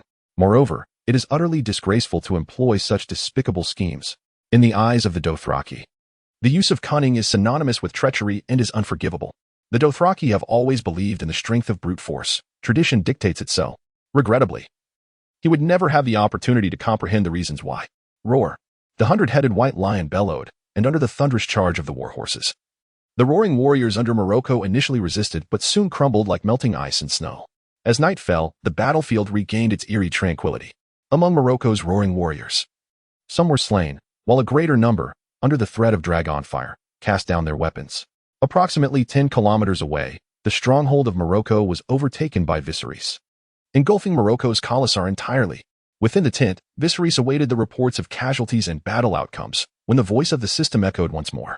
Esteemed host, the time for check-in has arrived. Will you check in? Check-in. 34, the Elephant Cavalry. Subjugate your Mormont. Check-in successful. The system's notification chimed again. Congratulations. Host, on receiving the check-in reward, Elephant Cavalry Corps, 100 units. Elephant Cavalry Corps, a heavy cavalry unit, a specialized troop of the Dothraki from the lesser-known tribes. Riding upon colossal elephants clad in vine armor, unstoppable on the battlefield, invincible in their charge. Source, the host has eradicated the white lion tribe that plagued the lesser tribes, leading them to willingly submit. Elephant Cavalry, heavy cavalry. Viserys' eyes brightened. In the ancient battlefields devoid of firearms, heavy cavalry reigned supreme in close-quarters combat. Clad in impenetrable armor, where is the Elephant Cavalry Corps now? The system replied, they are currently integrated within the host tribe and can be summoned at any time. Summoning is unnecessary. Viserys shook his head. After annexing this Khalasar, we shall need a few days to consolidate. Suddenly, the tent flap was lifted, and Leonidas and Yura entered, brimming with excitement. Your Majesty, wonderful news. In this great battle, we captured over 13,000 Dothraki roaring warriors. We have confirmed their identities. They are subjects of Morocco. His Khalasar has also been breached. Over 30,000 Dothraki men, women, children, and slaves are now our captives. Additionally, more than 100,000 horses, cattle, and sheep. Viserys chuckled. Leonidas, are you truly so exhilarated over just one Khalasar? Your Majesty, Leonidas replied sheepishly. I am merely overwhelmed with excitement. This is our first grand victory. Very well. Viserys continued. This is merely the first. We shall have a second, a third. At his side, Yura softly interjected, Your Grace. Morocco is one of the most formidable Khalasars in the entire Dothraki Sea, ranking among the top 3, aside from Khal Drogo's Khalasar. Now that you have vanquished him, there is no one left in the Dothraki Sea who can rival you. Yura's heart was heavy. His spies in King's Landing had reported the whereabouts of Viserys and Daenerys. However, they were now adrift in the Dothraki Sea. And even if they had intelligence, it could not be dispatched. Moreover, he had heard that King's Landing, or rather the entirety of Westeros, was embroiled in chaos. The War of the Five Kings had thrown the realm into disarray. Ultimately, it remained uncertain who would ascend the Iron Throne. To Yora's eyes, Viserys undoubtedly possessed the credentials to claim it. Over 50,000 elite Dothraki warriors roared, able to muster more than 100,000 skilled knights under their banner. Presently, their sights were set on Westeros. Once they reached Westeros and subdued the Dothraki there, to what extent would His Majesty Viserys' forces swell? His thoughts wavered. Should he continue to provide intelligence to King's Landing, or pledge his loyalty to His Majesty Viserys? Brother, Daenerys burst in suddenly, cradling 3 small dragons in her arms.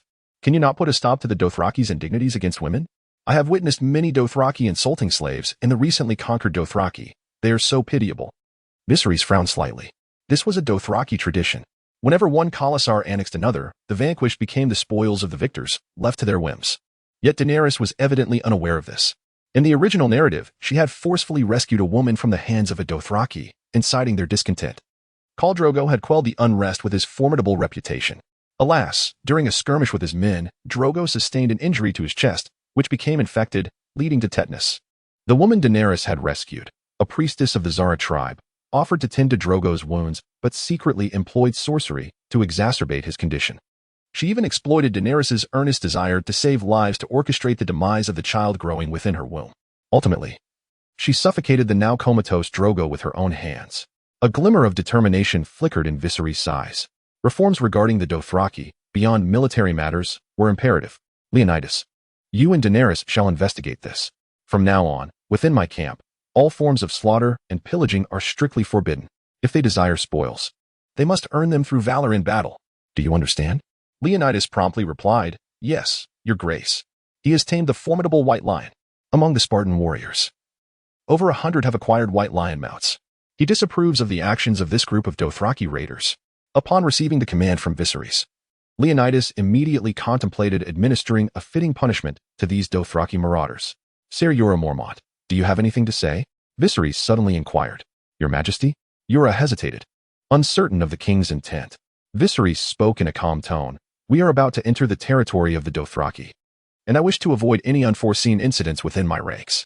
In light of your diligent protection of Daenerys these past few days, I am granting you a chance. Jorah felt a jolt of shock. Your Majesty, have you already learned of this? He let out a bitter laugh and knelt before the king. Your Majesty, I confess that I once received commands from King's Landing. However, I have resolved to pledge my loyalty to you. I have never.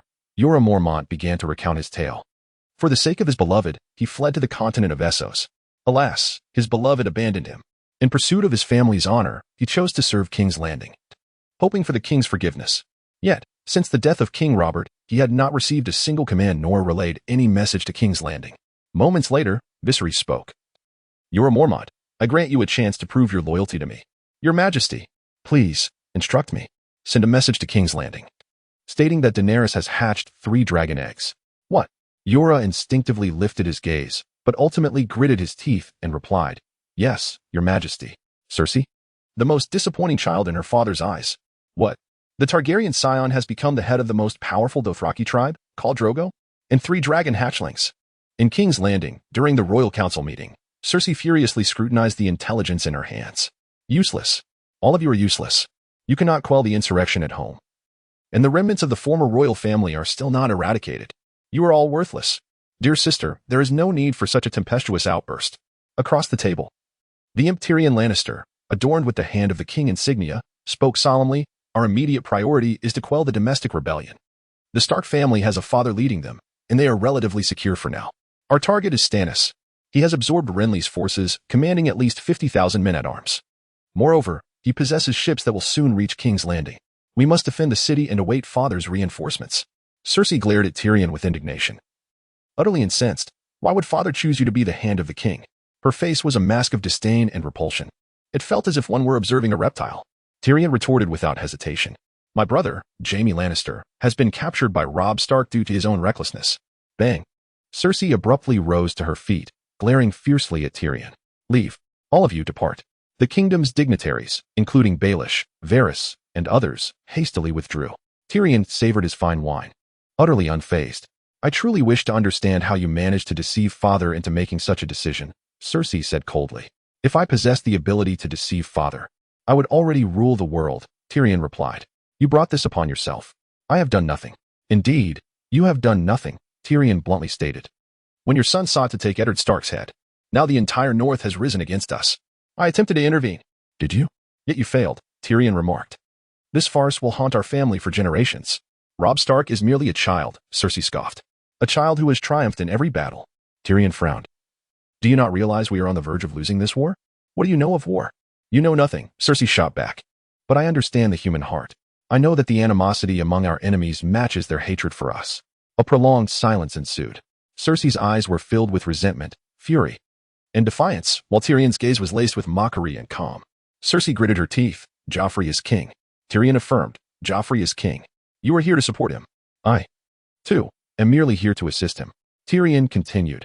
Moreover, if the king were to heed my counsel, perhaps he could retrieve his Jaime. Or perhaps father. The rumors regarding her affair with Jaime Lannister had spread throughout King's Landing and Westeros. Now, her notoriety rivaled that of his majesty. Cersei paused, appearing unconcerned. What must be done? Your love for your children is a rare virtue, he added, and your beauty counts as another. As the eldest daughter of the Lannisters, Cersei possessed long, golden hair and striking beauty. The Starks love their children as well, and we happen to have two in our grasp. Cersei lamented. There is but one left. Tyrion inhaled sharply, incredulous. Just one? That little imp, Arya, has vanished. Vanished? How does one simply vanish? In a cloud of smoke? Tyrion exclaimed. Exasperated. We originally had 3 Starks to bargain with, yet you beheaded one and allowed another to escape. Father will be furious. This must feel quite unfamiliar to you. Tyrion was nearly on the verge of laughter. This time, you have become the child who has disappointed him. Cersei took a deep breath, abruptly rose to her feet, and declared, Tyrion, the weighty responsibility of guarding King's Landing is entrusted to you. I have other matters to attend to. With that, she turned and departed. Madwoman. Tyrion muttered through clenched teeth, seeking out Petyr Baelish. Lord Baelish, how many men are currently in the City Watch? Petyr maintained his ever-bright smile. Esteemed Lord Tyrion. The City Watch now comprises. Back in her palace, Cersei was still seething with rage, sweeping everything off the table onto the floor. Sister Cersei. Why are you so furious? Inquired the handsome, golden-haired Lancel Lannister in a hushed tone. Cersei gritted her teeth. Let go of me. Get away. She scolded Lancel with ire. A bunch of useless fools. They can't even quell a rebellion. And that old man, Jaime, is your son, yet he has been captured by the enemy. Not to mention those 2 little Targaryens. Sister Cersei, what shall we do now? Lancel whispered. A glimmer of madness flickered in Cersei's eyes. The rebellion is beyond our control, but the 2 Targaryen brats must die. Dispatch orders to the spies and assassins on the continent of Essos. Instruct them to contact Jorah Mormont. Whoever can eliminate the Targaryen children shall be rewarded with a title of nobility and a bounty of 10,000. As you command, Lady Cersei. On this day, a procession of gold-cloaked guards and soldiers from the City Watch surged into the streets of King's Landing. Brothels, smithies, nobles' estates, and even the homes of peasants were turned upside down. Scores of boys aged 13 or 14 and toddlers of 1 or 2 years were brutally slain. The victims bore a striking resemblance to one another, characterized by thick and disheveled black hair. These were the illegitimate offspring of Robert Baratheon, the Eternal King, Joffrey. In a bid to solidify his throne and issue a warning to Queen Cersei, brazenly unleashed the gold cloaks and City Watch to engage in slaughter in broad daylight. He even dispatched Lannister knights to pursue the escaped illegitimate son of Robert, Gendry. The entirety of King's Landing descended into chaos. Meanwhile, Catelyn stepped into the land of her family's vassals, the Freys, at the castle of the twins. The Frylands, located at the confluence of the Green Fork River, are a crucial passage for the North's advance towards King's Landing. The geographical and military significance of this location is paramount. For Robb Stark to march southward to confront Tywin Lannister's forces, he must traverse this very ground. The twins, situated at the heart of the Trident River, represent the most suitable crossing point. 6 centuries ago, the Fry family was granted dominion over this land. They constructed grand bridges and 2 formidable castles along the banks of the river, unifying them under the name of Riverrun. At the center of the bridge stood a towering structure known as the Riverwatch Tower, equipped with arrow slits, murder holes, and iron gates, casting a vigilant gaze over the waters and the roads. Owing to the strategic significance of Riverrun and its robust fortifications, the Freys prospered by levying substantial tolls on those who crossed the river, amassing considerable wealth. In a short span, the Fry family emerged as one of the wealthiest and most influential families in the Trident region, often outmaneuvering even their own liege lords. Their meteoric rise in status incited disdain from other families, who regarded them as nouveau riches. The Fry family became known as the Twin Towers of Fry. Catelyn took a deep breath, aware of the formidable nature of Walder Fry. However, to facilitate the passage of her army across the Trident, she had no choice but to engage in negotiations personally. Within the walls of Riverrun, Walder Fry, with his silver hair and somber demeanor, reclined in a chair, accompanied by his newly wedded eighth wife, a mere 15-year-old girl. Youthful, beautiful, and vivacious, she embodied the vitality he had long since lost. "What brings you here?" Walder Fry rasped, fixing Catelyn with a scrutinizing gaze. "My lord, it is a true pleasure to reunite after so many years," Catelyn responded. "Oh, spare me," Walder retorted.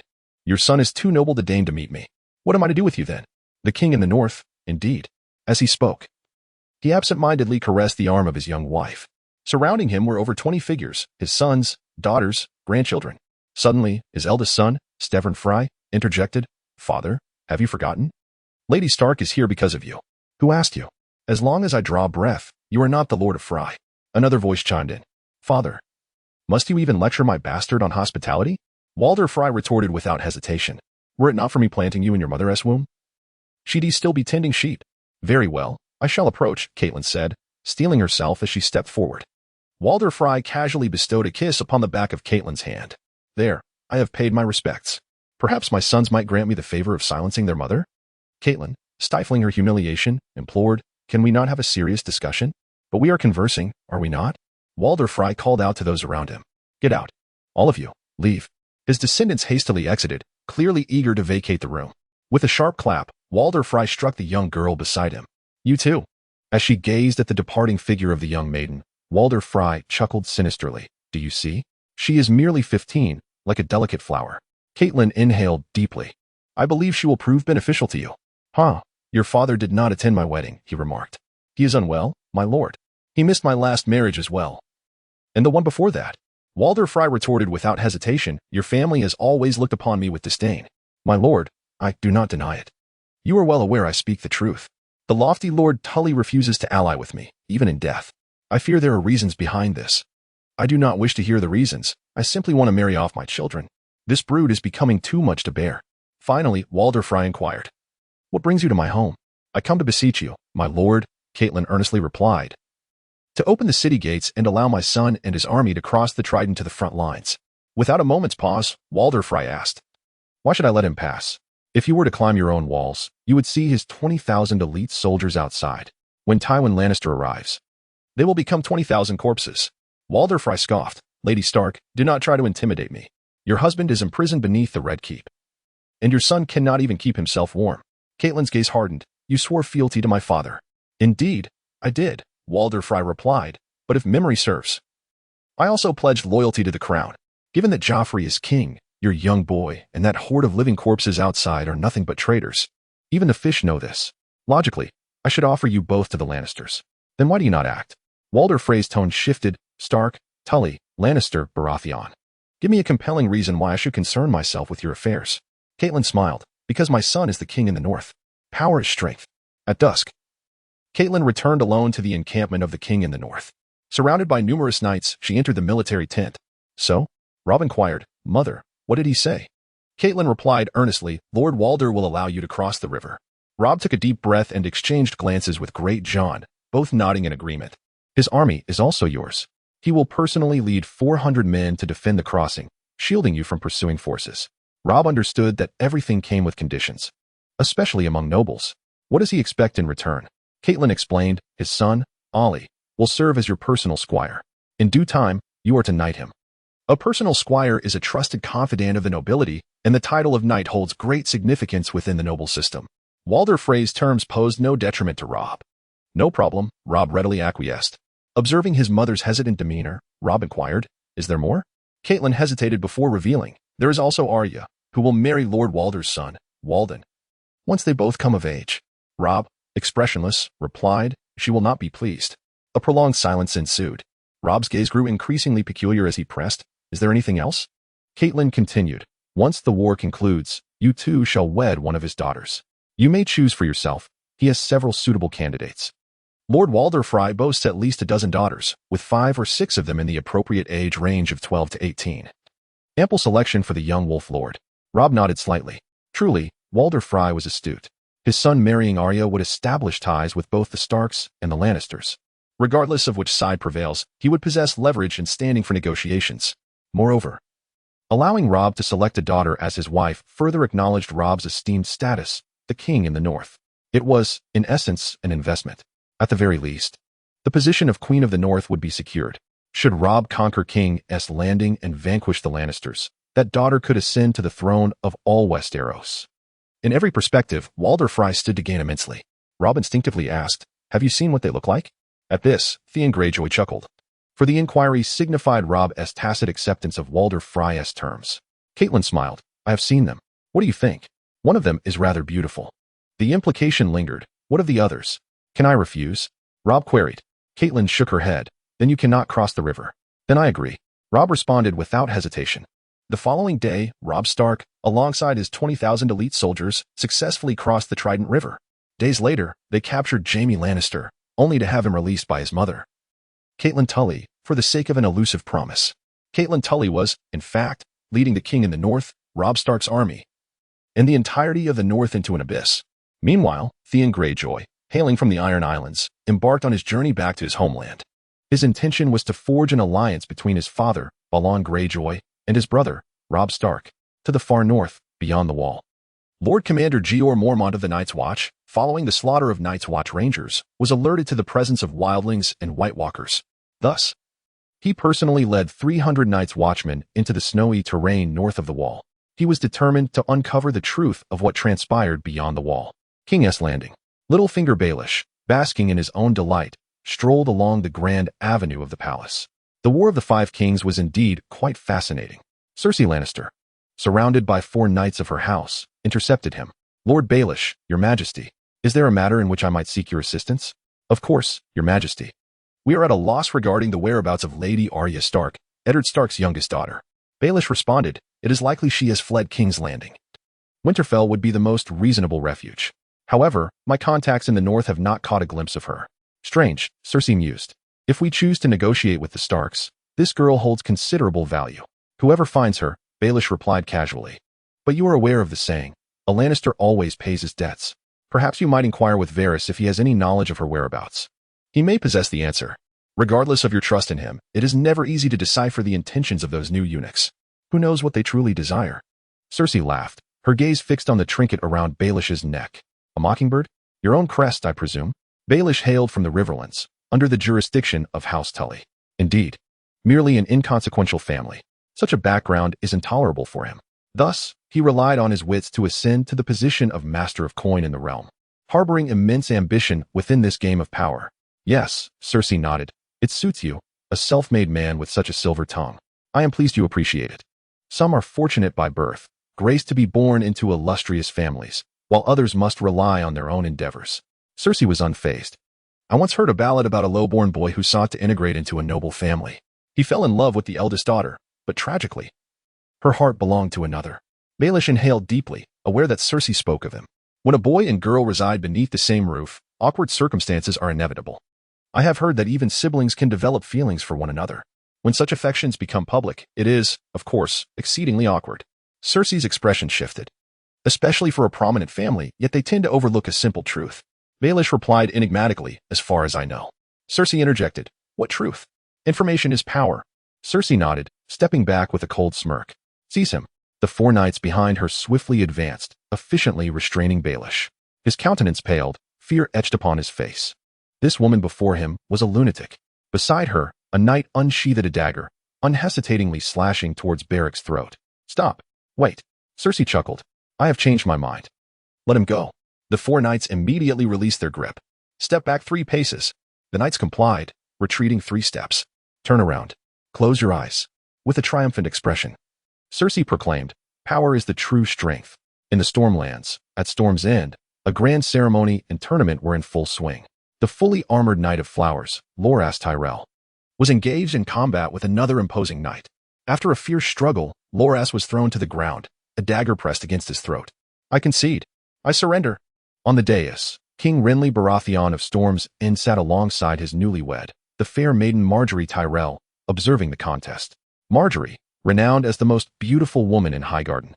With her light golden hair and cerulean eyes, possessed a visage so perfect that anyone would be captivated by her allure. Among the spectators, Catelyn watched the duel intently. It was undeniable that the knight who had bested Loras displayed superior swordsmanship and experience. "Bravo!" Renly exclaimed, clearly pleased. "Step forward." The knight knelt before him. "Rise and remove your helm." As the helm was lifted, a resolute yet unmistakably feminine face appeared before the crowd. The surrounding soldiers and knights gasped in astonishment. A woman, a female knight, Brienne. "It is Brienne of Tarth." Renly was equally taken aback. "Your father did not exaggerate, my lady. I have only seen Ser Loras bested once or twice, and never so humiliatingly." "No, dear, my brother is quite valiant," Margaery remarked with a smile. "Indeed, my queen. But there can only be one champion," he declared loudly. "Brienne of Tarth, you may demand anything of me. As long as it is within my power, it shall be yours." Brienne knelt respectfully and said, "Your Grace, I humbly request the honor of the King's Guard." "What?" Loras exclaimed, incredulous. The knights and soldiers around them began to murmur loudly. "The King Guard? How could a woman possibly serve in the King Guard? She is not even a knight." "Brienne has lost her wits. I wish to become one of your sworn swords, to dedicate my life to your protection against all dangers, regardless of the uproar around her," Brienne declared resolutely. The countenance of Renly shifted as the woman became a member of the King's Guard, marking an unprecedented event on the continent of Westeros. "But I concur. Rise." Brienne of Tarth, King's Guard. The sound of enthusiastic applause resonated throughout the hall. Only Loras wore an expression of discontent, his face marred by sorrow. "Your Majesty, it is my honor to present to you Lady Catelyn Stark," a knight announced as he stepped forward. "She is the envoy of her son, Robb Stark, Lord of Winterfell." Catelyn interjected, "Lord of Winterfell and King in the North." "Lady Catelyn, you are most welcome," Renly replied. "Allow me to introduce my wife, Margaery of House Tyrell." The two exchanged nods of acknowledgement. "You are very welcome, Lady Stark. I deeply lament the plight of your husband." "Thank you, my lord," she responded.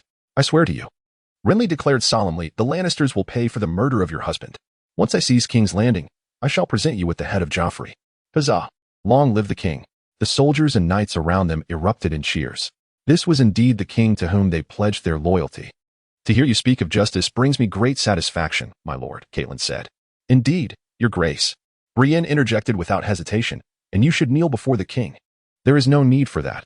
Lady Stark is a valued guest," Loras interjected suddenly. "Has your son already marched against Tywin Lannister?" "I was not privy to my son's war council, and even if I had been, I would not divulge his strategies to you," Catelyn replied. Loras remained persistent. "If Robb Stark wishes to negotiate, he should come in person rather than hiding behind his mother. My son is engaged in battle against formidable foes, not merely participating in tournaments." Renly's expression shifted slightly, yet he maintained his smile. "Worry not, my lady. The war has only just begun. We can take our time with negotiations." Stark and Renly Baratheon were engaged in discussions regarding alliances, support, and the campaign against the Lannisters in King's Landing. Meanwhile, in King's Landing, the imp, Tyrion Lannister, was in consultation with Petyr Baelish, plotting to marry Princess Myrcella Baratheon to House Martell of Dorne. Among the 7 great lords of Westeros, 5 had risen in rebellion, while only House Martell in the southern region had remained loyal. Tyrion sought to bind the Martells to their cause through this matrimonial alliance in order to counter the forces of Stark, Renly, and Stannis. However, this proposal faced staunch opposition from Cersei Lannister, for the Martells and Lannisters were bitter enemies. Nevertheless, Tyrion's suggestion found support from their father, Tywin, exacerbating the rift between the siblings. He also managed to uncover Cersei's spies. Prior to arranging a marriage for Princess Myrcella, he had conveyed different intentions to 3 of his most trusted advisors. To Varys, he suggested marrying Myrcella to House Greyjoy. To Petyr Baelish, he proposed a union with Robin Arryn. And to Maester Pycelle, he indicated an alliance with House Martell. The cunning Pycelle ultimately found himself outmaneuvered by the shrewd Tyrion. Tyrion also deceived Baelish, using the position of the Duke of Harrenhal as a ruse. Consequently, House Arryn found itself opposed to the Lannisters. However, the clever imp did not foresee that Tywin Lannister would acquiesce to his proposal, sending Myrcella to House Martell for the marriage alliance. Meanwhile, in the Iron Islands, Theon Greyjoy, spurred on by his father Balon Greyjoy and sister Yara Greyjoy, chose to betray Robb Stark, returning to the Ironborn ways, embracing tradition, and the worship of the drowned god. He resolved to personally lead an assault on Winterfell in the north. Balon Greyjoy aspired to resurrect the ancient glory of the Ironborn and to declare independence from the Iron Throne, seeking to be crowned as king. In the dead of night, Amid torrential rain, the camp of Tywin Lannister's forces was besieged by a surprise attack from Robb Stark's soldiers of the north. The Lannister troops suffered significant casualties. Robb's army emerged victorious once more, seizing the initiative on the battlefield. After the clash, the ground was strewn with corpses and the wounded. The air was filled with anguished cries and curses. The northern soldiers scoured the battlefield, delivering mercy kills to the enemy, bidding farewell to fallen comrades, and scavenging various spoils of war. On the muddy grass, Roose Bolton was reporting the situation to Robb. The number of Lannister dead is 5 times ours. We have no place to detain all these prisoners, and our supplies are insufficient for our own needs. Robb understood Roose's implication and replied gravely, "We shall not execute the prisoners, Lord Bolton." "Of course, Your Grace. The officers will hold significant value," Roose continued. "Some among them should be aware of Tywin Lannister's plans." "We shall know soon enough." Roose coldly stated, "There is an old saying in my family. A naked man has few secrets, but a flayed man has none." Roose Bolton, Lord of the Dreffort, appeared genteel yet was known for his ruthlessness, cunning, and merciless demeanor. Robb retorted without hesitation, "In the north, my father forbade flaying." "We are no longer in the north," Roose replied. "We will not torture them." Roose Bolton advised, "The path of honor may appear noble, but in the midst of battle, honor can be a hindrance. The Lannisters are holding hostages, and I shall not provide them with an excuse to torment my sisters. No, I implore you, please, hush." A sudden scream pierced the air from a distance. A wounded individual lay there, groaning in agony. Beside him, a healer clad in white robes tended to his injuries. "You are infected. Amputation is necessary." No. Bite down on this. Lie still. It is far better than gnawing off your own tongue." Robb restrained the wounded man. Yet his gaze was drawn to the girl administering aid. She possessed a splendid physique and a flawless visage. "What is your name?" "Tersa." "Your surname?" "Do you wish to know whom my family fought against during the Great War?" "Knowing my last name would be quite unfair." A pair of youthful souls exchanged laughter amidst the battlefield. Meanwhile, from a distance, Roose Bolton observed Robb Stark's silhouette, his previously sullen eyes growing ever colder. In the blue camp of House Baratheon, late at night, Peter Baelish sought an audience with Renly, attempting to engage him in conversation. Yet he was met with Renly's rejection and indifference. By Margaery's side, he gleaned some small snippets of information, such as the fact that Margaery still resided in her own tent, separate from her husband, her king. Loras and Renly, however, conspired under the cover of darkness. With his silver tongue, Baelish spoke, and Margaery's mood darkened further. Later, he approached Catelyn, subtly persuading her to release Jaime Lannister, sealing the bargain with the ashes of Eddard Stark and a promise from his daughter. On this day, Renly Baratheon met with Stannis Baratheon by the sea. 2 dukes, both with rightful claims to the Iron Throne, now stood as adversaries. Their banners, one blue, one red, fluttered in the breeze. "Lady Stark, I did not expect to encounter you amidst the storm," Stannis declared loudly. "My Lord Stannis, neither did I anticipate my presence here," Renly replied. "Is it truly you before me? Who else could it be?" "Upon seeing your banner, I was not entirely certain." "Under whose standard do you fight?" "My own," Renly laughed. "I suppose if we both fought under the same banner, it would be quite a challenge to avoid confusion." "How did your stag become scorched?" The Red Priestess Melisandre coldly remarked. "That is the sigil of His Majesty, the King, the fiery heart of the Lord of Light. You must be the famed Fire Priestess." Renly replied unceremoniously. "Ah, my brother, I now understand what compels you, even at your age, to cling to superstition." "Tread carefully, Renly," Stannis retorted without hesitation. "Oh, relax. I truly did not anticipate your fervent obsession with religion. Indeed, you are tedious, rigid, and uninteresting, yet you are far from devout." Melisandre proclaimed, "Before your elder brother, you ought to kneel. He was born under the command of the Lord in the land of smoke and salt." "Born in the land of smoke and salt?" Renly scoffed. "Is he a piece of ham?" "This is my second warning to you." "Listen to what you are saying," Catelyn interjected.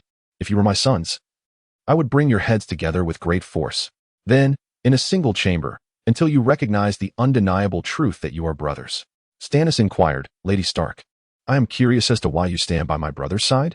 Your husband supported my claim to the throne, sacrificing himself for the sake of legitimacy. And yet you question me in the presence of this usurper? By law, the Iron Throne belongs to me. Those who deny this are my enemies." "From Dorne to the Wall, the realm denies you," Renly retorted bluntly. The old fool murmured denial as he lay dying, while the unborn child kicked in its mother's womb in denial. "No one wishes for you to be their king. Brother, you simply lack the desire to make friends. Remember your own sins, Lord Renly. This is the man I once revered." The two parted ways in discontent. Renly indeed possessed the audacity to be arrogant. He commanded the Stormlands and Highgarden, leading an army of 100,000 strong, formidable troops. Yet, unbeknownst to him, that night, under the escort of the Onion Knight, Melisandre gave birth to a shadow. That very night, Renly Baratheon was assassinated in his royal tent. Brienne and Catelyn, both regarded as prime suspects, managed to escape. Meanwhile, Renly's vast army was entirely subjugated by Stannis Baratheon. Stannis' forces swiftly became the mightiest power on the continent of Westeros. Days later, Stannis marched north, bolstered by 30 ships borrowed from the pirate Salador's son, to assault King's Landing. Because Renly perished at Stannis' hands, Ser Loras Tyrell sought vengeance for his beloved. While the young Rose, Margaery Tyrell, aspired to become queen. Under the scheming of Peter Baelish, the Tyrells and Lannisters chose to unite once more. The Battle of the Blackwater. The lion consumes the stag. The Blackwater, King's Landing. Stannis Baratheon, filled with rage and fervor, killed his own brother to seize the city. He devoured everything that belonged to his sibling, including his vassals and the 100,000 troops, in order to conquer King's Landing. His navy was drowned by Cersei Lannister in the vast sea. But what of it? His great army had already encircled King's Landing. As soon as this dilapidated gate is breached, his army will surge into the city of King's Landing. The entire city will fall into the hands of Stannis. Even though the Lannister forces are exceptionally elite, and despite the fact that a contingent of troops has ambushed them, inflicting heavy casualties, it cannot erase the impending outcome of their assault on King's Landing. He fights with immense effort, his voice hoarse from exertion. The fall of King's Landing is imminent, and it shall occur this very night. Boom, boom, boom. A resounding roar reverberates from afar. Surrounded by soldiers, Stannis glares with bloodied eyes. From the darkness, waves of cavalry emerge. Who could they be? Despair etches the faces of Stannis and his men. It is the Crimson Lion banner. The Lannisters. It is the cavalry of the Lannisters. Stannis Baratheon's forces collapse in disarray. Stannis himself is hastily pulled back onto a ship by his loyal guards, retreating in panic. In the Red Keep of King's Landing, the imperious Joffrey Baratheon lounges with a smug expression upon his throne. Beside him sits the regent, Cersei Lannister.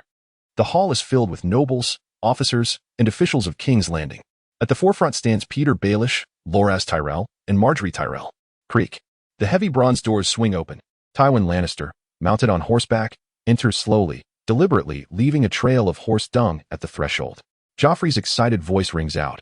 I, Joffrey I of House Baratheon, legitimate king of the Undulls and the First Men, ruler of the Seven Kingdoms and protector of the realm, hereby declare that my grandfather, Tywin Lannister, is the savior of King's Landing, and I appoint him Hand of the King. Thank you, your grace.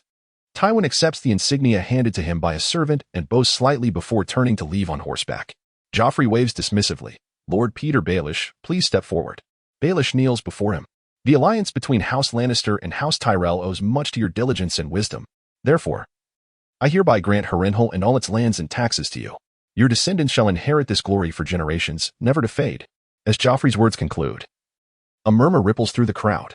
Harrenhal, the largest fortress in the Seven Kingdoms, though long abandoned, stands as a testament to status. Baelish is thus elevated to a high noble of the realm, and a duke at that. Your grace, I am overwhelmed by your generosity and cannot express my gratitude sufficiently. Baelish exclaims, I shall endeavor to produce a few heirs. His words elicit a light chuckle from the audience. Ser Loras Tyrell, your majesty. Loras knelt before Joffrey.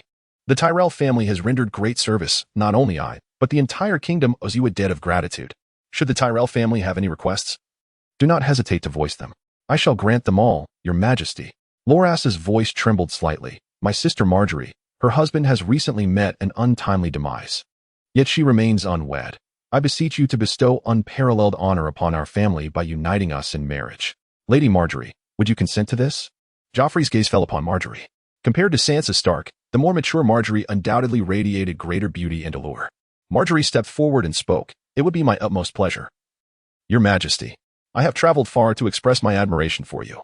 The tales of your wisdom and valor have never left my ears and have deeply touched my heart. Joffrey beamed with pride. Indeed, I have heard of the legends surrounding your beauty and grace. However, those tales scarcely do justice to your elegance. It would be my honor to reciprocate your affection. Margaery lowered her head. Alas, I am already betrothed. The king must honor his commitments. Cersei interjected, Your Majesty. Your council believes that marrying the daughter of a traitor is not a prudent choice. Moreover, her brother is currently in rebellion, openly defying the Iron Throne. For the glory of the kingdom, the council implores you to annul your betrothal to Sansa Stark. From the crowd arose a chorus of shouts. Margaery. Lady Margaery is the true queen. The Tyrell family. Joffrey stood up and proclaimed loudly, I am willing to consider your opinions. I shall heed the will of the people. Yet my betrothal stands before the gods. Your Majesty, the aged voice of Pycelle resonated. A betrothal witnessed by the gods is indeed sacred, but your father, the anointed king, established this engagement when the Stark family was not in rebellion. I have consulted the High Septon on this matter, and he is quite certain that due to the Stark's treason, any oaths you made to them are rendered void. The gods bear witness. Joffrey triumphantly declared, the gods have granted me my desire. Ser Loras, marrying your sister shall be a supreme joy. You shall become my queen. From this day forth, I shall love you unwaveringly until death. Margaery's face shone with happiness. A tide of applause erupted swiftly. Sansa Stark turned away, desolate, surrounded by sympathetic gazes. Yet unbeknownst to them, her eyes sparkled with unrestrained joy. In the shadows, a pair of eyes fixated upon her. Peter Baelish. Just as Joffrey and Margaery became engaged. In the distant lands of the Riverlands, the young Wolf Lord has made a lifelong commitment with Talisa. He is prepared to defy the betrothal arranged by the Stark and Frey families. A colossal altar rises in the Crimson Wasteland, symbolizing the future lineage. A procession of Dothraki warriors, roaring fiercely, grasping branches and logs, moves from east to west, signifying the journey from dawn to dusk. On the side, 2 smaller pyres are erected.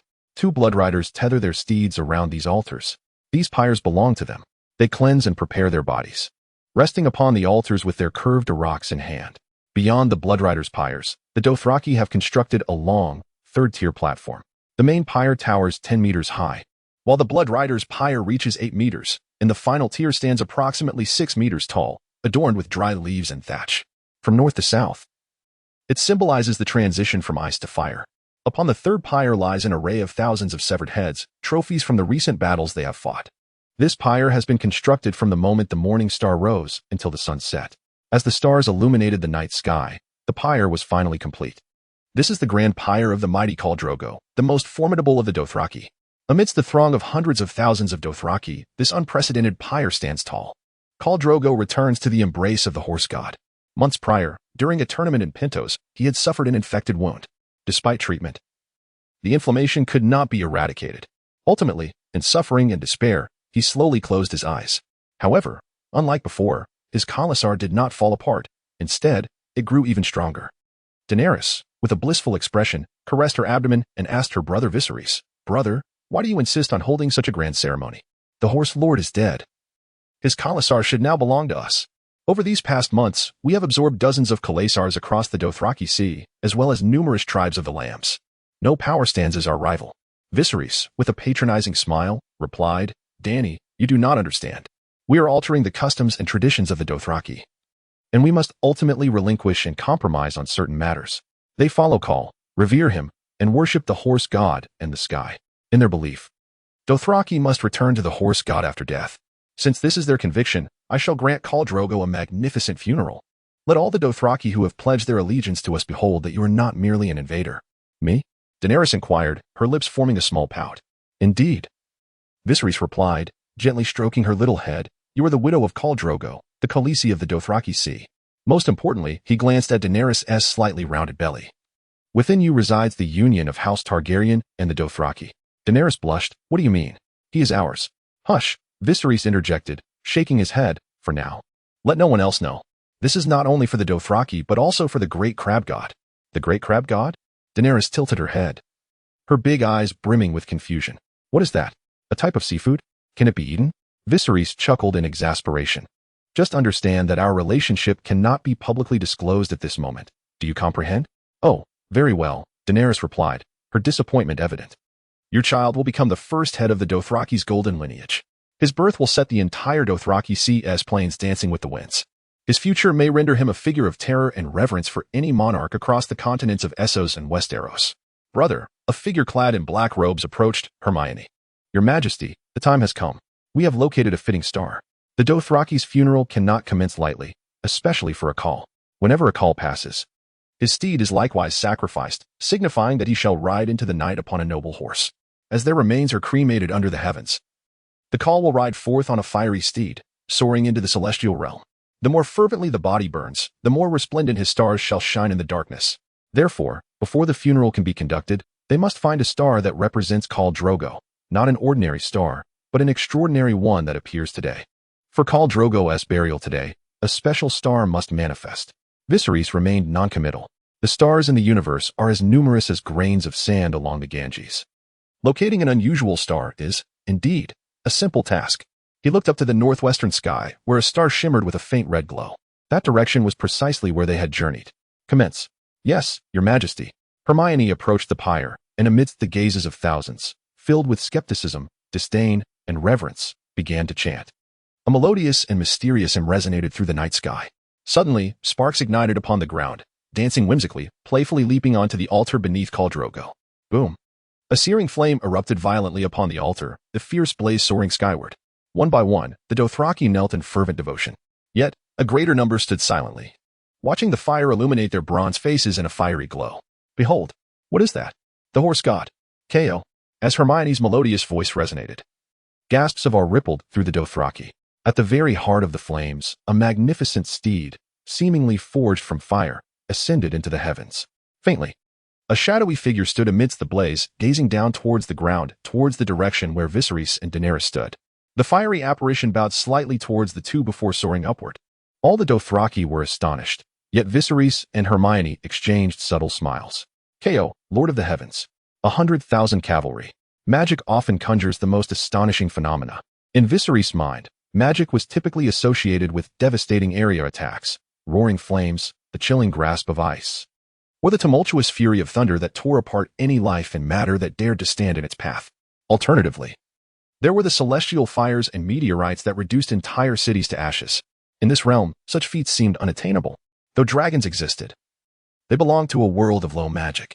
One might invoke royal blood to birth a shadowy assassin to eliminate foes, or perform minor prophetic spells akin to a duplication technique. However, as Hermione Granger spent more time alongside Nissarion, her magical prowess flourished. A spell employing flames to mimic others was, for her, exceedingly simple. The Dothraki, in many respects, were steeped in superstition, particularly regarding the horse god, the heavens, and the concept of return. Following the series of movements made by the fiery apparition, the Dothraki interpreted countless meanings, especially since Viserys had placed numerous agents among the Dothraki. It is Ko. Ko gazes upon Khaleesi. Ko cannot bear to part from his children. And us. No. Ko bows to his majesty, Viserys. He entrusts us to his majesty. Viserys. Ko once vowed loyalty to his majesty. Under his majesty, Viserys, we have conquered over a dozen Khalasars. His majesty, Viserys, is the true son of dragons, the master of fire. His arrival is an honor for us Dothraki. We, the Dothraki, shall, under his majesty Viserys' leadership, seize the entire continent of Essos. The dragon has descended. We, the horse lords, shall submit to the great son of the true dragon. We, the people of Zalor, willingly pledge our allegiance to his majesty, Viserys, as the Khan. This signifies the lord of all Dothraki tribes. We, the Odric, are prepared to honor his majesty, Viserys, as the Khan. Voices of fervent proclamation erupted from the crowd. One by one, the Dothraki and the former Khals knelt before Viserys, offering their loyalty with resounding shouts. However, a faction of Dothraki remained obstinately standing, refusing to bow. These individuals were the Khalasar of Karassa, recently subjugated by Viserys. At the forefront stood several imposing Dothraki, their eyes fierce and defiant. They were the calls of the newly absorbed Khalasar, or powerful warriors, having been conquered too recently. They were unaware of Viserys and the strength of this formidable Khalasar. The leader, a man with thick, braided black hair, almost as long as the late Khal Drogo's, approached. He was Khal Mocha, once the ruler of a formidable Khalasar comprising over 50,000 souls. Alas, under the onslaught of Viserys and the threat of Nissarion, the entire Khalasar crumbled, merging under Viserys' banner. He bellowed, "We are Dothraki. How can we pledge loyalty to an outsider dwelling in stone houses? We are the true masters of the Dothraki Sea. The traditions and beliefs of the Dothraki do not permit a foreigner to become our king." Only the few Dothraki behind him echoed his sentiments. Yet, a greater number of Dothraki continued to kneel before Viserys. Those fortunate enough to witness Khal Drogo's funeral were previously Khals and warriors from their respective Khalasars, numbering over 100. The rest had submitted to Viserys, with only this small group remaining unyielding. Viserys approached. "Oh, what do you wish to do?" After months of interaction, Viserys had already mastered the Dothraki tongue. A glint of cruelty flickered in Khal Mocha's eyes. "Outsider, draw your sword. Do not mount that terrifying dragon. Let us engage in combat. Should I fall, I, Khal Mocha, am willing to pay with my life. But if I prevail, you must free every Dothraki. We Dothraki are the true masters of the Dothraki Sea. Viserys chuckled. He slowly drew the sword of dragon fire. As you wish. No sooner had he spoken than he appeared before Khal Mocha like a specter. Khal Mocha's eyes widened in shock. Instinctively, he drew his arak and raised it defensively. A faint sound of clashing weapons resonated in the air. Before he could even react, a faint crimson light suddenly streaked across his vision. In an instant, his head was sent soaring into the sky, blood splattering across the grass beneath him. Vaesilis. With a perfectly clean dragonfire sword, calmly inquired, who else? The fearsome roar of Nysario abruptly pierced the night sky. A massive shadow loomed over the heads of the Dothraki. Behind him, 3 slightly smaller dragons, Drogon, Rhaego, and Vaesilion, also took to the air, exerting all their strength in harmony with Nysario's roar. The handful of Dothraki accompanying Kumakeo trembled in fear, swiftly kneeling upon the ground. The Dothraki, devoted to tradition and the horse god, also bowed to the powerful. Tion Cow, Tion Cow, Tion Cow. The cries resounded through the darkness. Over the course of several months, Vaesilis had conquered more than a dozen formidable Khalasars and had also laid claim to numerous other maritime tribes of the Dothraki. The tribes of the Eron, Lazare, and Giscari, among over 20 others, had surrendered to Vaesilis's renown. More than 300,000 slaves had become his subjects. Under his command, there were now over 80,000 Dothraki warriors roaring in battle. Other tribes had also contributed 2,000 cavalry, meaning Vaesilis now commanded 100,000 skilled archers and fearless cavalry of the steppes. The Griffin Knights of Vaes Dothrak pledged their loyalty. Sign-in successful. The system's notification chimed once more. Congratulations to the host for receiving the sign-in reward. Griffin Knight Squad, 10 units. Perched upon Bloodflame, Vaesilis slightly opened his eyes. Today's sign-in reward was the Griffin Knights? Wasn't that a troop type from a fantastical realm? He delved into the information regarding the Griffin Knights. Griffin Knight Squad, aerial cavalry. Elite flying warrior knights from the remnants of the Saner Kingdom of the Central Bone Mountains of the Dothraki Sea. Source: due to the host being referred to as Tion Cow by the Dothraki, the Saner remnants dispatched their most elite Griffin Knight squad to compete with the Dothraki. The Saner Kingdom? Vaesilis quickly recalled the history of this kingdom. Thousands of years ago, the vast San River Basin, east of the Kohor Forest in the western Dothraki Sea, was once the territory of the ancient steppe confederation known as the Saner Kingdom. However, after being conquered by the Dothraki during the Blood Century, it was largely reduced to ruins, with only the remnants of the city-states of Sas and the Moroshur, part of the Tylosai colony, still inhabited at the mouth of the San River Delta. In simple terms, the Kingdom of Saner. A formidable power reigning over the Dothraki Sea before the ascendance of the Dothraki people, existed in a federative form. However, it met its demise at the hands of the Dothraki, fading away into the annals of history. Unexpectedly, remnants of the Norsal Kingdom still linger in the central skeleton mountains of the Dothraki Sea. System: how long until the Griffin Knights arrive? The system responded. The Griffin Knights are a flying unit, exceptionally swift, and shall reach the host within half a day's time. Half a day? Yura Mormont galloped forth. Your Majesty, we have arrived, he announced. Ahead lies our destination, Vistorak. From atop Bloodfire, Viserys gazed into the distance, where the shadow of a modest city emerged. Among the vast, boundless grasslands stood several colossal stones, appearing strikingly out of place and mysterious. Viserys commanded, let us camp here. Select a contingent of giant elephant cavalry and roaring warriors to accompany me into Vistorak. Yes, Your Majesty. Yura responded before departing. Viserys returned his gaze. Reflecting on his journey from Pentos, he had anticipated reaching Vistorak within 3 months at most. Yet the conquest of other Karasa and foreign tribes had delayed him for over half a year upon the Dothraki Sea. Nevertheless, the outcome remained unchanged. He had vanquished the Dothraki and emerged as the first Khagan of the Dothraki Sea. Now, he was poised to claim Vistorak and announce to the entirety of Essos and Westeros the return of House Targaryen. He intended to reign in Vistorak. As half a day swiftly passed, a formation of dark specks suddenly appeared in the distant sky, hurtling towards the encampment at an alarming speed. Your Majesty, unidentified creatures have been spotted approaching from the rear. Leonidas urged, riding his white lion. Viserys conjectured that these beings must be the Griffin Knights and instructed, take your men and accompany me to investigate. Yes, Your Majesty. Amidst a throng of Spartan white lion knights, 10 riders mounted upon peculiar griffins descended before Viserys. The Griffin Knights, upon landing, initially exhibited a degree of agitation. However, upon beholding Viserys, they instinctively prostrated themselves. The aura of dragon majesty emanated from Viserys. The leading knight's expression shifted, and he approached with haste, bowing respectfully. Great knight under the illustrious Khagan, we are the Griffin Knights, remnants of the Kingdom of Saner. To ensure that the great Khagan is not deceived by the foolish and barbaric Dothraki, we, the Griffin Knights, pledge our loyalty to the great Khagan. Viserys spoke. I am Daenerys Targaryen, the rightful son of the dragon, Viserys. At once, 10 knights of the Griffin knelt before him. Great Targaryen, please accept the loyalty of the Griffin Knights of the Kingdom of Saenor. Rise, Viserys commanded. I accept your fealty and allegiance. What is your name? He inquired of the lead knight. Khago, your majesty. Excellent. From now on, you shall be one of my royal guards, Viserys declared. Wait, follow me into Vaes Dothrak. Yes, your majesty, Khago replied excitedly. Vaes Dothrak is the ancient capital of my kingdom of Saenor, a sacred place. I never imagined that one day, as a remnant of the noble Nozar kingdom, I would once again tread upon this land. Accompanied by the haunting sound of the bullhorn, a multitude of Dothraki warriors roared, lined up in formation, advancing towards Vaes Dothrak. Behind them towered colossal elephant cavalry, standing nearly 5 meters high. Each elephant carried 2 spear throwers, 2 archers, and a swordsman shield bearer in a formidable assault formation. With each step the elephant cavalry took upon the grass, they left a distinct imprint. Following the elephant cavalry was Viserys, flanked by Spartan warriors. Beneath these warriors lay the white lions that roamed the Dothraki Sea. Over the past 6 months, Viserys' forces had not merely annexed other tribes and Khalasars, but had also dispatched a significant portion of their strength to hunt the white lion clans of the Dothraki Sea.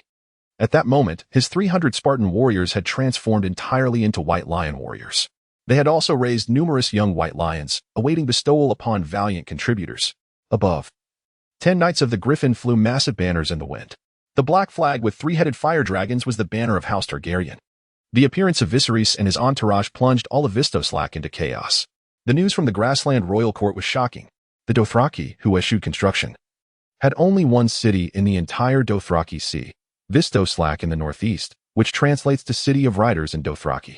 This city is nestled at the western foothills of the sacred Mother Mountain, revered as the Holy Mountain, on the eastern shore of the Womb Lake, the sacred heart of the world. It serves as the capital and cultural center of the Dothraki people. The carrying of weapons and bloodshed is strictly forbidden within the city limits. Its vast expanse can accommodate nearly all tribes together, making it one of the largest cities in the realm. Yet, due to its sparse population, it is home only to the wives of the horse lords and their slaves, rendering it one of the smallest cities as well. This city is home to a multitude of merchants who have journeyed from various other cities to engage in trade. The 9 free trade city-states converge here to procure furs, rare herbs, and minerals, while also bringing with them a considerable supply of salt, textiles, ironware, and pottery. The denizens of Slave Bay come to acquire slaves of diverse ethnicities, including the Lazars, the Free Folk, the Caster, and the Giscari, among others. All tribes that have fallen victim to the Dothraki incursions can be found within the confines of Vaes Dothrak. Occasionally, one may even encounter a few outlanders, defined as giants, barbarians, blacks, and children of the steppe, albeit in scarce numbers. Furthermore, numerous widows of the cows, known as the Dash Kaleen, reside here, contributing to the city's population, which numbers in the tens of thousands. When the grand army of Viserys appeared within the sphere of influence of Vaes Dothrak, the inhabitants immediately took notice. The Dash Kaleen, along with various merchants, stood behind colossal, exposed stones, observing the approaching force. What formidable Dothraki cavalry! Which Khalasar do they belong to? They are from Khal Drogo. But hasn't Khal Drogo returned to the embrace of the horse god? Logically, his Khalasar should have disintegrated long ago. Ha ha ha. Regardless, this Khalasar is so vast. It must possess a significant number of slaves. Damn it. I have received the latest news. The Prince of House Targaryen has become the master of this Khalasar. The Targaryen prince? That beggar prince. Indeed. He is wed his sister to Khal Drogo, securing the latter's allegiance. They have slain Drogo and, with the power of the dragons, have seized control of the Khalasar. Huh. Drogo is dead? I would sooner believe that the Targaryen siblings are responsible for Drogo's demise. The Targaryens are notoriously mad. The Targaryen princess is with child. Undoubtedly, it is the offspring of that prince. The Targaryens, hush. Moreover, he has declared himself the Khaleesi, signifying the lord of all Khalasars. He has absorbed at least 10 major Khalasars. His roaring warriors number no less than 100,000. And the Lazars, the Free Folk, the Giscari, and the Caster, all have pledged their fealty to him. He commands a population of at least 200,000. 200,000? How many Dothraki are there in total? What are his intentions? House Targaryen. A cacophony of fervent discussions erupted from the surrounding crowd. At this moment, whether among the Dash Kaleen, merchants, slave masters, or mercenaries, all gazed in astonishment at this formidable procession.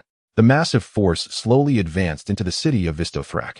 Though referred to as a city, Vaes Dothrak lacks any fortifications or castles. In truth, it is a city that has risen from the remnants of many ruins. His domain is sufficiently vast to encompass all the cows and their khalasars. Yet, within the city, not a single building stands. Instead, it is filled with densely packed, towering tents, alongside a chaotic array of massive stones jutting abruptly from the ground. The khalasars are perpetually embroiled in conflict on the plains, yet in Vaes Dothrak, every Dothraki must regard one another as brothers by blood. No one is permitted to shed blood, nor should they draw their blades against one another. The Dothraki Sea is ill-suited for the construction of cities. A multitude of Dothraki, led by several elderly women, their faces lined with wrinkles and garb tattered, approached with trepidation. They are the wives of the many slain cows, revered among the Dothraki as seers and prophets, and considered the sovereigns of their sacred city. No one would dare to harm the Dothraki unless they wished to incur the wrath of all the cows of the Dothraki. Alas, presently, over two-thirds of the cows and khalasars in the Dothraki Sea have either been absorbed by Viserys or chosen to capitulate. Vaes Dothrak can only be regarded as a mere symbol of power. "Why have you come, foreigner?" croaked an elderly Dothraki, nearly blind and over 120 years old, the eldest and wisest among them. Viserys gazed down at the assembly of Dothraki, merchants, slave masters, and mercenaries faintly visible in the distance, displaying a radiant smile. "From this day forth, I, Viserys Targaryen, shall be the sole cow of the entire Dothraki Sea. The one and only 10 cow, and indeed, the sole king. Vaes Dothrak shall become my royal court. The entirety of the Dothraki Sea, be they Dothraki, Lizarine, or from the free folk, will fall under my dominion." With Hermione's amplification spell, Viserys' voice resonated throughout Vaes Dothrak.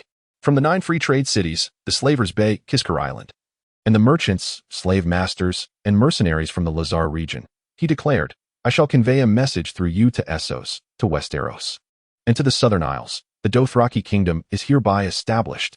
The Targaryen dynasty officially returns from this day forward." Accompanying Viserys' proclamation, the formidable and terrifying figure of Nysario soared into the heavens. "Your Majesty, all Dothraki have been accounted for. Yura entered the royal tent. In total, there are 231 Dothraki, all widows of the previous cows. Additionally, over 40,000 Dothraki elders, children, and the disabled reside within the city of Vaes Dothrak. As for the outsiders of the Vaes Dothraki, hailing from the 9 free trade city-states, merchants, slave owners, and mercenaries from the Bay of Slaves, there are approximately 7,000 to 8,000 of them. Viserys paused in his scribbling at the table after listening to Yora's report, laying down his pen. "Let the women, the elderly, and the wounded from our Khalasa also be stationed in Vaes Dothraki. Furthermore, I want these elders and the disabled to form a temporary city watch to maintain the safety and stability of the entire city." "Yes, Your Majesty. As for those merchants, select a few representatives. I wish to meet with them shortly." "At once, Your Majesty." Viserys resumed his examination of the map in his hand. These maps were spoils acquired from the call that he had either conquered or won over. The Dothraki call roamed perpetually across the Dothraki Sea. Even without deliberate effort to memorize, the geography of the entire Dothraki Sea had been sketched out.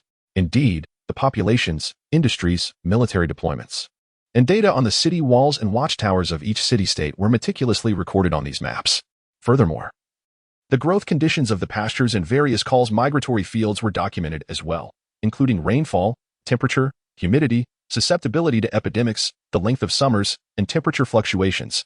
In days gone by, these call were foes, each possessing their own spheres of influence, making it impossible to unite them. However, now, under the auspices of Viserys, he had command of over 90% of the maps, geography, and weather conditions of the Dothraki Sea. "Yura, there is another command I need you to announce." Viserys rubbed his temples, aware that he lacked sufficient talent within his ranks, particularly in domestic affairs.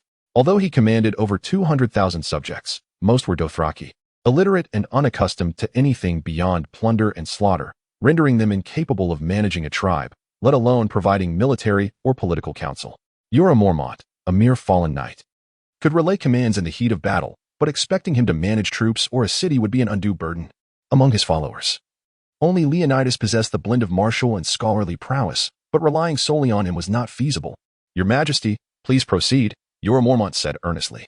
"Relay the information regarding the establishment of the Dothraki Kingdom and the resurgence of House Targaryen to King's Landing. The continent of Westeros is currently in chaos. I do not mind adding fuel to the fire."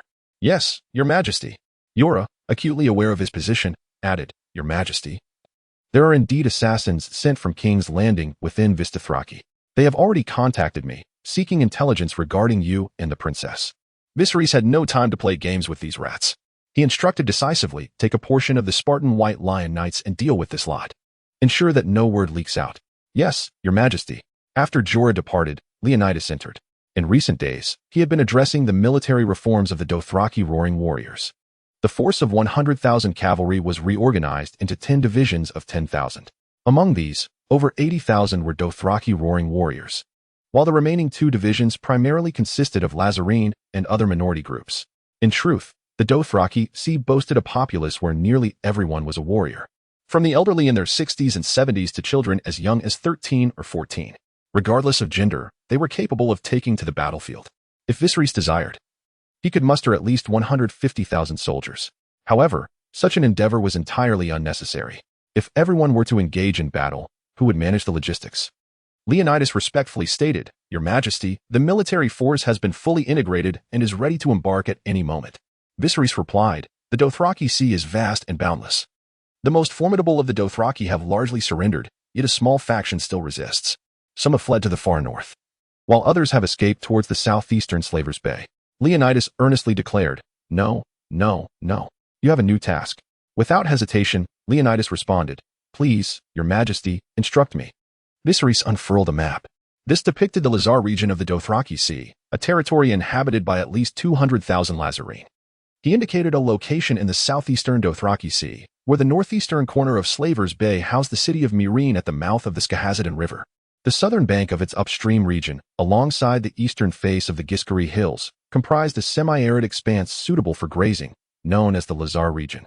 Bordered to the north by the Dothraki Sea and connected to Slavers' Bay by the Skahazadin River to the northwest, the western Giscari Hills, strewn with stones and sand, permitted access to Meereen via the Kaida Pass.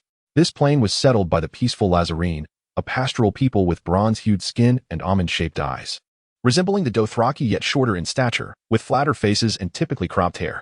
As a semi-nomadic agricultural society, they worshipped the Great Shepherd as their deity. The Dothraki frequently raided southward, enslaving the Lazarene and derisively calling them Hesherachi, or sheep people. Your objective is the Lazar region.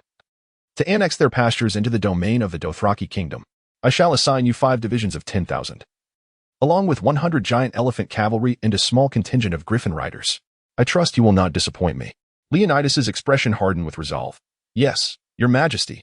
To the west of the Lazar region lay the 3 city-states where the slave trade thrived: Astapor, Ukai, and Meereen. "Leonidas, those 3 city-states will be your ultimate target." "Yes, Your Majesty." A merchant, a slave owner, the illicit slave trade is strictly prohibited. "Your Majesty." King Viserys. A group of individuals adorned in gold and silver, their faces etched with the marks of hardship, entered the chamber. Among them were representatives from the 9 great free trade city-states, slave owners from the Bay of Slaves, and island lords and their fierce pirates from the Southern Isles. After an initial wave of panic, these individuals quickly regained their composure. The Dothraki, under the dominion of House Targaryen, were met with a shocking revelation. Yet they were merely agents of other city-states within Westeros, unable to effect any change. Their sole recourse was to relay this news back to their respective families and city-states as swiftly as possible, seeking the judgment of their patriarchs or lords. They were merchants, driven by the pursuit of profit. King Viserys raised his goblet and proclaimed, "Ladies and gentlemen, please introduce yourselves." A moment of silence fell as the 20-odd individuals exchanged glances. Before the strongest among them finally spoke, "Your Majesty, I am Azra, a member of House Forster from Bravos. May your radiance illuminate the land." "Your Majesty, I am a merchant from Pentos, and Governor Illyrio sends his regards." "Your Majesty, I am Scree from the Myrmis family." "Your Majesty, I am from the free trade city of Volantis." "Your Majesty, I am Lorath." "Your Majesty, I am a merchant from Astapor.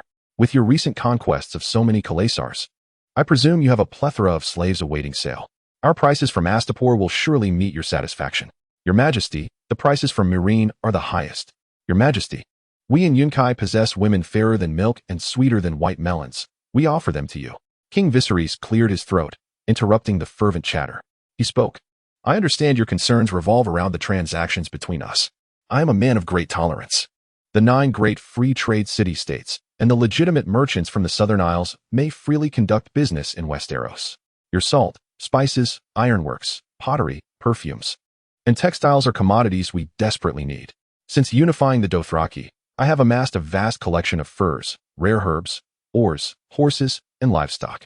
These goods shall be available for trade. In fact, I shall construct an open marketplace in Westeros to facilitate your transactions.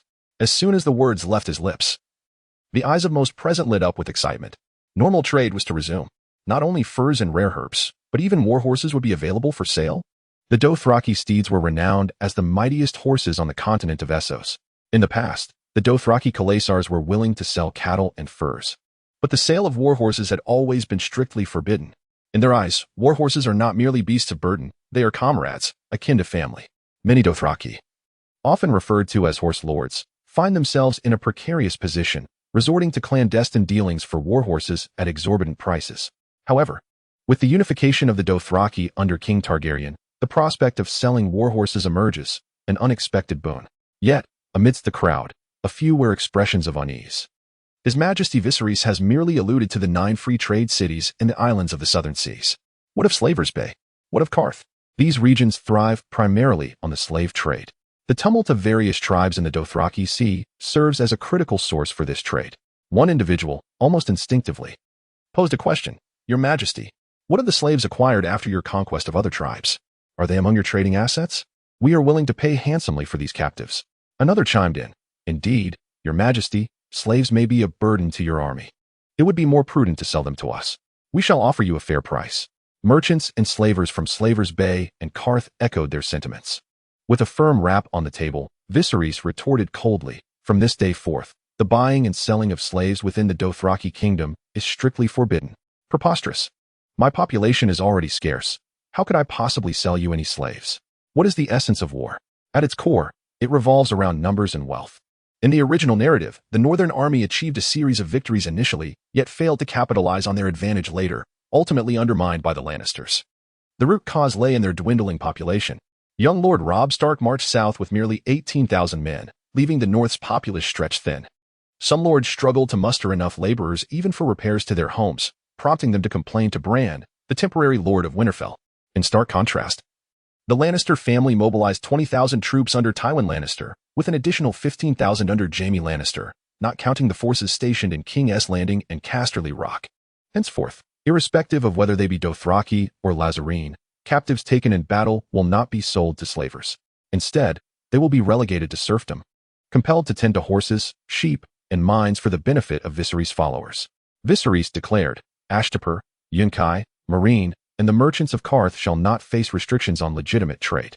However, should I discover anyone daring enough to engage in the slave trade, they will face severe repercussions. The slavers and merchants of Ashtapur, Yunkai, and Meereen have built their fortunes upon the slave trade. Prohibiting their dealings would be akin to severing one of their limbs.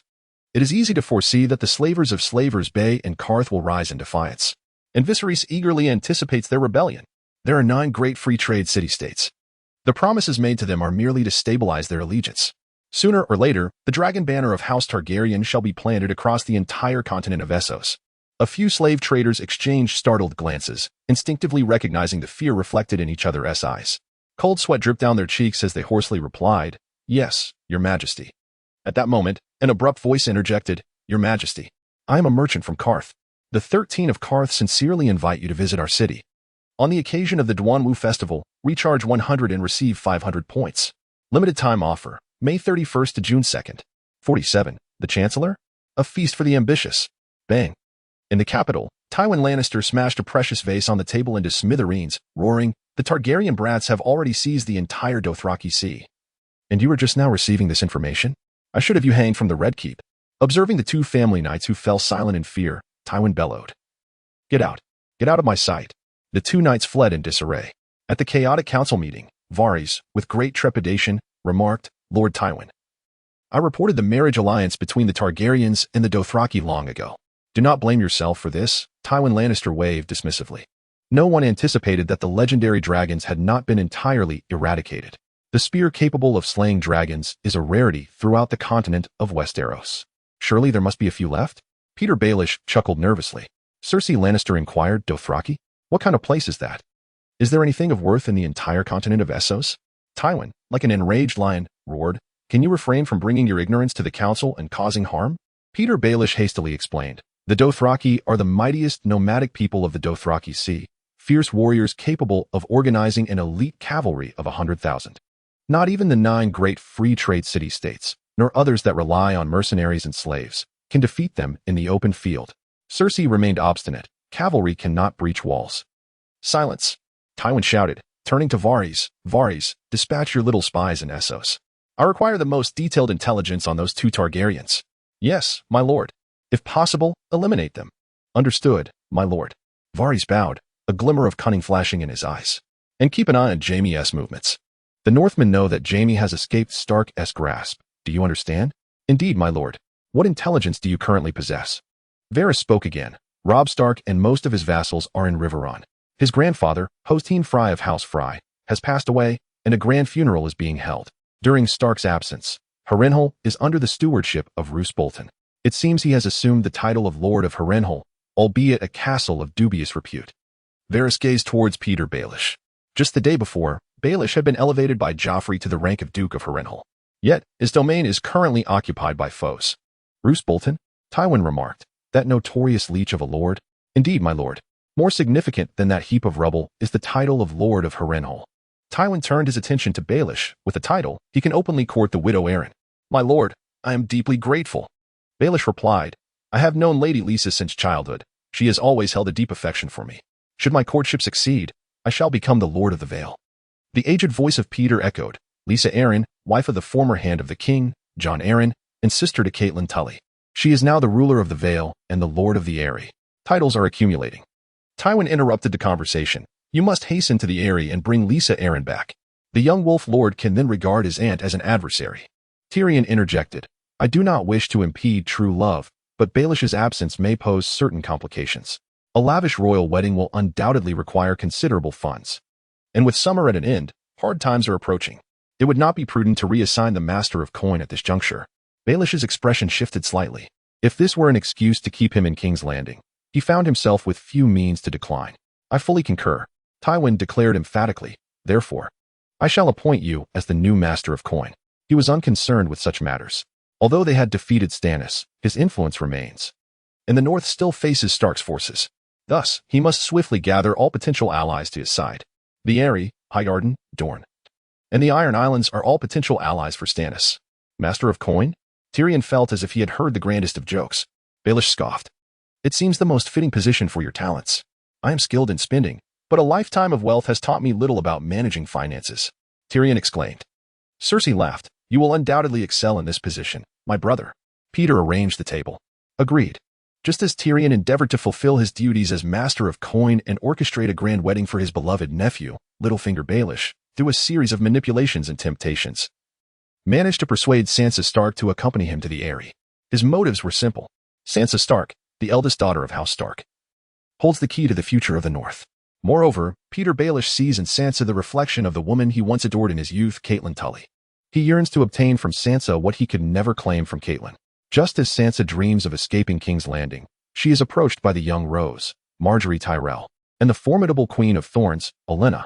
In a few succinct words from the renowned Olenna, Sansa reveals her grievances against Joffrey and the atrocities he has committed. Olenna, calculating and astute, quickly recognizes Sansa's potential as a pivotal player in the struggle for the North. Many have already set their sights upon her. Under Margaery Tyrell's influence, Sansa consents to the proposal of marrying Loras Tyrell, thereby rejecting Petyr Baelish. This incites Baelish's wrath. Meanwhile, as significant events unfold in King's Landing, Lord Roose Bolton, far away at Harrenhal, receives a letter from the capital. Concurrently, his men bring Jaime Lannister into his castle. Following a scheme, Roose makes his choice. Tywin Lannister, shrouded in shadow, is utterly exhausted. He has not enjoyed a single uninterrupted night's rest in his quest to preserve the glory of House Lannister. His most trusted and cherished son has been captured by the northern forces and has lost a hand, a devastating blow for him. Yet, it is but a hand. He is still alive and can endure. His eldest daughter and youngest son are hardly a source of comfort either. Although his daughter is cunning, she is, after all, a woman with many vulnerabilities. Should those 3 ineffectual grandsons meet misfortune, she would be thrown into disarray. As for his youngest son, Tyrion, despite his diligent efforts, Tywin would rather he had never been born. With troublesome progeny and disloyal advisors, including Baelish, whom he views merely as a tool for alliance, coveting the North's inheritance. There can be no forgiveness. Tywin's voice is hoarse. You are late. What is she doing here? As the Tyrell enters, he acknowledges her involvement in the matter. Cersei glares provocatively at the Tyrell. Sit. Tyrion, undeterred by Cersei's gaze, states, you will be pleased to know that after conversing with Olenna Tyrell, I have incurred substantial expenses for the king's wedding. You need not worry about this matter. Tywin spoke in a low voice. We have other significant matters to discuss. Tyrion remained non-committal. As the master of coin, frugality is indeed a pressing concern. Cersei's gaze grew increasingly ambiguous. Tyrion, growing impatient, remarked, do not look at me like that. It makes me quite uncomfortable. Tywin replied, your sister is already acquainted with your new friend. The Tyrells are conspiring to marry Sansa Stark to Ser Loras. Very well. She is a charming girl. Tyrion dismissed it. Although not entirely to Loras's taste, it can be deemed a match of equals. Your jest goes unappreciated. I ushered them into the royal fold, and this is their return? To conspire against me while stealing the key figure in the conquest of the North? Is Sansa truly the key figure in the North? The Tyrells inquired, puzzled. I recall she has a brother. The Karstarks have returned home. The young Wolf Lord has lost half his army, and his demise is imminent. Tywin stated coldly. Theon Greyjoy has already slain 2 of his brothers, which means Sansa Stark is the heir to Winterfell. I will not entrust her to the Tyrells. Tyrion questioned, is it wise to refuse the Tyrells, who have aided us in victory? Tywin replied indifferently, there is no question of refusal. This is their scheme, and it has yet to be publicly revealed. The Tyrells will not act until after Joffrey's wedding. We must take the initiative and smother it in its infancy. The Tyrells inquired, what shall we do then? Find Sansa Stark another husband. The Tyrells responded nonchalantly, excellent, a splendid scheme. Indeed. Cersei's smile grew ever more ambiguous and provocative. Tyrion stood frozen, rigidly staring at Tywin. A possibility dawned upon him. You cannot be serious. This is my suggestion, Tywin replied coldly, ever since the day her father was executed. Tyrion interjected, since the day her father was executed, Joffrey has made that girl's life a living hell. Now that she has finally escaped his clutches, you wish to hand her over to me? Even you are being cruel. Will you torment her? Tywin coldly stated, I care not whether she finds happiness, nor should I. She is still a child. Tyrion exclaimed loudly. Cersei interjected, she is already blossoming, I assure you. I have had extensive discussions with her on this matter. Understand? You shall marry her, bed her, and make her pregnant. Tywin remarked, you should be quite adept at this. What if I refuse? Do you not desire to be rewarded for your valiant combat? Sansa Stark is the reward you have scarcely dared to dream of. You are of marrying age now. I have been married. Tyrion retorted bluntly, do you not remember? Tywin gritted his teeth. I wish to forget. Cersei scoffed, you should thank the gods. You are utterly unworthy of her. Tyrion will fulfill his obligations, and so shall you. Cersei frowned. What do you mean? You are to marry Ser Loras. Tyrion and Cersei exchanged glances, their expressions shifting, particularly Cersei's. No, she began, but was swiftly interrupted by Tywin. He's the heir of Highgarden. Tyrion will claim the North, while you shall inherit the Riverlands. Cersei's refusal was immediate. No, I will not marry. You must. Tywin asserted bluntly. You are still capable of bearing children. You must remarry and produce heirs. I am the Queen Regent, not a mere broodmare. Cersei retorted, you are my daughter. Tywin thundered, you will obey my commands. You are to marry Ser Loras and put an end to those repugnant rumors once and for all. Father, please do not force me into this again. Enough. Tywin rose. My children, you have brought shame upon House Lannister for far too long. With that, Tywin Lannister departed coldly, leaving the siblings in a stunned silence. Days later, Tywin successfully persuaded the Queen of Thorns, Olenna Tyrell, to arrange the marriage between Cersei and Loras. Simultaneously, Sansa Stark and Tyrion Lannister were also betrothed. This news ignited fervent discussions across the realm. In Riverrun, Robb Stark defied his betrothal to the Freys for the sake of true love. Walder Frey deemed this a tremendous affront and dispatched 2 of his sons to negotiate in Riverrun. Their demands included vast lands and the marriage of Edmure Tully to one of the Frey daughters. Under the combined persuasion of Robb Stark and Catelyn Stark, Edmure reluctantly acquiesced to the Frey's conditions. Robb Stark would lead the Tully family and their bannermen to Riverrun to fulfill the marriage pact. Blood will flow at the fateful wedding. The Starks shall crumble. In King's Landing, the infamous King Joffrey toyed with the life of a prostitute during the dead of night. No one knew her identity or her past, perhaps only the spider, Varys, was aware of what she had done for him. Petyr Baelish and Varys faced each other before the Iron Throne, their rivalry is cold as ice. Chaos is not an abyss, rather, it is a staircase leading upwards. Thus, Petyr Baelish prepared to set sail for the Eyrie to wed Lysa Arryn, bringing the Vale and the Eyrie under Stannis' dominion. Sansa Stark wept bitterly as she watched Baelish's ship fade into the horizon. If only she had accepted his proposal, she would have been aboard that vessel. Days later, a wedding destined to be ridiculed took place in the September of Baelor in King's Landing. The imp, Tyrion Lannister, wed Sansa Stark of House Stark.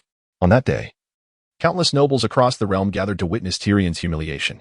Following this wedding, the realm shall witness the nuptials of King Joffrey Baratheon and the fair maiden Margaery Tyrell. The entirety of King's Landing, and indeed all of Westeros, eagerly anticipates this grand occasion. Meanwhile, the long-absent Melisandre has finally returned to Dragonstone, accompanied by a youth named Gendry. He is Gendry Baratheon, the illegitimate son of Robert Baratheon, and holds a rightful claim to the Iron Throne. After a series of deliberations, Melisandre presented 3 leeches, filled with Gendry's blood, before the flames of the Lord of Light. Stannis, his brow furrowed, approached Melisandre and the fire, disdainfully pinching one of the leeches. This is the curse of the Lord of Light. Usurper, Robb Stark. With a resolute motion, Stannis cast the first leech into the flames. Robb Stark dares to defy the commands of his father and the true king, proclaiming himself a king. Cursed be he. Boom. The flames erupted fiercely, sparks flying in all directions. He seized the second leech. Usurper, Balon Greyjoy. A mere pirate dares to claim the throne. Moreover, he seeks to obstruct my navy. Cursed be he. Again, a burst of flames scattered embers around him. He grasped the third leech. Usurper, Joffrey Baratheon. He is not the heir to the Iron Throne. He is but a bastard. I am the rightful heir to the Iron Throne. Cursed be he. Boom. The sparks danced, reflecting the tempestuous emotions in Stannis' eyes. In Riverrun, a grand feast was underway. The king in the north, Robb Stark, along with Gendry Tully, attended this splendid banquet, accompanied by their vassals and loyal confidants. When Gendry Tully beheld the young and beautiful daughters prepared by House Frey, his gaze became entranced. The bride, pure and lovely, appeared no older than 15 or 16. Overcome with joy, he smiled foolishly. The lavish feast continued. After quaffing a copious draught of wine, Catelyn's uncle, Brynden Tully, affectionately known as the Blackfish, leisurely excused himself to relieve himself. Meanwhile, the newlyweds, surrounded by their vassals and confidants, were joyfully carried into their chamber. At that moment, the heavy doors of the castle slowly closed. The musicians on the steps commenced a different tune. What was once a celebratory melody turned hauntingly melancholic. Catelyn immediately sensed something amiss. This was the reign of Castamere. This song was composed against the backdrop of Tywin Lannister's retribution against House Reyne for their disrespect, erasing them entirely from the annals of Westeros. It signifies conspiracy and bloodshed. Catelyn's expression shifted. Outside, a multitude of armored soldiers slowly encircled the banquet. Meanwhile, Robb's direwolf, imprisoned in its cage, suddenly became agitated, howling loudly. The hound, accompanied by Arya Stark, stealthily approached the scene. Catelyn instinctively glanced at the left hand of Roose Bolton beside her. Beneath his sleeve lay a complete suit of armor. Roose Bolton revealed a cryptic smile to Catelyn, and she was jolted awake. Catelyn struck Roose Bolton fiercely across the face, shouting, "Robb!" In the next moment, one of Walder Frey's sons drew a sharp dagger and plunged it into the abdomen of Robb's newlywed wife, who had just conceived. The piercing sound seemed to question, "Why defy the sacred vows?" Robb stood in shock. Swiftly, from the second floor, arrows flew, effortlessly piercing Robb's body. The soldiers of House Frey and their vassals swiftly commenced their massacre, slaying the Stark vassals and their kin one by one. Outside, Stark soldiers, unarmed and intoxicated, were easily slaughtered by the fully armed soldiers of House Frey. Catelyn was engulfed in despair. She struggled to rise, seizing Walder Frey's new wife, and cried out, "Lord Walder, enough. Let it end. I beg you, he is my son, my firstborn. Let him go, and I swear we shall never speak of this night again. I vow before the gods, we will seek no vengeance." "You have already sworn an oath in my castle," Walder Frey replied indifferently. "You swore before the gods that your son would marry my daughter. Then let me be the hostage and release Robb." Catelyn, her voice hoarse, shouted, "Robb, stand up.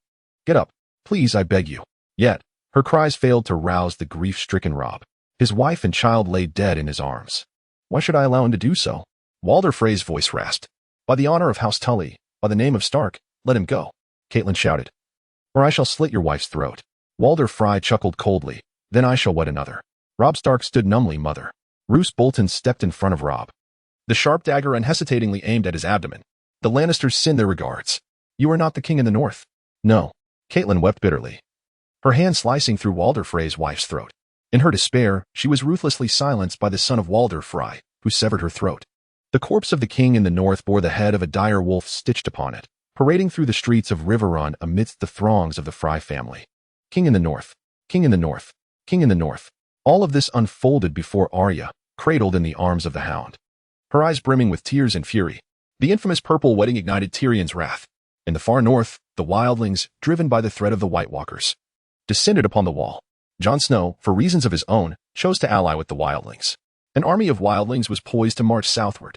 In King's Landing, the death of Robb Stark at the hands of the Fry family and Roose Bolton plunged the entire Lannister clan into a frenzy of joy. With Robb's demise, the northern forces disintegrated, and Roose Bolton was granted the title of Warden of the North. The Fry family not only secured the friendship of the Lannisters but also an alliance through marriage with House Tully. As Roose Bolton departed, Walder Frey conspired with him once more. His granddaughter, now Roose Bolton's wife, bore a male child, whom he hoped would become the heir of House Bolton. Roose Bolton readily agreed. The entire King's Landing basked in the jubilant atmosphere of Joffrey's wedding. Vassals from House Lannister, along with the Tyrells and even members of House Martell from Dorne, gathered in the city. Among them was Prince Oberyn Martell, seeking vengeance for his sister, Elia Martell, against the murderer, the Mountain, Gregor Clegane. To further this aim, the Martells covertly supported Viserys. The grand wedding proceeded as planned. However, after drinking from a goblet poured by Joffrey himself, the young king collapsed in agony. His once handsome visage turned a ghastly shade of purple, an alarming sight. Jaime and Cersei rushed to his side, but the poison had taken its toll. Joffrey was clearly beyond saving. With great effort, he raised his hand, pointing accusatorily at Tyrion. He was dead. The king had perished. Cersei, in her anguish, cried out, "It was him. He poisoned your king. Seize him. Seize him. Seize him." The death of Joffrey incited chaos throughout King's Landing. Unbeknownst to all, Sansa Stark, aided by a drunken knight, escaped the city. Awaiting her was the radiant smile of Peter Baelish. Under the counsel of the Queen of Thorns, Olenna Tyrell, Margaery Tyrell's gaze shifted to Joffrey's younger brother, the next king, Tommen Baratheon. The trial of Tyrion Lannister was set to unfold as scheduled. A multitude of nobles gathered for the trial. Jaime discreetly approached Tyrion and whispered, "If convicted, you must plead for mercy.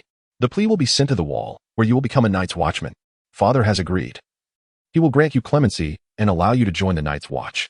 Joffrey rasped. Eddard Stark was promised the same. "Father is not Joffrey. He will honor his word."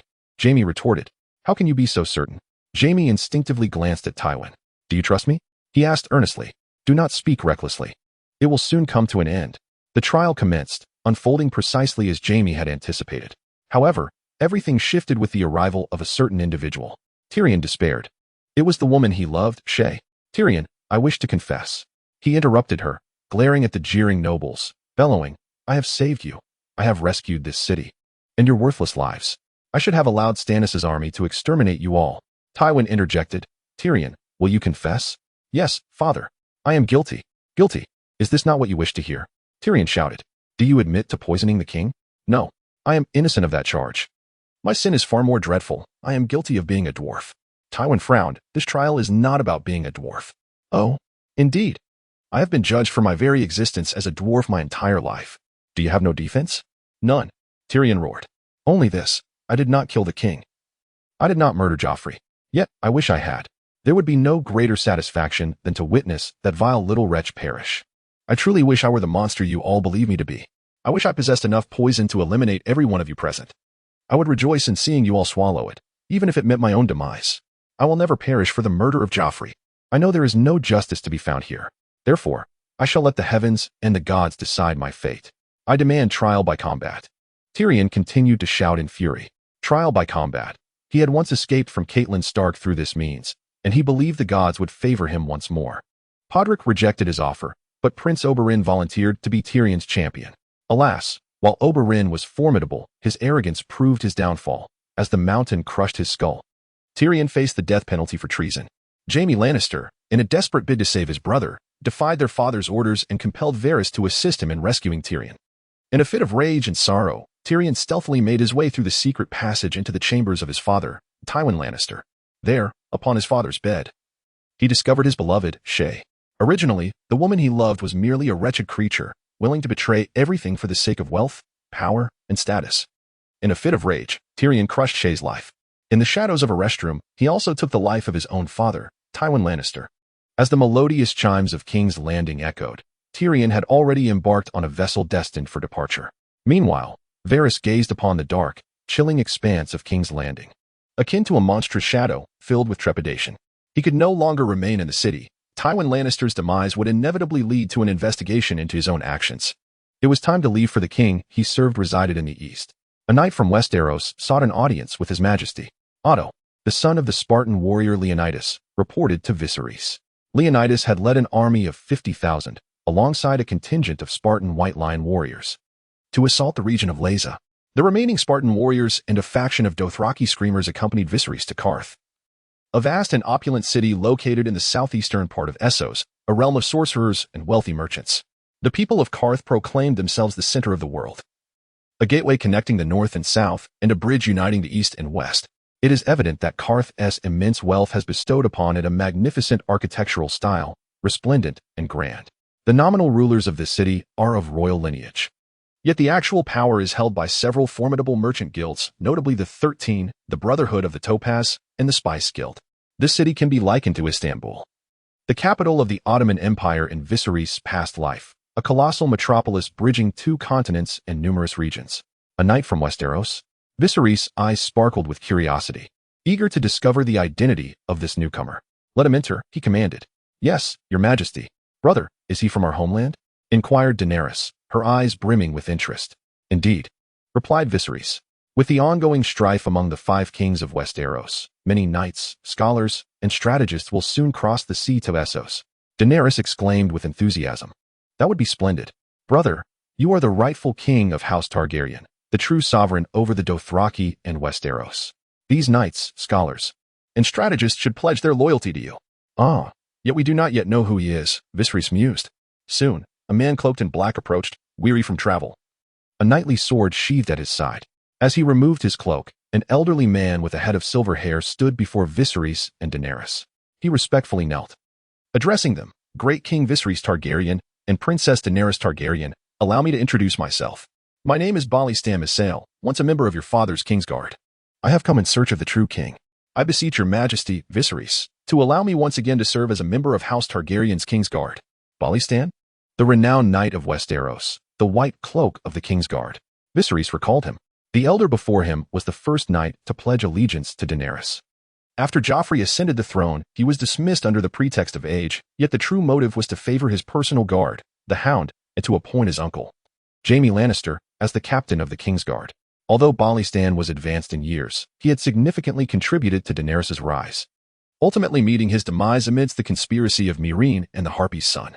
In his youth, Balistan exhibited formidable prowess. Now, in his elder years, he remained resilient, enriched with extensive battle experience. Viserys promptly approached and assisted Balistan to his feet. Uncle Balistan, I remember you from my childhood, he said. Though he had only been 3 years old when he departed Westeros and hardly recalled Balistan. Nevertheless, as one well-versed in the political machinations of his past life, Viserys understood the significance of winning hearts. Balistan was merely the beginning. In time, many like him would come to seek his allegiance. Eager to attract talent, Viserys recognized that this was the path to consolidate more loyal supporters.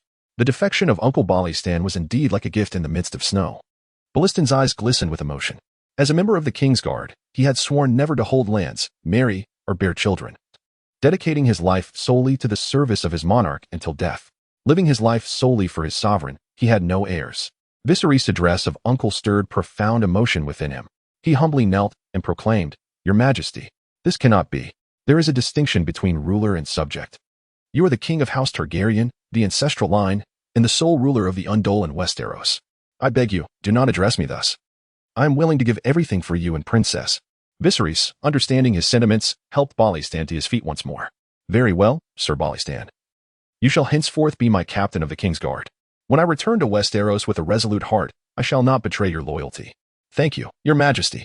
Viserys inquired. By the way, Sir Balistan, having come from King's Landing, do you bring any news? Your Majesty, Balistan replied respectfully. I was able to find you in Karth thanks to the assistance of Governor Illyrio from Pentos. He entrusted me with the latest intelligence regarding Westeros. With that, he reverently presented a document to Viserys. Viserys perused the information in his hands and nodded slightly. Sir Balistan, you have traveled from afar. You must be weary, Your Majesty. Balistan promptly replied, The honor of knighthood propels me forward.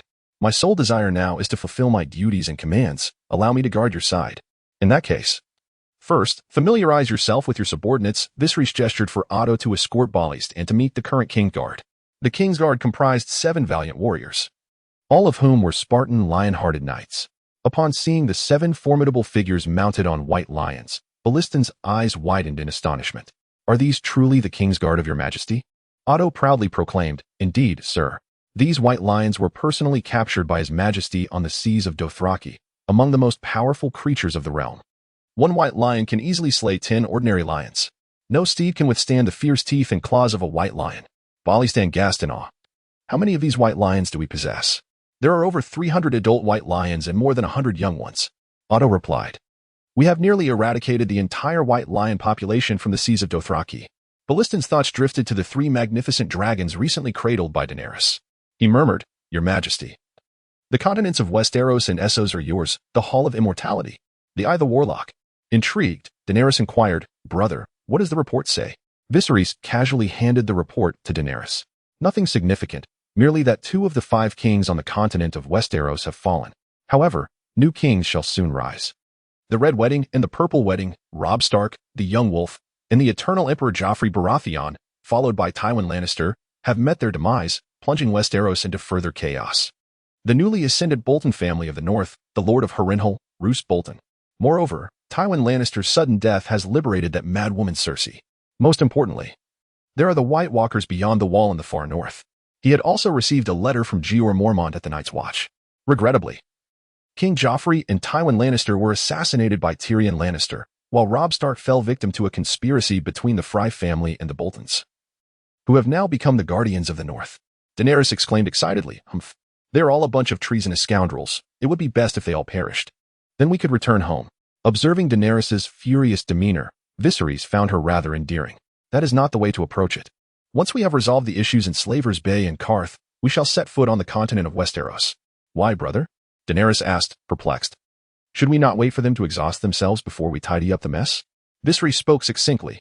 "Beyond the Great Wall, there are others." "Others? Do you truly believe in the resurrection of the dead, brother?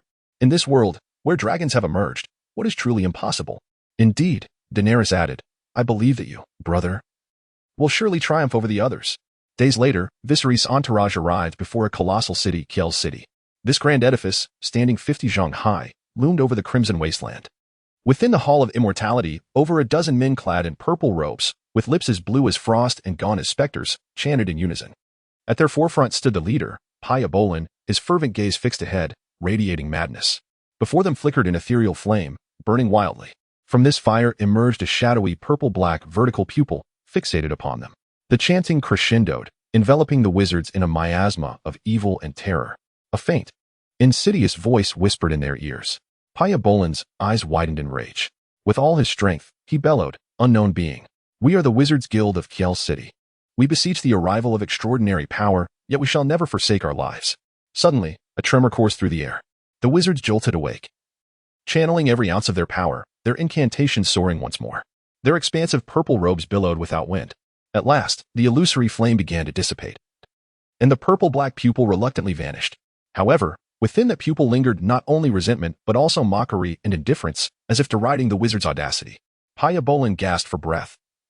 Casting his gaze upon the surrounding wizards, his voice hoarse as he declared, "Extraordinary power has returned with the emergence of the true dragon's offspring. We, the wizards of Kiel's, are destined to inherit the extraordinary powers bestowed by the true dragon. Only thus can we repel the gaze of those formidable beings and deities lurking in the void. The Targaryen siblings are mere mortals. They are unworthy of dragons and extraordinary power." One wizard dryly remarked, "The Targaryen lineage descends from true dragons. They command over 100,000 Dothraki warriors." Another, his voice rasping, added, "We are wizards, not savages. There are myriad ways to deal with the Targaryen siblings." Yet another voice chimed in, "Our actions must remain shrouded in secrecy. Otherwise, we shall face the wrath of the Targaryen family." A final voice echoed, "The Targaryen family consists of only 2. If we seize control of them, do we not control the entire Targaryen lineage? Moreover, there exists the newly established Dothraki Kingdom."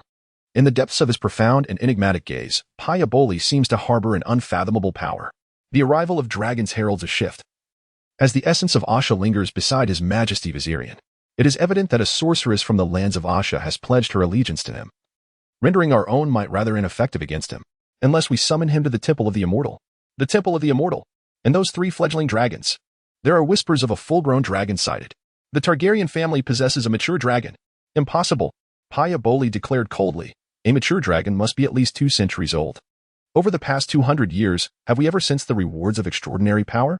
Have we ever perceived the existence of such ethereal essence? That mature dragon must be the result of the sorceress at His Majesty's side.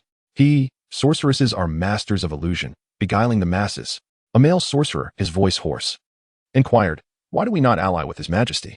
"No," Paya Boli replied. "I shall guard the Temple of the Immortal." His Majesty's intentions are clearly aimed at the continent of Westeros. On that continent reside the children of the forest and even more fearsome beings. That place forbids our male sorcerers from entering. Westeros, you say? It appears we have no choice. The extraordinary essence of supernatural beings is drawing near, and I can sense its approach with clarity. Paya Boli's head suddenly tilted. It seems our allies have arrived. Outside the Temple of the Immortal, Paya Boli emerged with a dozen sorcerers in tow.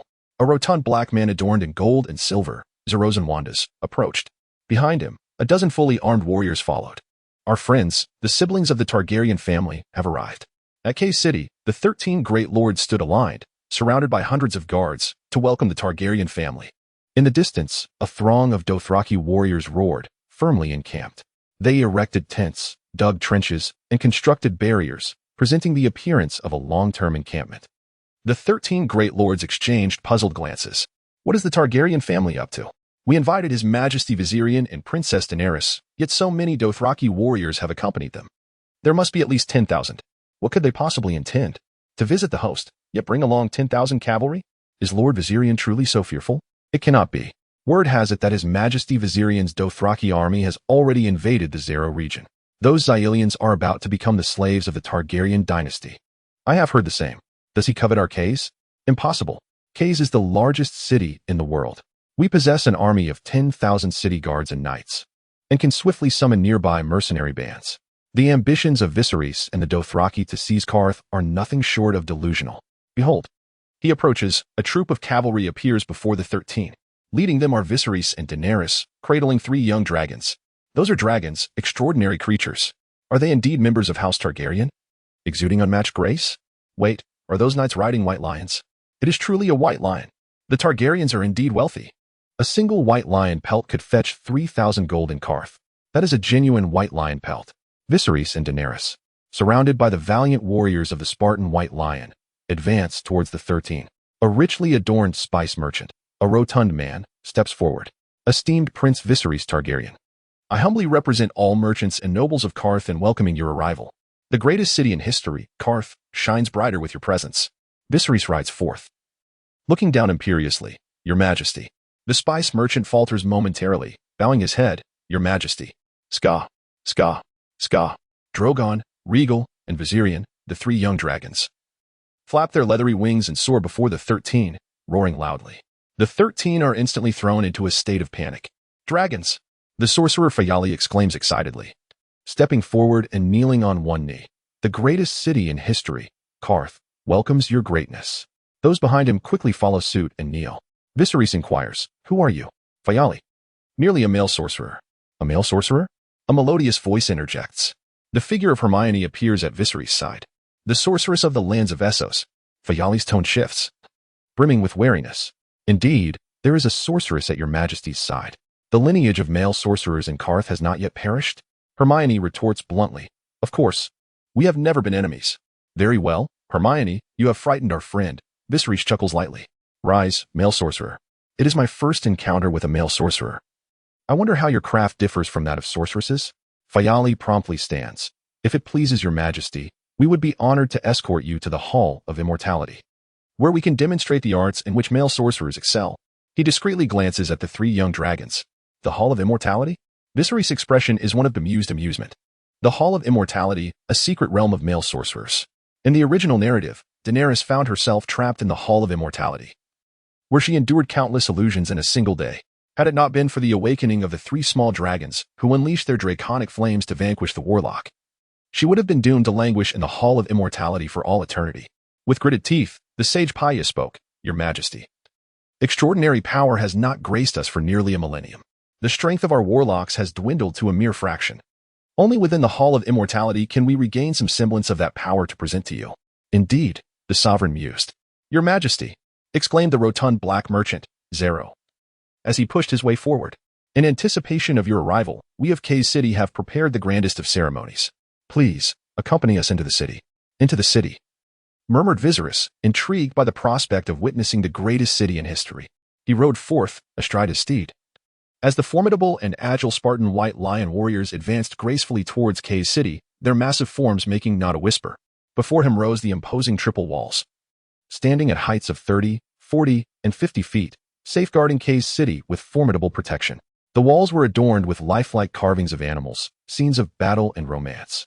The outer wall was constructed of sandstone, the middle of gray granite, and the grand inner wall of black marble.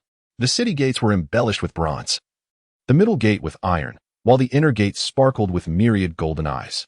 The buildings within the city radiated a dreamlike array of hues, roses, violets, and browns of varying depths. He passed under a bronze archway sculpted in the form of entwined serpents, their scales intricately crafted from emerald, obsidian, and lapis lazuli. Countless slender spires soared into the sky, and every square featured exquisite fountains shaped like griffins, dragons, and scorpion-tailed lions. The streets were thronged with merchants, commoners, and mercenaries, who lined both sides, cheering for Viserys and his entourage.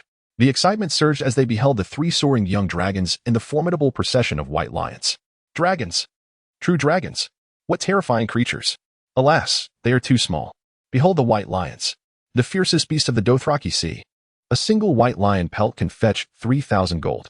Viserys, your Majesty, is truly captivating. My lord, Zero declared, riding alongside Viserys.